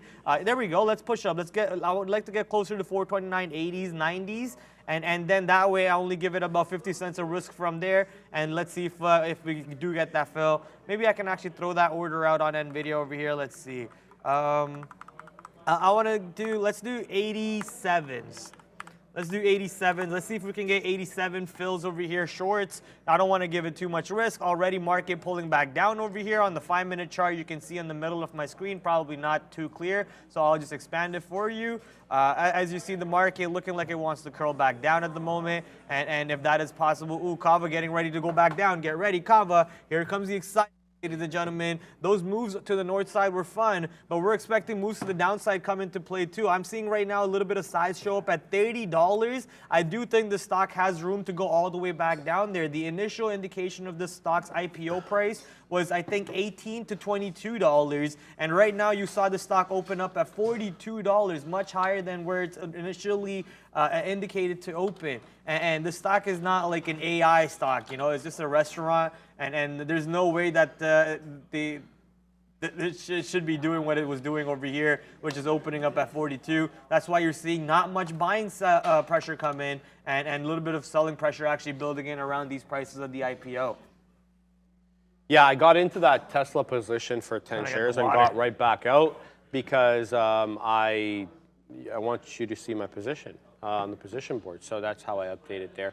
I didn't actually intend to take a Tesla short, but now that I'm looking at it, Tesla, interesting here, breaking through that 257 that it had been using as an area of support. We were talking about the bull flag resolving to the high side. Boy, were we bamboozled because of retracement right back into that 256. But again, 256 getting bought up and right back to the higher end of the range we go, maybe back into 257. So Tesla, bit of a tricky trade today, and I would not use Tesla as a gauge for the overall market. It seems to be kind of doing its own thing.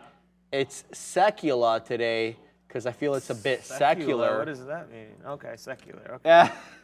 And you know what happened, Bradley? One time I was trying to say Tesla and secular, and it came out secular, and I've been running with it since that time. We're continuing to hang out above 15.3 though, Bradley, on the NQ. We're up 3/4 of a point. The ES also curling up, looking to take out its earlier made highs, 44.57.5. Oh, baby, it's green. Papa Powell steaming. Wait, he's punching the air in his office at the moment. Really serious levels. Okay. Pardon me? NQ is actually above one of my levels that I have Makes mapped my little out. clip there about Papa Powell punching the air in his office, man. Sorry, I was just like, puzzled by this move. What is this? Okay, so now, you know the treats. I've offered you these before. You've had them. Yeah, your protein bars. They're different. I put cacao powder in them now, and I make with honey instead of agave. Okay. So agave costs too much now? No, I can't find it. So it's a straight up substitution. Let's get Sharif some agave, guys, here. I'll try this. But I didn't expect the market to be above this double top that I have mapped out. That's pretty insane. On the NASDAQ futures. So clearly there's so much open sky, open room to the north side to 16K. I think, Sharif, we're going to see all-time highs coming very soon on the market. Absolutely, Bradley.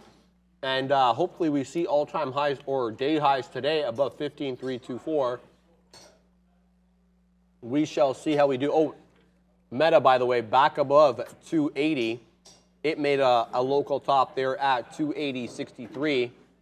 But the way it's setting up, not really even that 280 for now. Now, here's the question. I had my out on the MNQ at 15,250. Now, we've made a trough here. Sure, he's killing it on the futures. Sheesh, what are you, Arun? Hold on. We made a trough here at 15,279, 15,280 essentially. Is the trailing stop, come back to my screen, guys? Yeah. Is the correct trailing stop at the bottom end of this trough? Do I give it past 15,280? What do you think, chat? I want to hear what you guys have to think, especially the futures traders. Because, you know, we talk a lot about the positioning of trailing stops and how you don't want to have them too aggressive, especially on a really good day. To me, this is an obvious trough. I know it is on the 1 minute. Let's view it on the 5. Let's bring it here. Here's the NQ, September contract, and here it is on the 5. Is this a trough? Yeah, I'd say so. Look, that's going to be the end of my trade. I think I've made my decision right there in real time. So at the break of 15,280, and we're only 13 points removed from that to the north side at the moment, so this trade could be incoming. I'm now going to cancel my trade, my out, excuse me, at 15,250, and we're going to move that up, and we're going to make it at 280. So let's go ahead and do that, 15,279, and we'll give it a quarter, and then we're going to 15,2. Yeah, we'll go 278. Oh, what a short on NVIDIA off that 430, 429 area. We were not able to get into that shorts. We were too stingy. Ignore these ghost fills where I clearly lost money off the open trying to short the stock. But yeah, that 429, 450s area above 429.50, I was being a little stingy on it. I was talking about possible short fills on that trade for this move specifically. But wow, monster move to the downside coming in on NVIDIA right now. NASDAQ breaking back under 15,300. We are pushing back down. That is a significant level. I am short now. CAVA, as you can see, leading off that 42 area. 42 happened to be where the stock opened off of, and we are struggling to reclaim 42. Also happens to be where the VWAP is. So if the stock is going to reject VWAP for the rest of the day, and the REWAP happens to be the IPO open price. I don't know why I apologize. I was correct. The IPO open price. I would like to keep building shorts here. Maybe I can scalp some wins out to the downside and keep building into the shorts for that possible break of 40 later on in the day. This stock has already helped me get to positive on the day from being negative. So I'm seeing if I can now add more money into my bank with this position. One of my main stocks today, AMD, man. I actually feel like I traded the stock like an absolute, you know, what's going on with my ghost charts over here? I might have to refresh the program maybe, or the chart. Let me show you on this one. Please tell me there's no ghost charts. There you go. Here. Change it to 275, by the way. Here, look at this. Yeah. So I took the 125 breakout off the open. I took the 124.50 breakout off the open. Okay. Then I took the 124 breakout off the open. and then I added on the 123.50 breakout off the open, right? I can't believe you kept adding your I position. just kept adding. I said, I'm not what stopping. a good trade, This stock bro. is going straight down, or so I thought. So I take some outs over here when I see this tape stalling out. Yeah. I throw my stop out, and it actually stops me out. I get upset. And this was a big winner. I think that's a good strategy. This was a big winner, Good though. for you, bro. Damn it, bro. And this tilted me. And after this tilted me, this is what I do for the rest of the day. I just go try to short Nvidia and tilt, and give everything back that I made on AMD. But hey, man, no worries, because we are not tilted right now. Thanks to Kava, baby. Kava is such a beautiful trade today at the moment, at least. And we're waiting to see if we can make a bigger trade for ourselves and for people on the floor with the break of 40. Currently 33 cents in the money, not ready to take profits yet. I want to see the 40 break, and I want to add on the break of 40, and I want to go see the possibility of 22 coming into play today. Oh, Neil, baby. do you think 22 comes in today?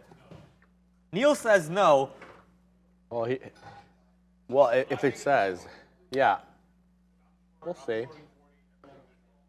So I just have to adjust my stop. Okay, I'm switching my stop from the break of 80 to the break of 75, by the way, on the future. So 15,274. How do you do Right, this? and then we're gonna go like this. 15,273. Yeah, sorry. What are you doing over there, Proudly, while I enter my?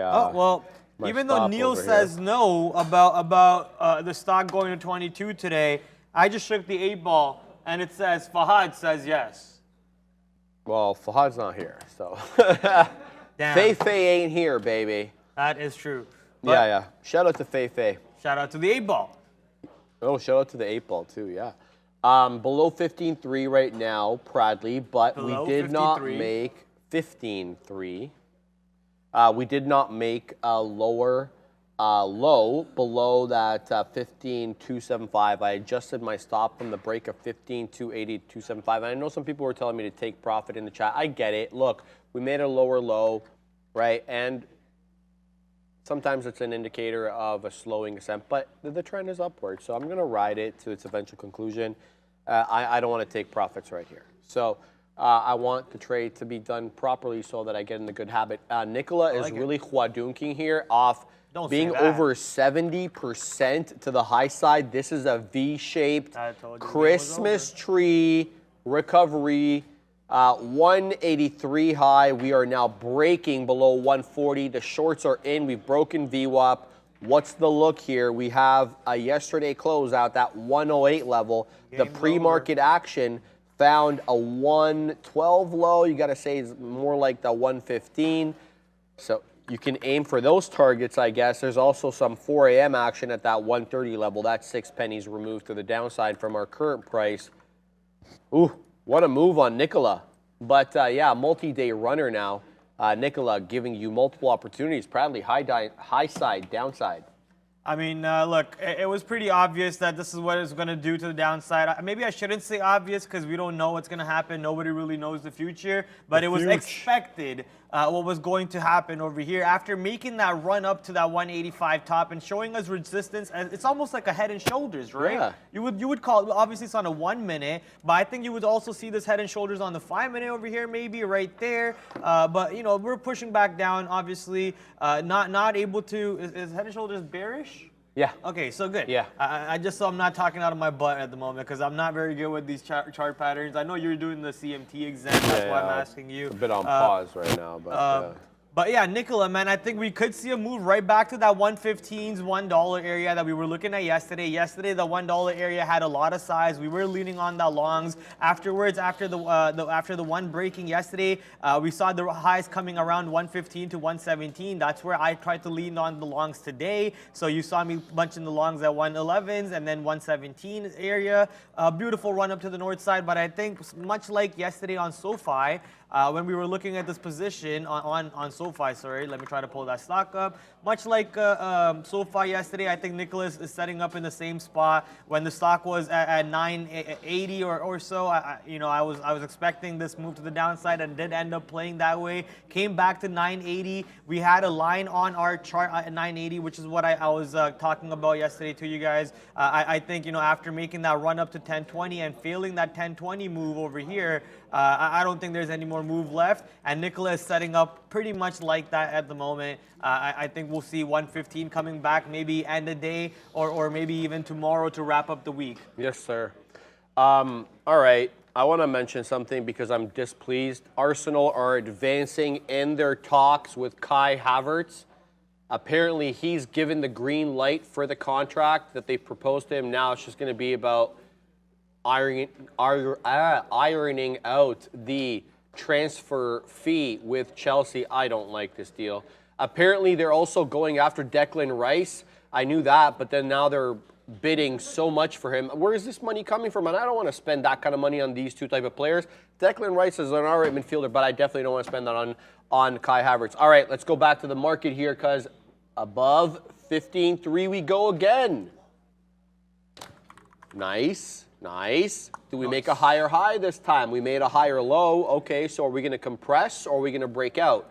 Because here's the high, here's a lower high, and here's where we are now. Here's the low, here's the higher low, and here's where we are now. Compression pattern, you've got at least 2 touches there so you can make a trend. Let's see which way we resolve. For my hope, I hope to the high side here, but 15.3 back in focus. The big tech players, the ones that, does the tail wag the dog or the dog wag the tail? That's always the question. Does the future move the equity or the equity move the future? Or the option move the future? Or the option move the equity? Or the equity move the option? Which one's moving who? Who's moving who? Who's the catalyst in this crazy game we call the market? Microsoft, you gotta love it, Bradley. Microsoft headed high to 2.77% of the high side coming into 347. Microsoft very strong, lifting up the NQ, the ES, both curling into highs. Microsoft there started the day out in the 335 area, and there is a possibility we could knock on the door of that 350. Who knows? That'd be a really good day for Microsoft. But right now, looking to hold above 346 and maybe take 347 up 2.75%. Apple, the downward dragger on, I guess. What's the animation? Go. Test and animation. Bang. There we go. Apple coming into VWAP here. Critical level on Apple, 185.20. Apple's been printing several. Let's see on my chart. 1, 2, 3, 4, 5, 6, 7, 8, 9 5-minute red candles in a row on Apple. The double top, I guess, was good there. Now we're at that 185 20-ish, 185 25-ish critical level off VWAP. Does Apple find support here? Now, if you're a market participant involved in a future trade, you want Apple to bounce here, because then that really gives the NQ the power it needs to rocket to the high side. Right now, Microsoft doing the heavy lifting proudly. Yeah, I'm just watching Kava at the moment as it's pushing back towards 42 and trying to see if we can take some more shares here. And I want to start scalping this range, expecting for the $40 to break. And if 42 breaks, we'll just get out for a loss.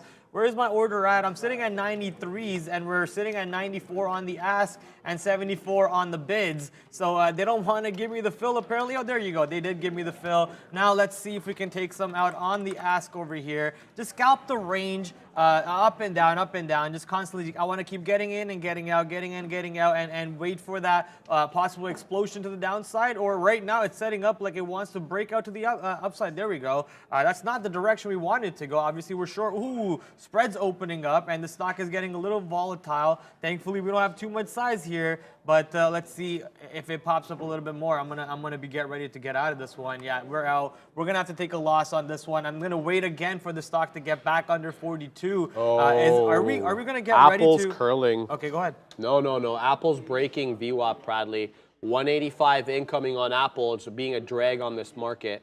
Apple looking real interesting here as it breaks through. This is an interesting buy, Apple. What's your look? You looking at Apple?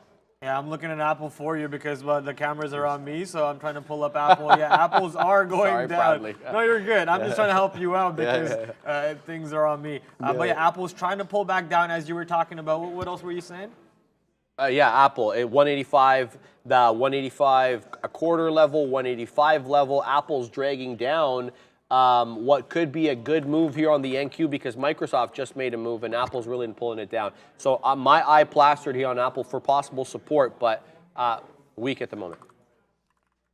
Weak at the moment, and I'm just trying to set up my orders back here because I think we will see this Quadung coming back after this is just a trap of that 42 breakout in my opinion, and then we go back through. But there's a potential for the stock to run back to the north side. Look, we just have our opinions. We don't really know if the stock is profitable, if they're making that if they're money or not. Are they the next CMG where they end up being $1,000 per share? Right.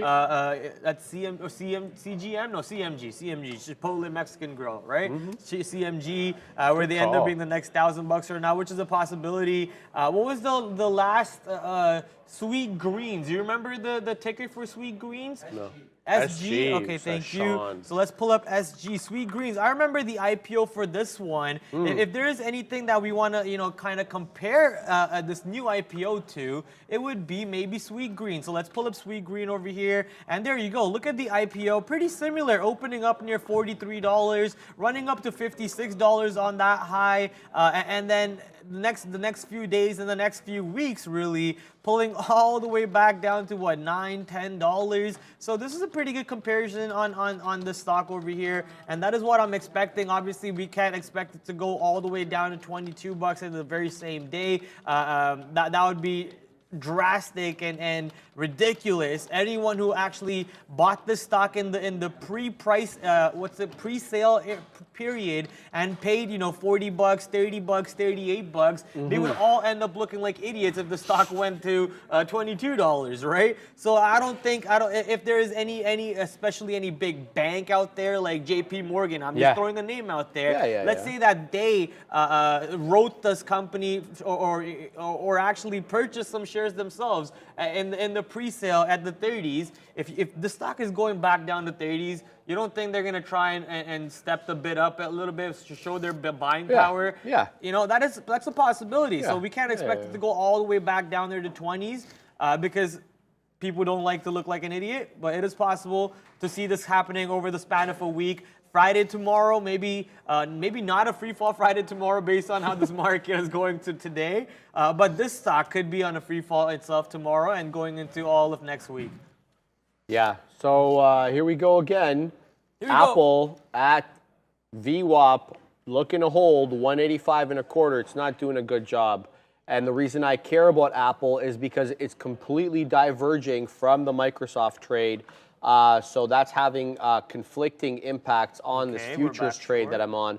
Microsoft curling up, Apple curling down, looking for areas where Apple could get going. We're at it, but not happening at the moment. Let's see if we resolve that way. Meta looking like it formed a bit of a top as well. And I got to tell you, Amazon's looked meager all day. You haven't had any help from Tesla except that opening print to go green. Now red again, down 3/4 of a point, and Google's just been a nothing burger going on a couple weeks now.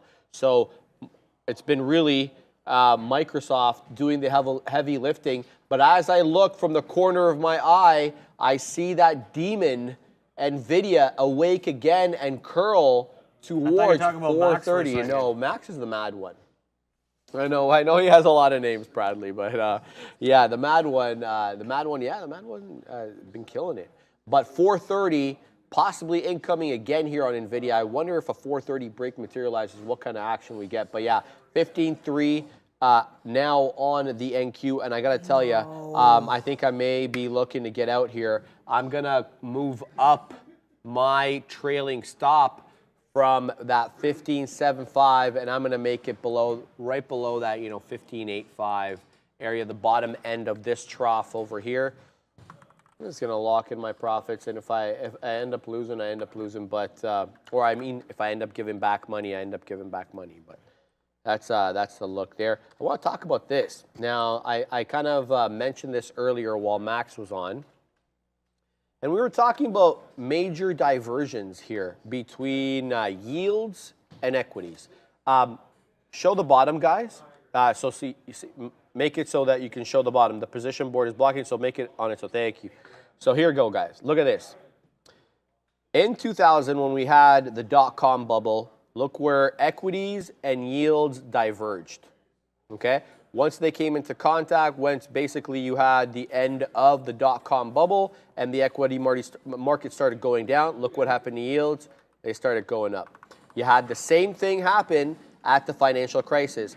When equities were going up, yields were going down. They met at that meeting point, and then look at that, equities sink and yields continue to go up. So now, look where we are. I mean, and we're supposed to be having some sort of recession coming up. I mean, yes, the fact that we have all this crazy amount of cash injection in the last few years has skewed these traditional indicators somewhat. So you have to use them with a certain level of suspicion, because we've never had that kind of artificial amount of liquidity added in such a short period of time. Even the New Deal didn't even meet up to, I think, something like this. So you want to know what the New Deal is, Google that for our non-American friends. But yeah, Pradley, this looking like an interesting thing. So yeah, so I wanted to mention that. You can put back the position board. Thank you for that, guys, on the production. Fabian and Alfredo absolutely killing it there on Zone. Shut up. That's right. They're killing it because I trained them. You know, I'm the best. What can I say? I trained them, and that's why they're so good at their job. The mic issues, though. The mic issues are That's not on me, them, okay? right? The mic issues are not on me. Every time in the chat I see it just says pride. Yeah, I know. They're always just blaming like, you. You know, whatever. I'll be the scapegoat. I'll take it. I'll take it. I'm okay with it. That's because that's how much I love the Trader TV Live family, and I'm glad to be back on the show, baby. Thank you to Neil, Sean, Brendan, and even the big dog Sharif for allowing me back on the show over here. It's gonna be a lot of fun, ladies and gentlemen. Sadly, right now, nothing's really, bringing in the excitement for me. I'm watching NVIDIA on my second screen over here, push towards 430, but I have my order out there and I didn't get the fill, so we're not going to talk about it anymore. I'm just sour. I'm just sour. No fill, no talk. No fill, no talk. Give me the fill first if you want me to talk about you. NVIDIA, come on. What are you guys tweeting in the chat? What are you guys looking at? I see a lot of people talking about AI. Yeah, I heard the demon himself, Maximus. He was playing that. I was going to say Maximus the Third, but I don't think he's the third of his name, but maybe he is. Who knows? We'll find out later. AI is what we're talking about. 47, the breakout of 47 or 45, monster move again. I mean, is squeeze plays back, Sharif? I don't know, like man. GME, Are they? Recently was squeezing to the north side. We saw Carvana doing something crazy. We're watching AI. What are we missing out? The AMC. Let's actually go track what AMC is doing these days. I haven't been watching AMC for a while. AMC is currently down, sadly, 3.5%, and around $4, 4.7 to be exact. But you know, it looks like the squeeze plays are back. Maybe Amy actually wakes up over here at some point. I see Sky Fairy in the chat. What's up, Sky? How you doing? And people saying, oh, Neil Roberts saying Carvana high a day. I better pull that up right now. Let's go check out Carvana. Okay, we always like to enjoy to see what Carvana does. What Carvana does. So come on, pull it up. 27 coming into play. Let's actually open up our trading view charts real quick over here. See if we have a level. Where's my trading view chart? Bang. Come on. CVNA. Do I have any lines near 27? My line is at 27.68. That's what we're shorting on Carvana. So I'm expecting 27.68 to come into play. Doesn't mean that I'm going long for that 27.68 area. That's where I'm going to be waiting patiently for my short entry. And there goes the NVIDIA again, running away from my short fill. That's what I get for being so stingy about my price on the shorts. Yeah, I'm okay. So what's your look on NVIDIA? You're looking at 430 short. 430 short. Yeah. Okay. All right. Yeah, I do agree with that because I'm out now of my future trade. Could be the wrong thing. Maybe moved up too much of an aggressive trailing stop, but trying to keep as much of the profit as possible. So now I'm out of that, having gotten out here at 85. So that trade done. Sadly, didn't get anything above 1530. I lament that. I should have been getting something up here. But anyway, probably took a little bit too much out. But yeah, watch this run now. No biases. Let's see what happens. Maybe we can catch Apple on a nice VWAP curl if the market actually holds up and our futures trade was prematurely cut. we can compensate for it through a nice Apple curl here. It's strong on the day, 0.7 at a critical level of VWAP. In fact, let's wet our beak. Yeah, let's go in and check our friend Apple. It trades on the NASDAQ. What the hell is this? Oh, there we go. Let's see what we got on Apple here. Yeah, I'm going to watch how it trades around here. Like Neil says, don't got to jump in. Get it on the back end of the curl. Once it starts curling and showing you its intention to respect the level that is VWAP, then we'll participate. Not just going to throw in the order for the sake of being at that order. Beat Fanatic, Trader Prad, at NASDAQ. Dip buy, gift of acquisition news from 3 days ago. There you go. Thanks, man. Beat, you're killing it. I know you've been doing well. Thank you for that trade. Let's see what else here. Will AI go up, says Havok? Well, maybe rewind and watch what our friend Max did on that one. Hell of a trade, but a critical level on AI incoming, $46. That's VWAP. Last time around on VWAP on AI, at VWAP on AI, I should say, it was bought up. It was a nice dip buy around there, so that level coming back in, having made a higher high, 48.50 the high. AI retracing the critical levels. AI traders beware. That level incoming. What's the look on Apple? Continuing to dance above that 185 level, but currently below VWAP. We're looking for something here, possibly on Apple at these levels, but we'll see. We'll see. Rivian, people saying, oh, baby. Rivian up 1.7%. That's not much. Was that? I don't know.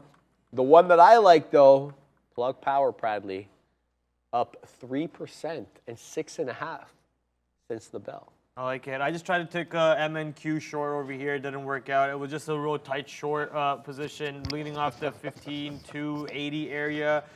Also happened to be the 100 period, or I think that's the 100 period EMA. Yeah, breaking the 100 period EMA on the chart over here, moving to the downside. This consolidation lows. I thought maybe we had a bigger move to the downside to VWAP, but nope, that's not the answer today. Just ignore the shorts, man. Just forget about the shorts. The stocks market's moving right back to the north side. We also got filled on Kava. Looks like. Oh wow, I just got filled on Kava over here. I didn't even realize it. We can give it to the high of this range over here near 42.50s. Right now, it just keeps on making lower lows and lower, well, not really lower lows, but lower highs indeed. And it's making that flat bottom breakout possible chance over here for the short side. I'm very short biased on Kava, to be honest. I'm not looking for the longs on this trade. I do think we go straight back to the downside over here, go test that 40, and then the break of 40 is what everyone's looking for. I guess I'm just getting a little cute with this trade by trying to front run this position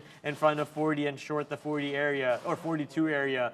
New member, Joseph Morgan, welcome to the party. If you have not hit the like button yet, hit the like button. We do the show every single day, Monday to Friday, as long as the markets are open, that is, the New York NASDAQ markets, Monday to Friday from 8:30. Monday a holiday too, by the way. Next Monday is Juneteenth, yeah. Monday to Friday, as long as the markets are open, that is, and we do it from 8 o'clock until 4 o'clock. And then next week, we go after 4 also. You still hitting the gym?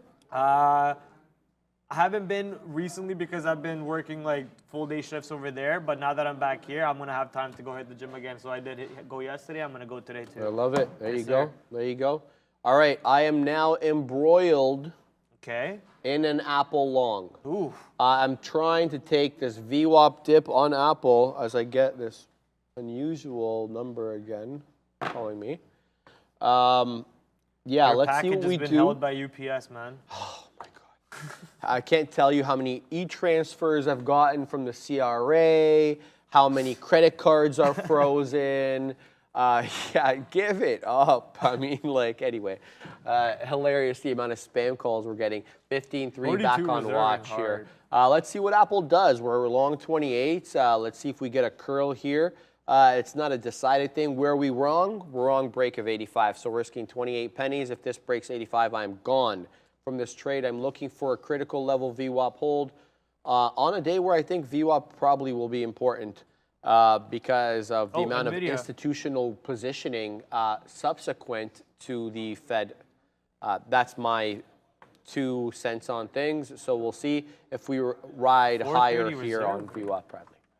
Sorry, I'm just trying to put a stop out over here on NVIDIA because it hit 430 and then it's 430 is reserving. So I'm just trying to throw a stop out. We did get filled on the short, and I am fumbling on my orders. Pratt, just focus. It's not even that big of a deal, buddy. There we go. Can we open up NVIDIA on this chart? As you guys see, okay, this chart is really ghosting for us, so we'll pull it back over here. As you guys can see, we do have that fill. We have our stop sent out. Not a lot of size on 430 on the ask at the moment, but it's reserving. Like, it's not really able to break it, but as soon as it breaks that level, we're going to be out of that trade for a tiny little loss. It's trying to do that right now. There we go. It's trying to push up, and it's not able to break that 430. I can actually show you the tape maybe. Here's the tape. It would push up to 430. It would try to break that 430. There's not a lot of size on it, and just fails. Oh, wow. It actually punched me out of my shorts, so we're just going to get right back in here. Come on. What's going on? There we go. We got back our shorts, and then it didn't give me the full size, so I'm going to try to be a little bit more aggressive, and obviously they're running away from me at this moment. This is sad, but at least, hey, we're back in the trade. We're back in the trade, and maybe we do get another opportunity to get back in here. Yeah, there you go. Another opportunity to get back in. You guys can see the tape right here as the NVIDIA charts pulling back to 430. But it's not able to break 430. Did we get that exercise? We did get the exercise. Look, it's really failing. Look how much it attempts to break 430, but no, it doesn't go through. So let's throw another stop out. This time, instead of doing it so on the break of 01 cents, let's do it on 430.06. That way, if it does break 430, it really, truly breaks 430 and runs to the north side like that. What? It went up to our stop and it went back below 430. What a joke. It's just rinsing people, but there you go. Now it's going up to the north side. That was the long over there. You could have flipped into a long. I was just not quick enough for it. I was confused if the long was going to stick with it or not, but we are back to this 430, and the tape is once again showing us no reserve. And the fact that we're back below it, I'm going to get back in. I have read everything wrong for a couple of days. Should not participate, says Chimps. Yeah, that's one of the things that's always said by our floor manager here. Shout out to Greg. There you go. All right, send it back to you. Setting up my stop right now. So as you saw, it broke 430. It showed like it wanted to rip to the north side. I actually believe like the longs were in, but it went right back below 430. So that indication over there, you saw me punch into a short, I think on day 1 of me being back, or yesterday, I forget which day it was. It's called the fail high top, fail break of the highs or a certain level, which is a significant level. So 430 being that significant level for us, showing me a fail break of that level or a possible fail break. Look, we're still seeing buying coming in. Bang, there we go. I was just saying we were still seeing buying coming in at 429.50 and holding that stock up, but now we're at 429.30s. Let's see this position drop a little bit more. Let's see some of that money that I donated to the market makers on NVIDIA today come back into my pockets. You know, the market makers love me, man. They're like, hey, Prad's in the market. Here, let's pull out the fishing pole and just take some from his pockets. So they love me. But today, man, we were able to rob some of that money back from the market maker using Kava, and we're trying to do that again one more time over here as Kava dips back under 42, ladies and gentlemen. Yeah, the market curling, but Apple not. So whatever. Leaving this trade to brew. I like the level, and I'm sticking with it. Tesla, someone telling me, look here. It's moving, baby. That 254.50 level held nicely. Several attempts to break through that level, all rejected. Buyers, overwhelming sellers there. Here we go, looking to possibly grow green. That comes via 256.79 break. That's yesterday's close. We did, with 257 as a previous level of resistance, reclaimed it for a bit, used it as support. Yeah, but the buying just wasn't there, and we've been kind of, we've been topsy-turvy today on Tesla. Now, looking to go green. Let's see what this one does. I will not participate in this one. It's not what I'm looking for. Looking for something a bit more secure, but looks like 15.3 could end up being a rejected level. If that's a rejected level, you wonder how this Apple trade goes. Does it go my way or is it a rejection here? 185 is the out. There is no negotiation about that, about the Apple drop. What's going on, Bradley? You're singing over there. Are you short? Fist bumping in the air over now. Both of our shorts, which are working at the moment, we got Kava, which is 20 cents in the money. We got Nvidia, which is $1 in the money. Both of them are pushing down. The markets look like they want to curl back down. And S&P 500 almost triple topping at the moment. NASDAQ once again back below 15,300. This market is now bringing in the shorts, baby. Let's go. Can we actually have a winner on Nvidia today? Is that possible? That looks like it is at the moment. I would love for it to be a bigger winner. Obviously, I'm looking for, you know what? That's just being greedy. So let's just take some size out. Let's just take some size out over here and then see if we can hold the rest of our size for a possible bigger move. And if it does pop back to 430, we could always reload on that trade. So let's do that. That's the right way to possibly think about this trade as the NASDAQ market pulls back to the, we are actually pulling down now big time on the market. Maybe I should not have taken some size out and I should have been greedy. You know, when I'm greedy, Sharif, it doesn't work. And when I'm not greedy, I guess the lesson there is always be greedy. I don't know. Is that? I don't know. Is that the lesson? You're setting me up there. I don't know what to say. Yeah, well, it looks like for 15.3. We're printing. Look, let's have a look here because it looks like we are making lower lows and lower Print highs. factory, baby. Here we go. Look at this. A series of lower highs, not really able to claim, and even the higher high we made here. Look at that. It's a reversal doji candle. So the lows coming in, we still have this bottom to contend with, this 15.275 area. Apple lagging now, coming back into 185. I've got my stop right below 185 there. So for breaks, that will be the end of the trade on Apple. Let's see how 185 fares. But the market looking a little toppy at the moment. Maybe we continue through 15.3, but we just need more volume. That probably comes a little bit later this afternoon as we're starting to see a little bit of weakness step up into some of these big tech names here. You see the short Bradley's embroiled in. You see how Meta, Google, Amazon, Apple, they're all curling, showing weakness. Microsoft, yeah, a little bit, but had a big move. Tesla, like it's been all day, kind of counter trend, looking to maybe break through local highs through that 256, but not quite yet. Market definitely not supporting that move, Bradley. Pin to taskbar. Pan W, S, N, P. What am I typing? S&P add. I think Pan W is getting added to the S&P 500. Right? Tomorrow, says Neil. Yeah, so that's why a lot of people are looking into this position so much right now. I mean, look at the stock up 1.14% at the moment. I see people in the chat bringing up Pan W. Look at Pan W. It's near high a day. So yeah, I see what you guys talking about over here. I mean, anytime a stock gets added to the index, we saw this happen recently with another position too. Or no, it was a position getting removed from the index. If I remember, it was Dish, right? Oh, Dish yes, was getting removed from the index. Yes, and Dish was just absolutely, look, it's still doing it, still quadunking, as our friend Sharif calls it, near lower days and about to break lower days down to, whoa, chill, bro. I use Dish Network at home. Do you? Yeah. I didn't know they were still around. No, not Dish. I thought sorry. everybody uses not IPTV Dish. IPTV, now. that's what I use. What are you talking about? My Who bad. uses Sadly I used anymore? to use Dish back in the day, Yeah, but so no did IPTV. I. So did I. IPTV. It was sick back in the day. Now that's completely moved to IPTV now. To be fair, I don't even use IPTV on my own computer. I just use the online internets and whatnot. But at home, we do have IPTV for my mom and my dad. They use that for the Indian televisions all the time. Every time I go down, my mom's watching the Mumbai, or not Mumbai, the Hindi Big Brother. I think that's the show. I think Big Brother or something. I love it. She loves the Indian Big Brother. She watches it in every single language because India has 1,500 languages. So they make it in every single language. And my mom even watches it in languages she doesn't understand it.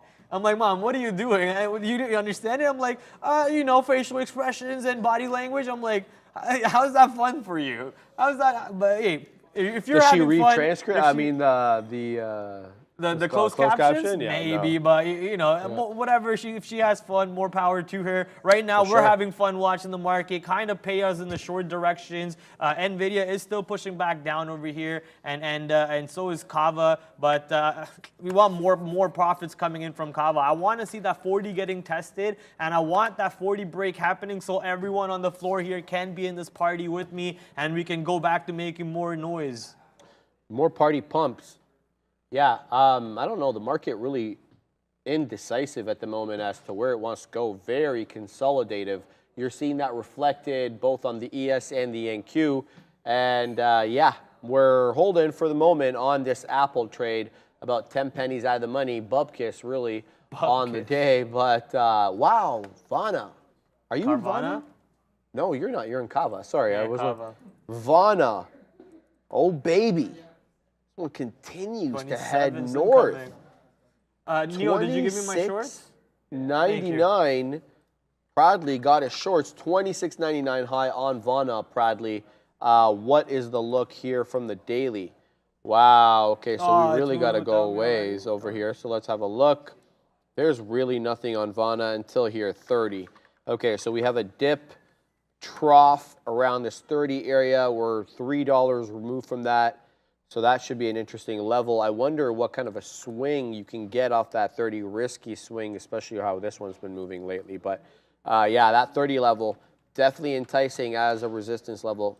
Keep an eye out for that. Doesn't mean we get there today. We could be, you know, several days removed from that trade on Vana.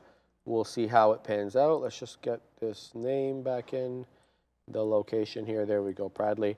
What is the look quickly? Let's have a look at our friend Apple as it dances near lows again. Yeah, tough trade so far, but small position, so no worries. Today's high on Carvana was what? No, it's not true. That was a previous high on Carvana was 27.33. We're right around 27 today. I think anywhere from 27.30s to 27.50s, you could see a rejection coming in on this position. That's what I'm waiting to short. We are quite a bit away from VWAP too, so a VWAP retracement could be fun, but that's possibly not yet ready for that move down, and there's quite a bit of support areas that the stock could hold up in. 27 break happening right now, baby. Here we go. 27 breaking. Carvana trying to push back up way much higher than what it is right now. Now the question is, do buyers come in around 27? All those FOMO buyers is what you want to see. Anyone who FOMO'd about this position not getting in earlier, do you see them stepping up the bids over here and really chasing this position to the north side? Or do you see the short sellers, they're getting squoze. They're getting squoze. Carvana pushing up north side. This is why I didn't want to short the front side of 27. I wanted to wait till that 27.30 to 27.50 areas to show up. And now that we're in these ranges, let's throw some orders out there. Let's see if we can get some short fills in the 27.30 to 27.50. That's going to be my whole range. And I'm looking for Carvana. Whoa, are you telling me we're already breaking back below 27 without giving me any fills? Impossible. So let's push back up there. I don't want to see 27 breaking, please, because if that breaks, it's going to make me want to enter into this position. So come on, push back up. North side, north until I get filled, and then go back down. You tell that stock, Pradley. Yeah, it's a dancer there, holding 27 for now. 01s, 03s, does it hold? Buyers stepping in at the moment on Vana. Okay, it actually broke. So I want to step in. I'm not trying to see if they will step back up. They don't want to step back up, so I'm going to jump in a little bit over here. Let's say a quarter of my size, not 100% of my size just yet. And now we're really studying the tape. I'm also going to filter my tape for 99 shares, so 100 or more. Let's see. Look at even the amount of buying that came in. We're not able to put 27 on the bids. That's a short here, ladies and gentlemen. You could basically start building shorts here and give it to the high day risk of 27.30. And if 27.30 breaks, maybe you get out and come back in at 27.60s, 27.28s or so. But right now, look at this move coming in. The buyers are stepping up, though. That is not good. We are seeing buyers stepping in at the moment, and we're trying to push back above 27. Come on, sellers, show me the money. Yeah, Tesla moving too, by the way. Anybody looking at that? It is looking to come into yesterday's close right below that 257 strong. move off the bottom there at 254 on Tesla, but not quite enough oomph to get it green. 256 3/4, right below 257 is that line in the sand where we go green on Tesla. So let's continue to watch. Let's continue to watch, see what it does. Apple holding 185 for now, so that trade still valid, and we'll continue to hold. I actually have a dip trade at 185.05 to get a better cost basis with a very tight stop for that dip trade. Obviously, with the overall trade, the break of 185 ends this trade. So why not get a cost basis adjustment if it, if you're going to wait till it comes down there, fix your cost basis. But I don't know, man. This market, again, on the NQ, I see a series of lower highs here. Now, we could get that big move in where like the volume is really dropping off, right? So we're not really seeing the move down on high volume to kind of make you feel like, okay, this is a valid move down. No, it's been kind of like the lack thereof, the volume or lack thereof, that's been keeping us with these lower highs here. So you feel like when the volume comes back in, we may trend to the high side here on the NQ and really reclaim that 15.3. It won't happen quite yet though. As we continue to hang out at these levels just in time. I like that. Let's pull up the NASDAQ daily chart for a sec. What do you need about that? It's up and to the right. Like, it's nuts. Have you seen this chart lately? The NDX, I mean, there's really nothing to look at here, but I'll pull it up. Here's the daily. Let's go. NDX, we'll go to the index here. Bradley, what are you doing over there? You threw a swish? Ballin', shot callin', 24. I don't know how the rest of the song goes, so I'll just stop. Short Carvana with the short, baby. Let's go. We are riding the short right now, about 25 cents in the money, taking some size L. Would love for the stock to continue pushing down, but honestly would love for the stock to push back up so I can take more size, and then we can push more to the downside. So come on, buyers, show me that you have the strength to make Carvana push back up. But I'm very happy right now, honestly, showing you guys the level that I showed you earlier on Carvana, which was the exact same high from 9th June. 9th June high was $27.33. Today's high, $27.30. It makes very logical sense as to why the stock is rejecting that same price at the moment. So we are pushing back down a little bit. Trust in the teal. The teal at the moment, the 50-period EMA, not the same indicator teal, that he uses, 21. But mine's a different teal. Coming in at the moment, holding up the stock on the 1-minute chart. Listen, I don't really trade charts 1 minute. I only have the 1 minute up for you guys at the moment because I know the chat likes the 1 minute charts. I usually trade off the 5-minute chart. But at the moment, you guys are seeing that it is coming into play, the 50-period EMA on the 1 minute. We jumped out of the NVIDIA trade completely. CAVA, ladies and gentlemen, we're still in that position. And it's not on New Zealand, Pratty Daddy. It's on New York. So we are now watching CAVA, which is about 73 cents in the money. Honestly, it's about $1 in the money if you look at the bids. But if you the calculator calculates us off the ask, makes sense, right? Because we are short. So if you are looking at the move down right now, I have another order to get more short on the break of 41. More short on the break of 41, and then I'll have another order to get more short on the break of 40. Once that comes into play, more downside expected on CAVA. My only 2 positions on the board, both of them are in the money, and let's go, baby. NDX here. This is the look on the NDX. So I'm assuming this is what Just in Time was talking about. So highs, April 2022, haven't been this high on the NDX, the NASDAQ index, since April. Is this April? Is this March? March, April 2022. The level, the peak of that level, 15,250. Okay? That's an obvious peak. We've had a lot of them. We had this one at 13,750. That was taken quite nicely. These have all been kind of milestones in our higher highs and higher lows move on the NASDAQ.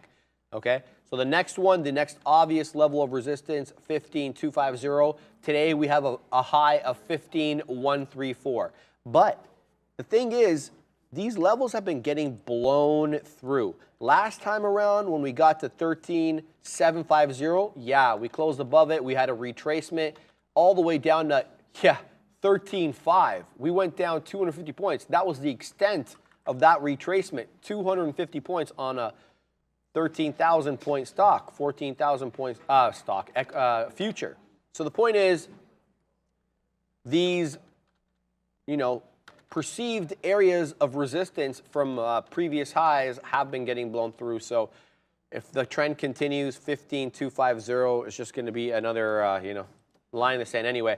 I think Just in Time was trying to make the point that it was overextended. So, and to that, I could not be more sympathetic. I do agree, but the market is the market, and it will continue to go in the direction in which it wants. Here we go, right back down into these levels on Apple as I look for a dip trade around 185.05. Not getting it, the future, not really rejecting 15.3, dancing with it. If I had to guess, I think this resolves upward as we're kind of, the dips below 15.3 are getting bought up, and it's starting to curl high side again. So I think as 1 o'clock comes along and the traders come back to their desks, we start seeing some higher highs here, but it's just a guess. And yeah, let's go. Let's go with it, baby. 15.3 back in action. Apple, wake up, please. Yeah, just having some hydration over here. Hydration some Nation? agua, some H2O. Is it Hydration Nation? Yeah, Hydration Nation. I remember that one from Sean over there. There we go. We get the fill. Carvana indeed moving back up from where we took our first fill. Maybe we do get a potential break of 27 again and a retest of the high day of 27.30. I don't think so that will happen. I think we see 27 rejecting, honestly. But what do I know? Only the future can be known by when it shows up. So we'll just wait patiently for 27 to show up on the ask and to see if we can churn through that. Right now, still a lot of selling pressure. I'm still seeing a lot of blues and reds on my tape, and looks like Apple is getting active again. Let's go to Sharif. Yeah, just breaking through 185. That was the level there, guys. So we're gonna have to give this a couple more shekels. Otherwise, it's over. Yeah, that's the end of that trade for me on Apple as it tanks downside, taking that level. I don't know if this is bamboozlement, but I had to draw the line in the sand somewhere. That sucks on Apple. I thought we would hold 185 as Tesla curls the other way. Yeah, we're getting concurrent move down as well on Microsoft. So Tesla acting as the only secular move to the high side. Everything else kind of curling down now. We'll see. Sucks. I ended up having a half position here on Apple. So this was the initial entry and then the ad over here. So this ends up being a bit of a loser for me. Sucks. Takes away from some of the win on the future earlier, but that's just the way it goes. Too bad. So we did get the reload over there, not Scarface style because I didn't go all out on that reload, but we are watching this position. Maybe it pumps back over 27. There you go, pumping back over 27 right now. You guys remember my range? Ooh, it's struggling to pump back over 27 though, to be honest. And the way that the market's going back down, at least I'm expecting it to go back down with Apple struggling at the moment. Yeah. Is Apple struggling? Yeah, with Apple struggling at the moment, I'm expecting the market to be weighed down with Apple and Carvana. Not that Carvana has to listen to what the market's doing, but maybe Carvana has used that as a little bit of a bearage, a little weightage on itself, and pulls back down. Look, it's struggling right now at 27, ladies and gentlemen. To say that it's not struggling would be a lie, but anything could happen in a flash of a second. You could see a big buyer step in and wipe out these levels, run it right back to 27.30. We're now 27 is not holding. I was going to say 27 is holding on the bid, but 27s are not holding. There we go. Now we're actually seeing some buying coming in, pushing it back up. My price is 27.30. I'm going to wait for that area. How much size do I have on Carvana? I have nothing, so I'm not even worried. Like I said, I took a very, very small reload over here, so I'm okay with the stock pushing all the way up to 27.30 to 27.50, which is a range I want to take my fill in. And we're also watching CAVA, Kava at the moment right here. The charts My show layout did not save from yesterday, so I apologize for that. Tonight, I'll actually stay back after 2 over here on this computer, fix that layout, make sure it saves, and that way from tomorrow on, we don't have to worry about these horrible layouts that I have going on. This layout's more for my own personal desk, which doesn't bother with the position board covering it up and so on, right? But hey, Carvana really trying to push back to 27.30. I'm interested in Kava too for that 41 break. 41 break is going to be very spicy for me. Come on, Carvana, push up to 27.30 to 27.50 so I can short you more. Looks like it does not want to do that just yet. And people in the chat are saying Carvana to 30 bucks. Yeah, that's possible. I just don't think that happens Tesla, today. man. But if it does, you know, I'll be quiet because that is very much possible. Very much possible. Yeah, Tesla looking to go green here as it dances with that level from yesterday. Yesterday's close, 256.82. Oh, Kava. Go. I'm sorry. Go. Kava just breaking 40 and dropping, the spread opening up and dropping. Thankfully, we got our fill. We didn't cross that much for that fill, and thankfully, we got that fill. So Kava now dropping, and Carvana now pushing back up to the north side, thankfully. And we do have that order still sitting there that we wanted earlier on before we actually even started getting short. Ooh, look at that. Inverse gateway bids showing up on Carvana now, my friends. Looks like there could be a pump to that 2750 that we're looking for. Yeah, Tesla squeezing at the moment, looking just to wet my beak a little bit on this one. Let's see what it does through that the break-even level from yesterday. It has been a tough day for Tesla, but you have a 258.95 top there. So let's do a little bit of dance with the double small size. We'll see what happens, and maybe we'll make up for that Apple trade. How's it going over there? There we go. Yeah, Carvana is still pushing up. There was some size on the bids over there at 2720, 143 lots showing up on an inverse gateway. I am trying to see if that gateway or that lot size can get wiped out. And as soon as that gets wiped out, I wanted to add a little bit more. Look how the stock pushes to my order and does not fill me. The high of day 2734. My order's at 2737, so I guess it didn't really push to my order. So of course I wouldn't get filled on that. I'm just gonna add over here. As I was saying, as soon as that size breaks on that bid, I want to get in off that break, so I'm going to use that. And do we have, how much size do we have on Carvana?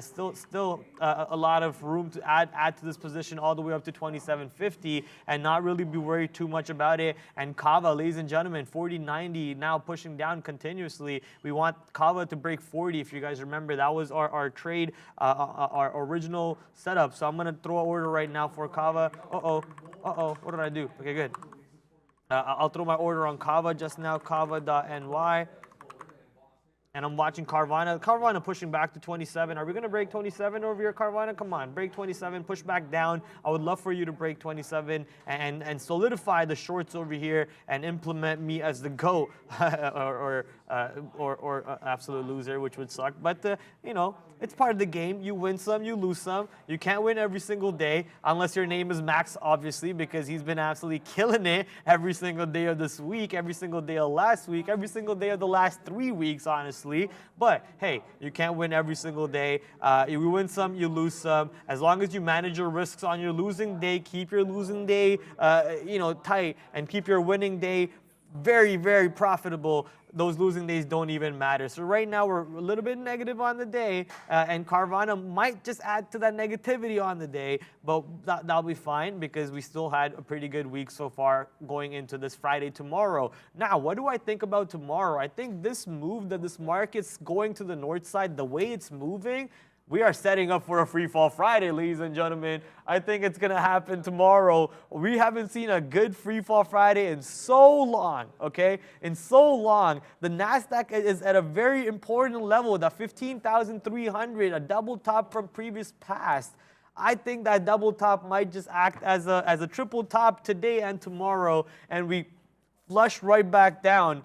A little bit at least, not right back down, a little bit at least, and free fall Friday comes in. That's just, a man can dream, right? A boy can dream, I guess. Maybe I'm not a man. A boy can hope, a boy can dream. I'm not a man, yeah, I'll still live with my mom, bro. I can't say I'm a man at that point. But a boy can hope, a boy can dream that one day we do get the free fall Fridays back again. Like those, hey, Carvana is right now giving you that free fall. We are getting that 27 break as we wanted. It is now pushing back down. And thankfully, we have a decent size, but not the full lot that we wanted. We wanted a lot more size. Get away from me, fly. But we wanted a lot more size. We wanted most of our size near 2750s. But right now, 27, once again, getting back down on Carvana. Is this going to be the break on Carvana as the market pushes back down? And I'm sorry if you see me just waving my hand in front of the camera. I'm just trying to make the fly move away from my face. Ladies and gentlemen, let's go. The shorts are printing again. Oh, I just lost my tissue. That's awesome.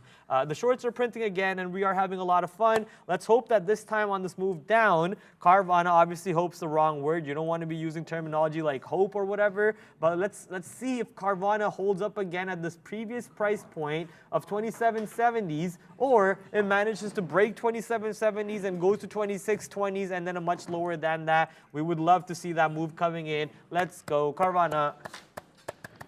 Yeah, Tesla on the way down. Here we go. 255.50 is where I'm looking for support.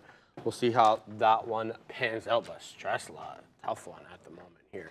Lots of printing to the downside. So buck out of money on this one. Baby. Yes, sir. There we go. Big move down. The future giving it up. 15,275, and then right back up, getting bought right back up. A lot of bamboozlement today. Apple giving up the ghost. Meta curling to the high side, though. That's the thing. Everything kind of giving up the ghost at the moment, except if your name is Meta. It's curling back into 279, really wanting, I guess, to close above 280, up 2%. Been a tough day on these markets, baby. What do we got here? We're looking at some tops, I would say, maybe on these futures. ES looking like it's made a local top here at 44.58. Now breaking below 44.50. You're also kind of getting that action as well on the NQ. But, you know, there's a lot of buying. A lot of bamboozlement. A lot of bamboozlement today on these names. A lot of bamboozlement. So we'll continue to watch, see what happens. Tesla getting bought back up. Surprise, surprise there. Let's see what else is going on. What's small cap world up to today, Bradley? We haven't seen too much of that. EDTX. Yeah, oh my goodness, what is this stock? What is this? Oh my goodness. So this is EdTech Holdings. They are a blank check, so they're a SPAC. Okay, so this one, what is it going to acquire with? Why are we moving? Let's see. I'm not seeing anything here. Resume trading, acquisition, resume trading. Nothing with respect to why. Announced on Wednesday an amendment to extend the date to consummate a business combination. Okay, so they got an extension on their SPAC. I guess that's a look here. Okay, we'll continue to watch and see what they do. EdTech Holdings. I don't know who they're interested in. You know, Kava wants to squeeze now, apparently. Kava wants to push back up to 42 and back above 42, getting ready to possibly jump out of this trade. And I don't want to turn Kava from a very good stock on the day for me to a negative stock on me. So we're watching this one a little bit hurdy, if that's even a word. But we're watching it get back above 42 on the ask and 41.81s on the bids. Not sure what happened there. I'm guessing some shorts just got squoze over there and it got pushed up, because that was a pretty violent move to the upside. But look at the lack of any real buying showing up, a lack of any buying showing up. What's going on, Sean? What are you trading over there? He's in Tesla. I'm about to get stopped up. Akava? Tesla. Yeah, he's in it with me. Yeah, I'm looking at that 255.50. That's the level I've been eyeing there. But yeah. Tough trade on this one. Flirting with high day, says D-Loaf. Yeah, we are. We are not far off. A lot closer to the highs than we are the lows. I'll keep watching here. What else has been moving? Palantir, that's been another strong name on the day, up another 4%. We were talking about this one in the morning. We're like, how many more days to the upside does this bad boy have? Here's the daily chart. What a rocket ship it's been since that earnings report in early May. Well over 100%. Since the time with, I believe, let's move these. Yeah, here we go. 17, just above 17 high there, local high. So been an absolute rocket ship of a trade. If you had that after earnings on Palantir, what a trade that's been. It's been, associated with all the right headlines. They've been expanding their commercial space. They've been, getting new government contracts. That's typically what they've been known for. They've been dabbling with AI. They've been doing everything that's right. So they're benefiting from that kind of market motion at the moment, Bradley. Yeah, Kava is getting ready to maybe move back up north here. We're seeing 42.50 coming into play at the moment. I did get stopped out on that move, but Carvana is still trying to push down. I did take some profits on Carvana. Let's see what happens with Kava over here. Does 42.50 break? There's not too much size there, but a little bit of size. Looks like we did try to print above 42.50, but that size acting as a little bit of a wall right now. Previously, 42.50, as you saw in this range, acted as a barrier too. I shouldn't be degenning in this, but I am at the moment.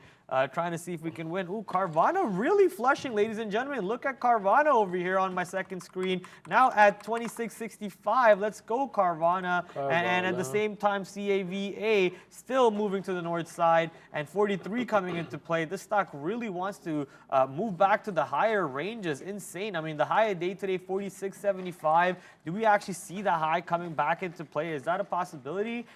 Clearly looks like it wants to do that.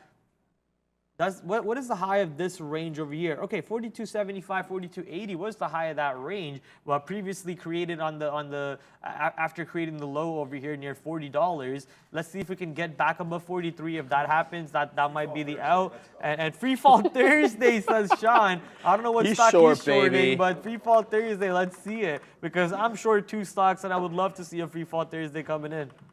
There we go, baby. Okay, so what else do we have moving? This EDTX Bradley, it just halted to the downside at 35.95. We'll look at that one, EDTX. EDTX. Here. We don't want the daily. That stock was crazy in the morning. We want the 1 minute. Nuts. I didn't even have eyes on this till now. It looks like, yeah, it did some volume. Let's put that in there. EDTX. There we go. Yeah, okay. So 41.46 top. Currently halted at an interesting area. This 36 area has had a lot of action. It seemed to have been a bit of a bottom. Now it's the halt area, giving it more importance, I would say, as a price action area and a halt area.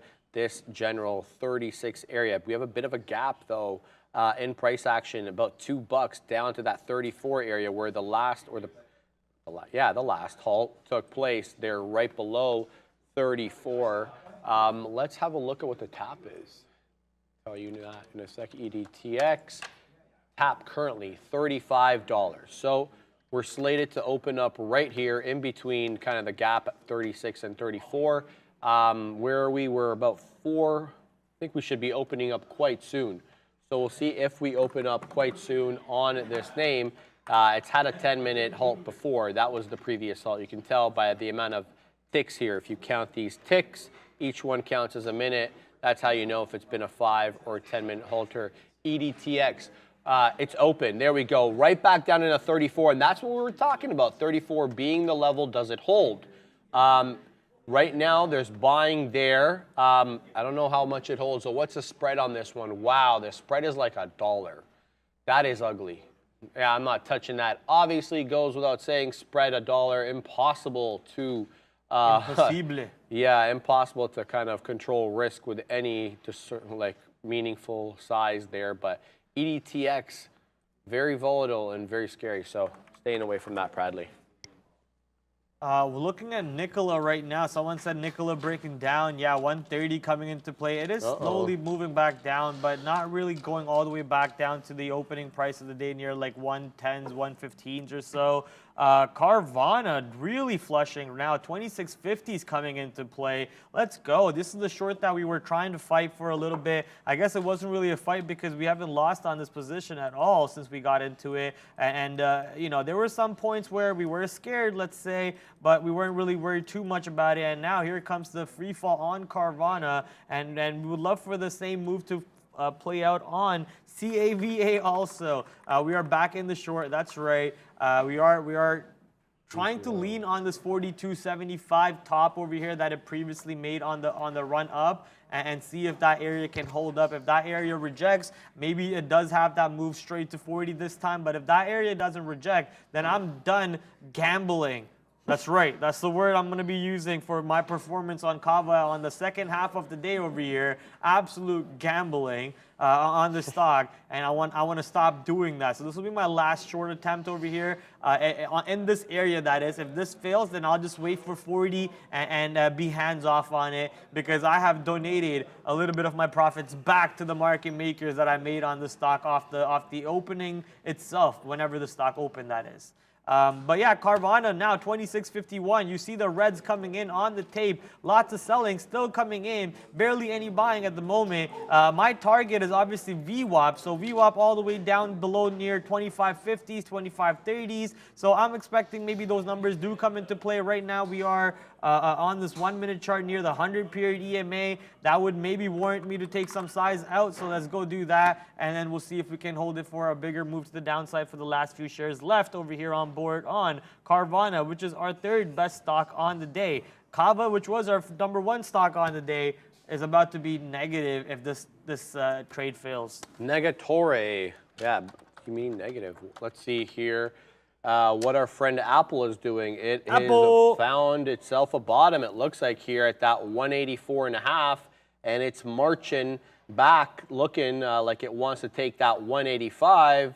VWAP on my chart on Apple, 185.17-ish, 15-ish in that area. The ultimate high, though, the dreaded 186 top. No breakthrough there today. 185.96 the top, as the NQ and the ES both finding a couple of green candles in a row as we curl back up here on some of these names. Let's keep an eye out on some of the small cappers as well. EDTX, we're talking about that one. Just above that 32.5 level. That one ain't gonna cut it. What else we got? We got Plug Power below $11 again. No Plug, go north. Go to 12, 13. Let's go, baby. What else? Nikola, we talked about that one. Big retracement on Nikola. 135 bottom currently brewing on Nikola as we curl back up here on the future. It looks like breath number 2, number 3, number Round 4, 2 185. fight. 185 incoming Apple. 185? Maybe. Where are we at right now? 184.90. Okay, yeah. I mean, we're not that far away from 185. No. It is very much possible. What are you guys looking at in the chat, and girls too? Whatever you people are looking in the chat, let me know what if there's anything interesting out there that you would like me to pull up and maybe give my 2 cents and maybe even jump into the trade with you if it looks interesting enough. People talking about BA longs. Roberto Chung. Let's go check out BA.NY. What is BA looking like today? $218.50 at the moment around VWAP. I do like that VWAP area. Let's also pull up this, my long-term chart. Okay, that 216.75 area is holding up at the moment. We are pushing up. Let's go into the 5-minute chart. See if any of my indicators that I usually like to use show me anything interesting on this. We're actually too loud. You know, I'm not interested in the long as much as you might be at the moment, because you see this volume point of control and all of these volume bars that you're seeing on the volume profile. It shows a lot of weight on the stock that traded around this price ranges, but clearly failed to do much. So the long could possibly give you a pop-up to 219.50, but I can't see the stock going all the way up to 220.60s today because of how it traded in this area. So I think we might just see a rejection of this 219 at the moment and push back down, and that is what you're seeing on this position. 219 acting as a barrier, 219.15 acting as a barrier, and not really allowing Boeing too much of a room to the north side at the moment. And the market also right now just trading sideways. You know, we saw the market reverse from a negative pre-market zone into a positive area, and actually now up 0.5% on the on the NASDAQ and up 0.7% on the S&P 500. Pretty insane recovery. I was very bearish coming into the day today, so much bearish that I thought NVIDIA would break 420 today and go to the downside. But here we are on NVIDIA. Yeah, sorry, just talking Michel Lloyd or Mike. I don't know if he's from Montreal, so or Montreal area. Michael Lloyd, Michel Lloyd. Let me know if I'm saying it right, which way you say it, because I'm not sure. I think about Hubert, the guy won from Michel, Montreal or Quebec. Michel Hébert? He's the one from. Yeah, no, this is a different one. Okay. F1 in Montreal, Pradley. Yeah. Did Cal give anybody the invite? Uh, Uncle Cal, are you in the chat? I don't know. Do we have an invite? Cal only invites me when he invites Ian and them. Otherwise, Oh, I'm shots not invited. fired. Otherwise, I'm not invited. Shots so fired. I get There it. you go, Cal. You've been had, baby. No, kidding. Curling up on these markets, Pradley. Another possible 15 3-touch incoming. 185 curling. Apple. Meta. 280 incoming. 279.85. We're getting some good movement here in these big tech names. Even our friend Tesla, we're only 25 pennies out of the money on this one now as it continues to head up. 15.3 incoming, Pradley. 44.58 HOD on the ES, by the way. 15.324.5 HOD on the NQ. This could be, this could be a fake out. Could be a 15.3 rejection. We haven't taken it quite yet. Yeah, I'm just looking at Intel right now. I mean, I traded Intel off the open. I had a pretty decent short. Then I flipped long, so that was pretty good over here. Right, I like short, then long. Then I tried to do short, got caught. Then I was able to get out a little bit for a pretty decent winner over here, and I was done. But now I'm looking to see if there's a possible trade over here on Intel, going back through, trying to see if we can reclaim 36 maybe later on. I don't know if that's a possibility. Right now we are trading under VWAP. I don't think there's actually a trade on Intel. Maybe later on there could be, but right now I don't see anything setting up. Yeah. I'm just nursing my 2 trades, ladies and gentlemen, and my day is sadly back into the red. I'm trying to see if there is anything else that could help me get back to positive today. Maybe Kava. Kava, could you help me get back to positive like you did earlier on? But we'll not force anything. The name of the game over here is to look for the right trades, be in the right positions, and the outcome of doing that is obviously making money and being in the profit. So we'll just wait patiently, wait for the positions to get to our price levels, wait for these positions to get to those ranges where we get interested in, and then short or get long. LFG Lambo trade says, Tinus, okay. What's the Lambo trade? Let's see. What's the next Lambo trade over here? I think the next Lambo trade, honestly, will be tomorrow, because tomorrow is the quad witching. Oh, it is? Or triple witching. Oh, triple witching. Triple okay. witching.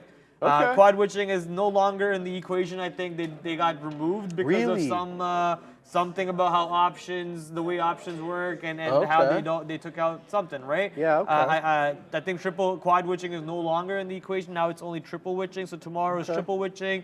Tomorrow you could see the market moving violently off the open and off the close. Okay, well, here we go.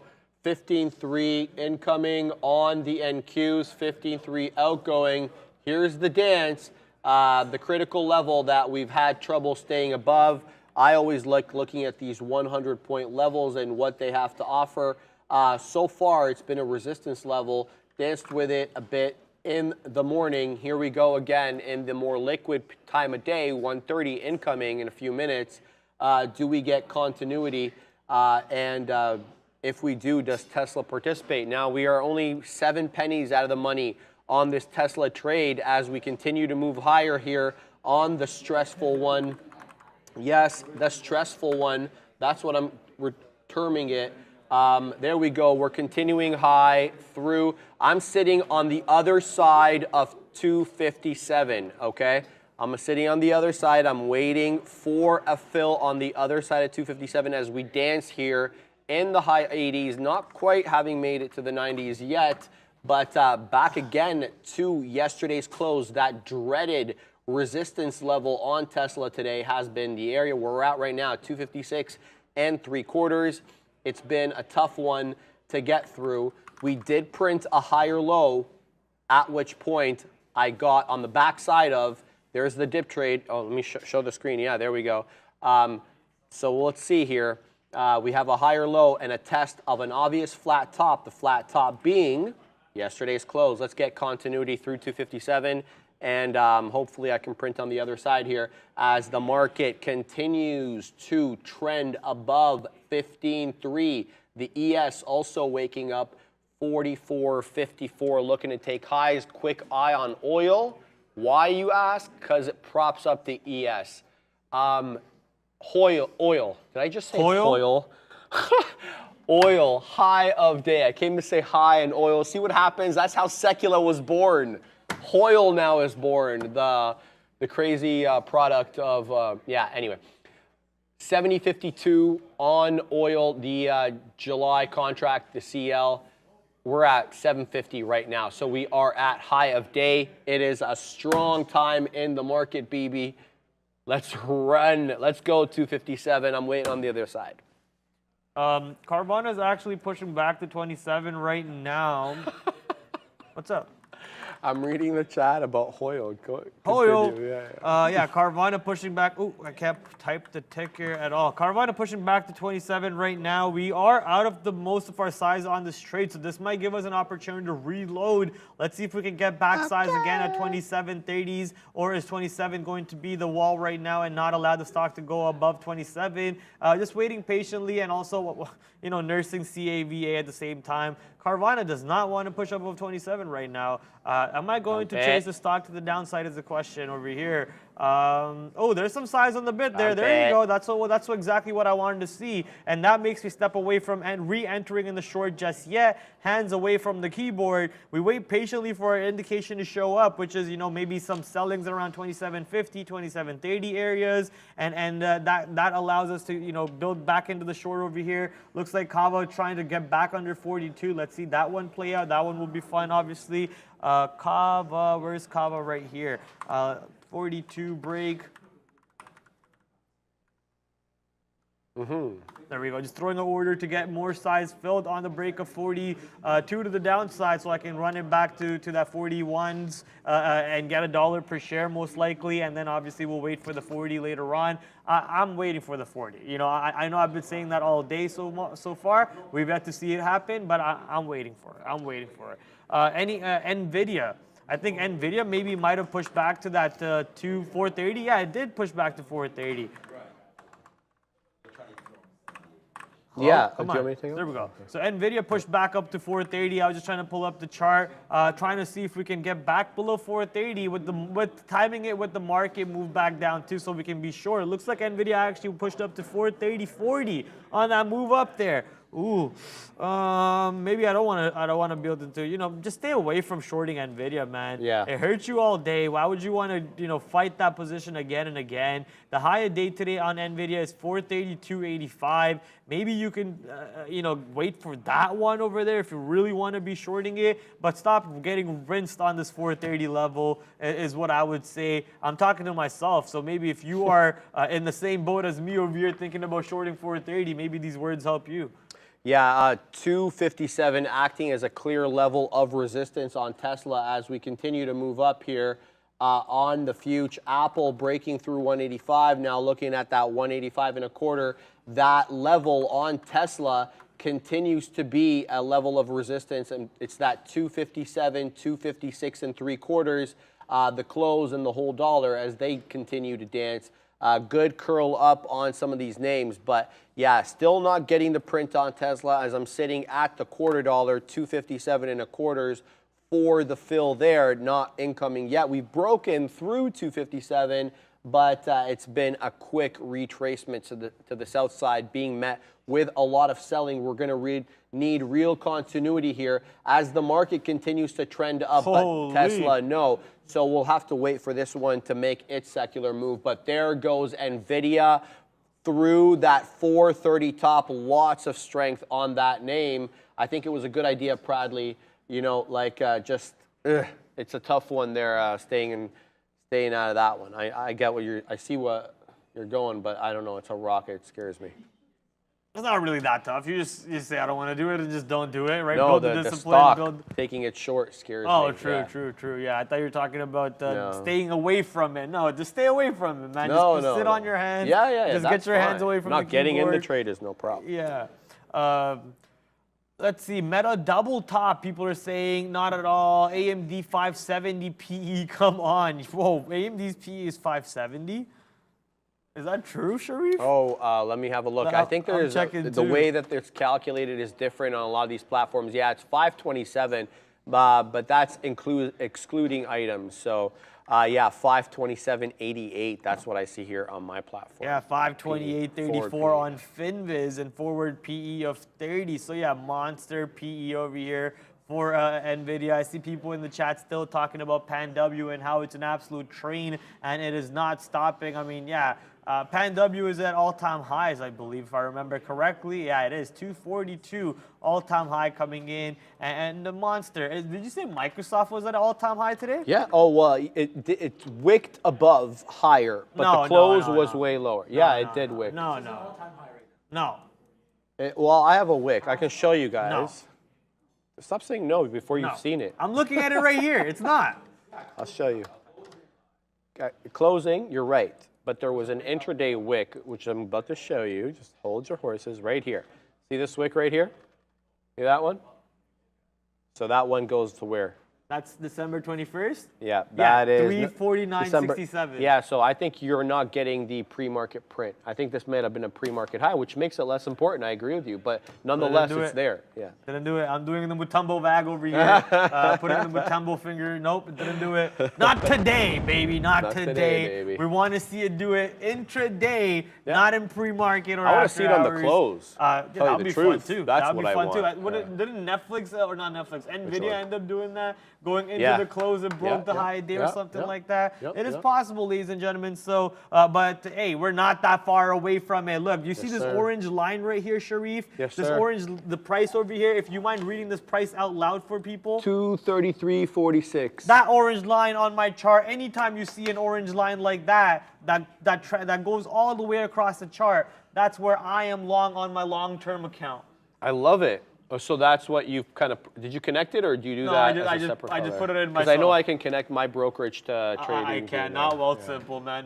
You're with too simple. Yeah, Wealthsimple is too simple. And it made my wealth look a little simpler, extra simpler in the last few years because the market was just absolutely robbing me. But hey, now my money not looking as simple, it's looking very complicated. Return of the Bradley and return of the Bradley long-term account. Too, baby, as we continue to print higher on the futures here. 13, get it together. That was like a month ago. 15,317. We're looking to take 15,324 on the NQ September contract. We made that earlier on around 11:30. Not quite there, but we are almost quite there on the ES as 44.58 is the high. We're at 44.56. So Amazon just went green, breaking through 126.40 something. Meta very strong, back above 280, struggling to stay above 280 though. Microsoft, yeah, trying to stay above 345. It's not having the best time at the moment. Tesla coming back down to 256.5, but still a higher low. Google back up 123.90, looking to take 124. It woke up 0.2%. So momentary tops here. Do we retrace again from these tops on the NQ? Is this as good as it's going to get? 185.25 rejection here for Apple. Is this it? Is this the reversal, Bradley? Yeah, that's what the market's writing right now. The mergers are the tops of the day, and no more highs incoming. No, I'm just joking. Maybe more highs incoming. I have no clue. But for my shorts, that's what I want. Carvana right now still trying to push up to 27.42. Ooh, I'm looking like an absolute big brain genius over here. Not sure why this animation's on, ladies and gentlemen. I like it. What is that? Do it again. Oh, you guys turned it on? Okay. Do it again. Do it again. It's the one that I made. Wow, I like that. And there's nothing in the middle, You added this? too? I made it too, so I guess you added it after me. But so now we have two of these ones. So it's basically it's the one where you look like an absolute genius when you're just like talking about a bunch of things and you're like, oh, I think that's the animation from The Hangover. Oh, when he's counting cards? That's right. When he's counting. When Zach Galifianakis is sitting there and just going straight up counting cards, he's looking like an absolute count carding poker genius. It was he was basing it on the book. What was the book called? It The one he was reading on the drive to Vegas. I don't even remember. And he was showing everyone, what was a book called? The one that he was reading on the drive to Vegas. The chat's going to know. The chat remains undefeated. Come on, chat. What was the name of the book? You guys know. All right. Rain Man? Here we go, baby. Rain Man. Yeah, Rain Man. Exactly. Was it? He was talking about Rain Man with okay. the guys, and he said the word that we can't say anymore. My favorite right? line from that whole scene is like when you know, he's like, you shouldn't probably not do so many substances and gamble, and he's like, who's talking about gambling? It's not gambling when you know what you're doing. It's not. It's really not. And counting cards is really not gambling. I mean, if you can execute it to plan, it's like it's mathematics, and the way that's why they don't want you there. Right? CAVA actually popped back above 42 just now, but we're immediately dumping back below 42, so that's good for me because no need to get stopped out just yet, no need to get scared just yet. Carvana still trying to push up north, but struggling over here in front of 2750. Remember what I said, I'm okay with shorting the stock anywhere from 2730 to 2750, and we are struggling in that area, that zone, that resistance is showing us or giving us opportunities to constantly get in and maybe even scalp out. Right now, I'm not able to scalp out because I'm waiting for it to get back below 27 for that possible first scalp on Carvana. So just got to be a little patient. It looks like it could be possibly getting ready to have another bump up north side over here. Yes, sir. Yes, sir. Proudly doing it for you again on the ones and twos, baby. And by the ones and twos, I'm talking about trading ones and twos. Looks like a topping tail candle coming in here on the future, but there's a lot of noise. I don't want to just put my weight in one candle, but you don't like to see these reversal candles at the top here, these doji reversals. Whatever, it means whatever. It means it just could be noise, Proudly. Yeah, I don't know. It's one of these candles where there's like nothing happening on either side and it closes in the middle. You don't like to typically see it at the top like that, especially where it's skewed to the bottom, ends red. Anyway, it doesn't mean much on a per candle basis. I don't want the chat blowing up here saying, you know, you're micro. That's like micro vision, which is true because you have to look at the bigger picture. Anyway, let's continue to look. The fact of the matter is we have higher lows incoming, and doji candle or not, we're not far removed from that 15,324.5 top. We're at 15,312 now. Back up to 257 on Stressla. Where do we resolve again? Do we break quarters? I've been sitting at quarters. The sellers step up again at 257, and they're winning again on Stressla. Unless we can get that quarter fill here, we're dancing in the high teens. I get the fill. I'm going to spend the money on this one. There we go to the high side there on Stressla. Do we continue? Is 257 now in the rear view mirror? Do we now use it as a backstop? I posit to you, not quite. Okay, here we go, pumping into the 30s here on Stressla. So good look. Let's wet our beak again through the $0.50, $1 in the money now, Proudly, as we pump up here on our friend Stressla. Let's see what we get. Do we get continuation? The squeeze could be on. We need to hold 257 support. The squeeze could be on. We have 259 in our sights, 258.95 HOD on Stressla. Not saying it's making it up there. I'm just saying that's the HOD. If you're looking for price targets for your long, good consideration. AI pumping right back to $48 right now, ladies and gentlemen. If you guys remember the high day, $48.50, we're not that far away from it. Do we see a 48 break coming back into play? That's the question right now that everyone's talking about in the chat. AI swipes, AI going, AI rocket ships. So let's see if this one can actually keep on pushing up north like its partners in crime today so far. And I'm not talking about AI stocks. I'm talking about other squeeze stocks have been doing so far, like Carvana, Nikola, and so on. So here's AI, only 20 cents away from that 48 price, looking for that 48 to break, and then 48 breaks. I don't see why the stock doesn't break 48.50 and run up to that $50 today. Right? So we're already up 11% here on AI. Carvana up 16%, trying to push towards 27.50. People in the chat are saying, pump it. Pump it. Obviously, that's not something that we're going to be doing. We don't pump stocks over here. We don't pump stocks, but we yell pump it. Pump it. That's right. And also dump it. Yeah. I rarely yell dump it as much, to be honest. But yeah, I don't see why not. Pumping here. New HOD on the NQ September contract. I'm sitting on the other side of 50, 257.50 on Tesla. I'm waiting on the other side of the $0.5 break, and here it comes. Do we get a $0.5 break? No, the initial touch on the $0.5 is a rejection and back into the 30s. We're hanging out near these levels, though. It ain't time to sell, though. But, you know, being aware of the possible top here we are making on the NQ, but also being aware that we are coming into the more liquid time of the day, and now, you know, the big moves could be coming, and I don't want to miss out on them by, you know, paper handing the trade and selling too early. So we'll continue to kind of just chill out. Let's watch out what happens here. 185.50 local top on Apple as it reclaims VWAP. 126.73 now HOD on Amazon as it goes green.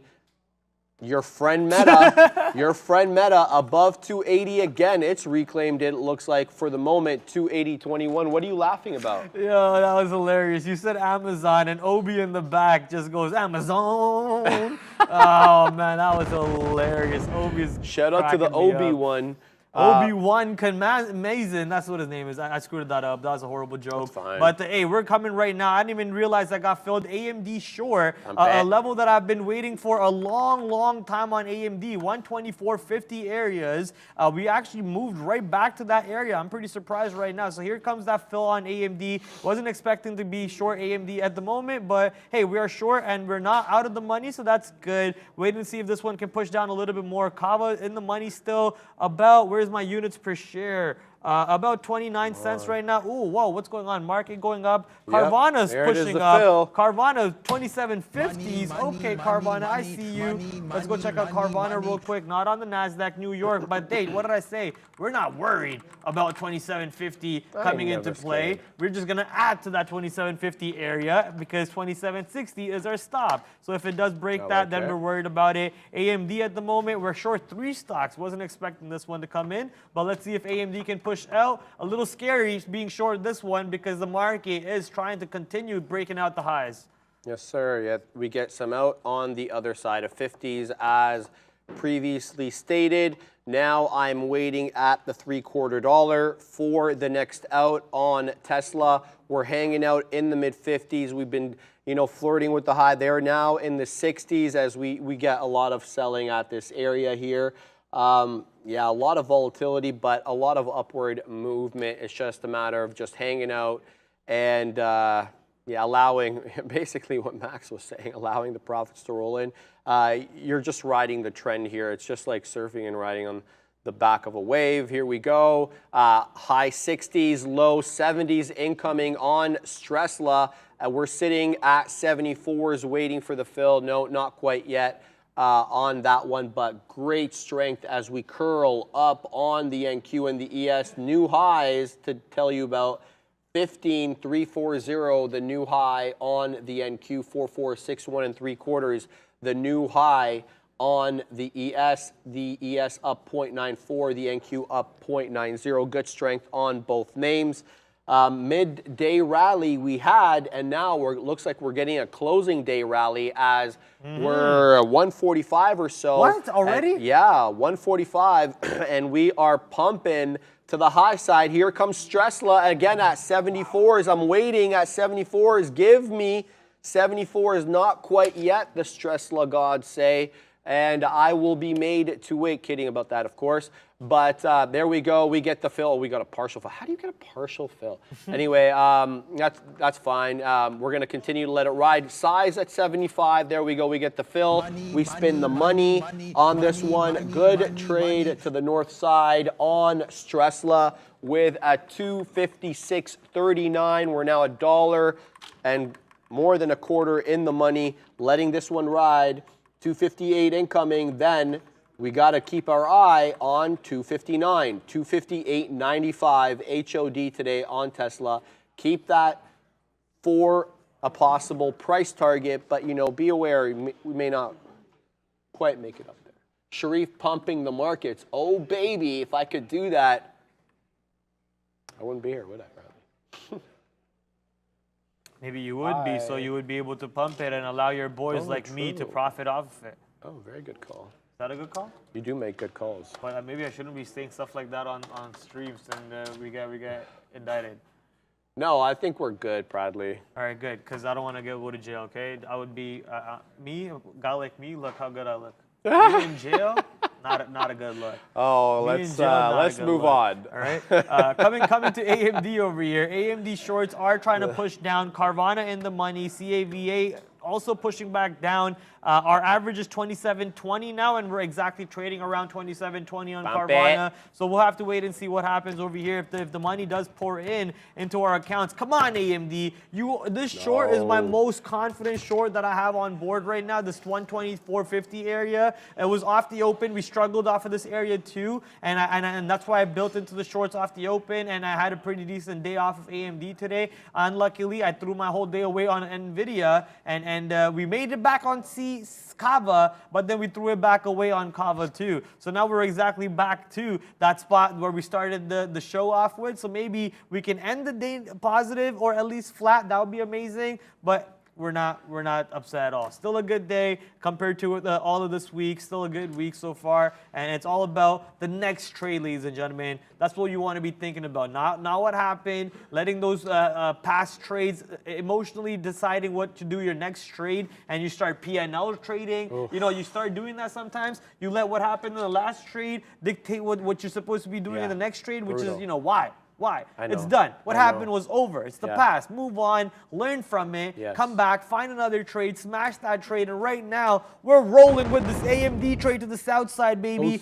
As AMD pushes right back down. We are only 14 cents in the money, so I'm not ready to take any profits yet. Looks like NASDAQ market's ready to curl over here. Sorry, NASDAQ isn't on this screen. Looks like NASDAQ is ready to curl over here. S&P 500 looks like it's ready to curl. Let me go confirm with the new in-house future specialist.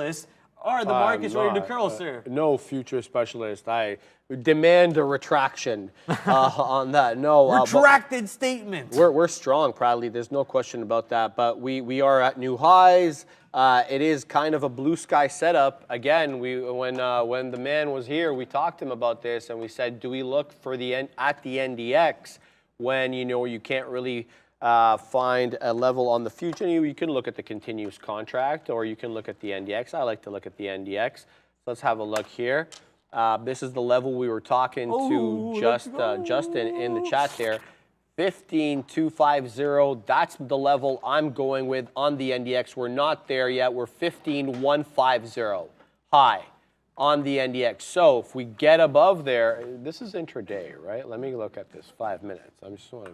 You okay there, Brendo? 15,150 is the high of day on the NDX.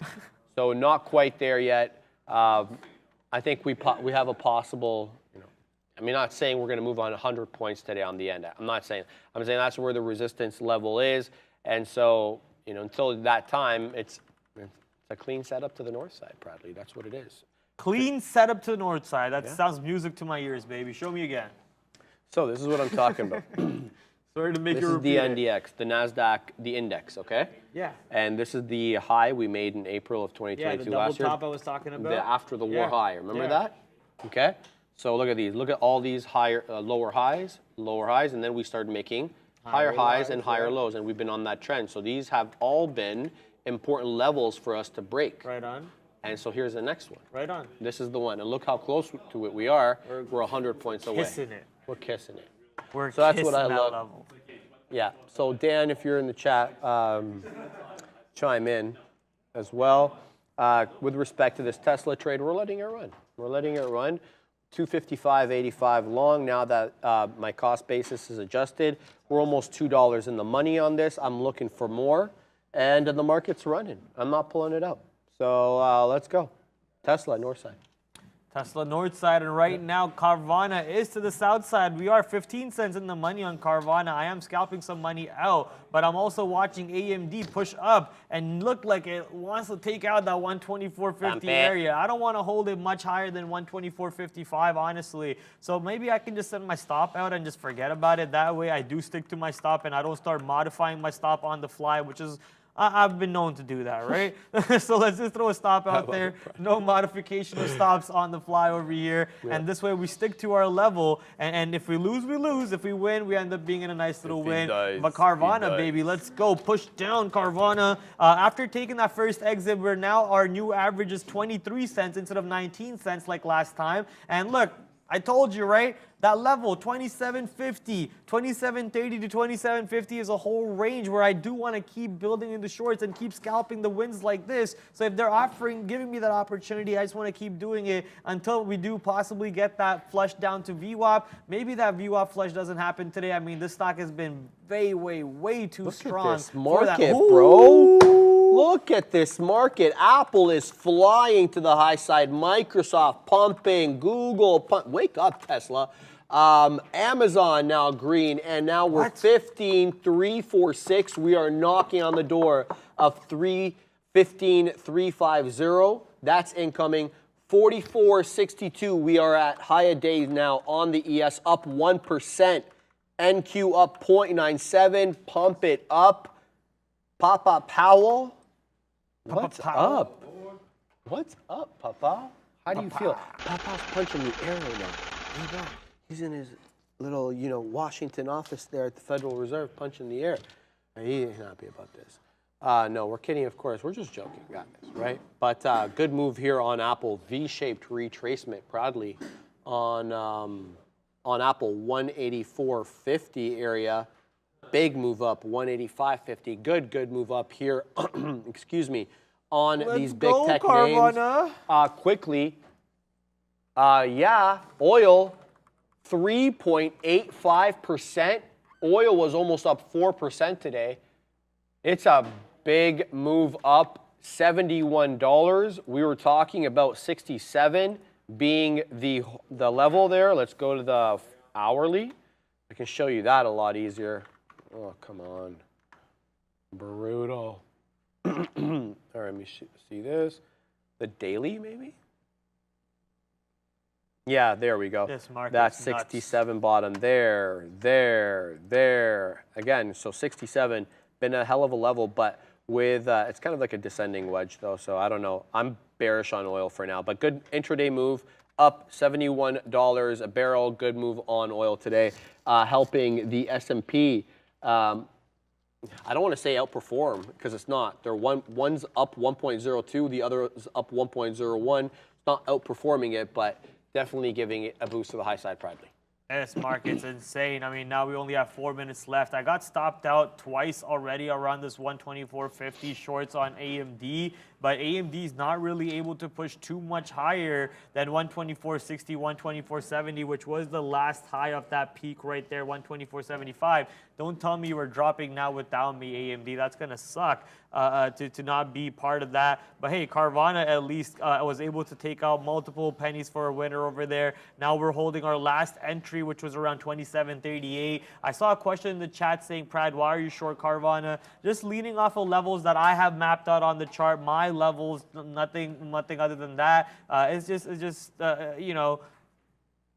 leaning on something that I think will be acting as a resistance, and that's all it is at the end of the day. And that's why we always say, don't just trade off of how someone else trading at the moment. Just maybe you get to understand their idea, their thesis behind it, and then you get to create your own, formulate your own trade idea, trade setup for it. And for me, my trade setup was as simple as shorting the previous support or previous resistance. Looked at on the map. Look at this notification I just got. It's so apropos in time. Wall Street isn't buying what Powell economists are forecasting. That's the little ticker that I just got. How appropriate given what we were just talking about. Yeah, the market decidedly strong. In fact, it finished up strong yesterday. I think the Dow was the only one that really retraced on the commentary. But yeah, man, I was also looking at the 2-year today. Quickly here as we end the show. The 2-year was of interest to me, and I looked at Brendo this morning. I was like, dude, do you know how high we are? Let's go, Carvana, my #1 stock on the day today, man. It's now 50 cents in the money, still pushing to the downside. 23.80 coming into play right now. It is honestly saving me from taking too many losses over here on the day. Woo! Carvana now breaking 2680. Can we actually boy. break this 2650 area though? That's the question. If we can break 2650s, then VWAP for sure coming into play. But if we're not breaking 2650s, then you can forget VWAP, and the stock might most likely ranging between this whole 2750 to 2650 range, giving you a nice solid a dollar box where you can scalp the stock in on the short side or the long side, whatever side you're biased on. Here we go though. Right now, 2660. Come on, can I see 2660? We're only like 10 pennies away from that area, so 15 to be honest. But let's push it down there. Let's see some more selling pressure coming in. I would love to see that 2660 to 2650 area to break, so I could say I finally got the short to VWAP on Carvana, or at least on one stock today. Please. I love it. Self-deprecating, baby. Proudly. I just wanted on one stock. Come on, is that too much to ask? The day started off negative, makes me think really bearish on the day, and then it completely reverses, and then, it's just so hard for my brain to rewire itself to the long side after that. Man. I know.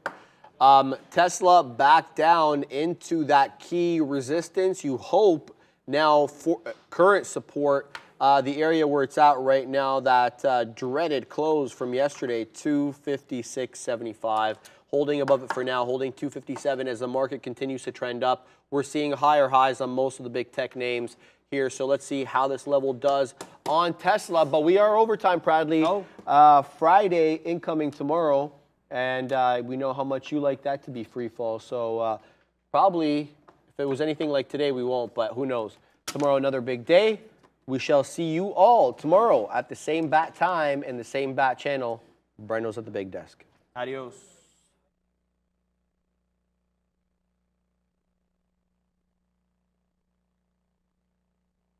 The overall market back to the upside we go after what happened yesterday at this time. The market overall is not buying whatsoever what the Fed is selling. That is for sure. That is the way things look right now. 1%, 1%, 1% for all three U.S. markets to the upside. We're basically at day highs, 3.8 as well for crude oil. I'll touch on that a little bit coming up here. But the bigger story, I mean, basically there's two ways to look at this.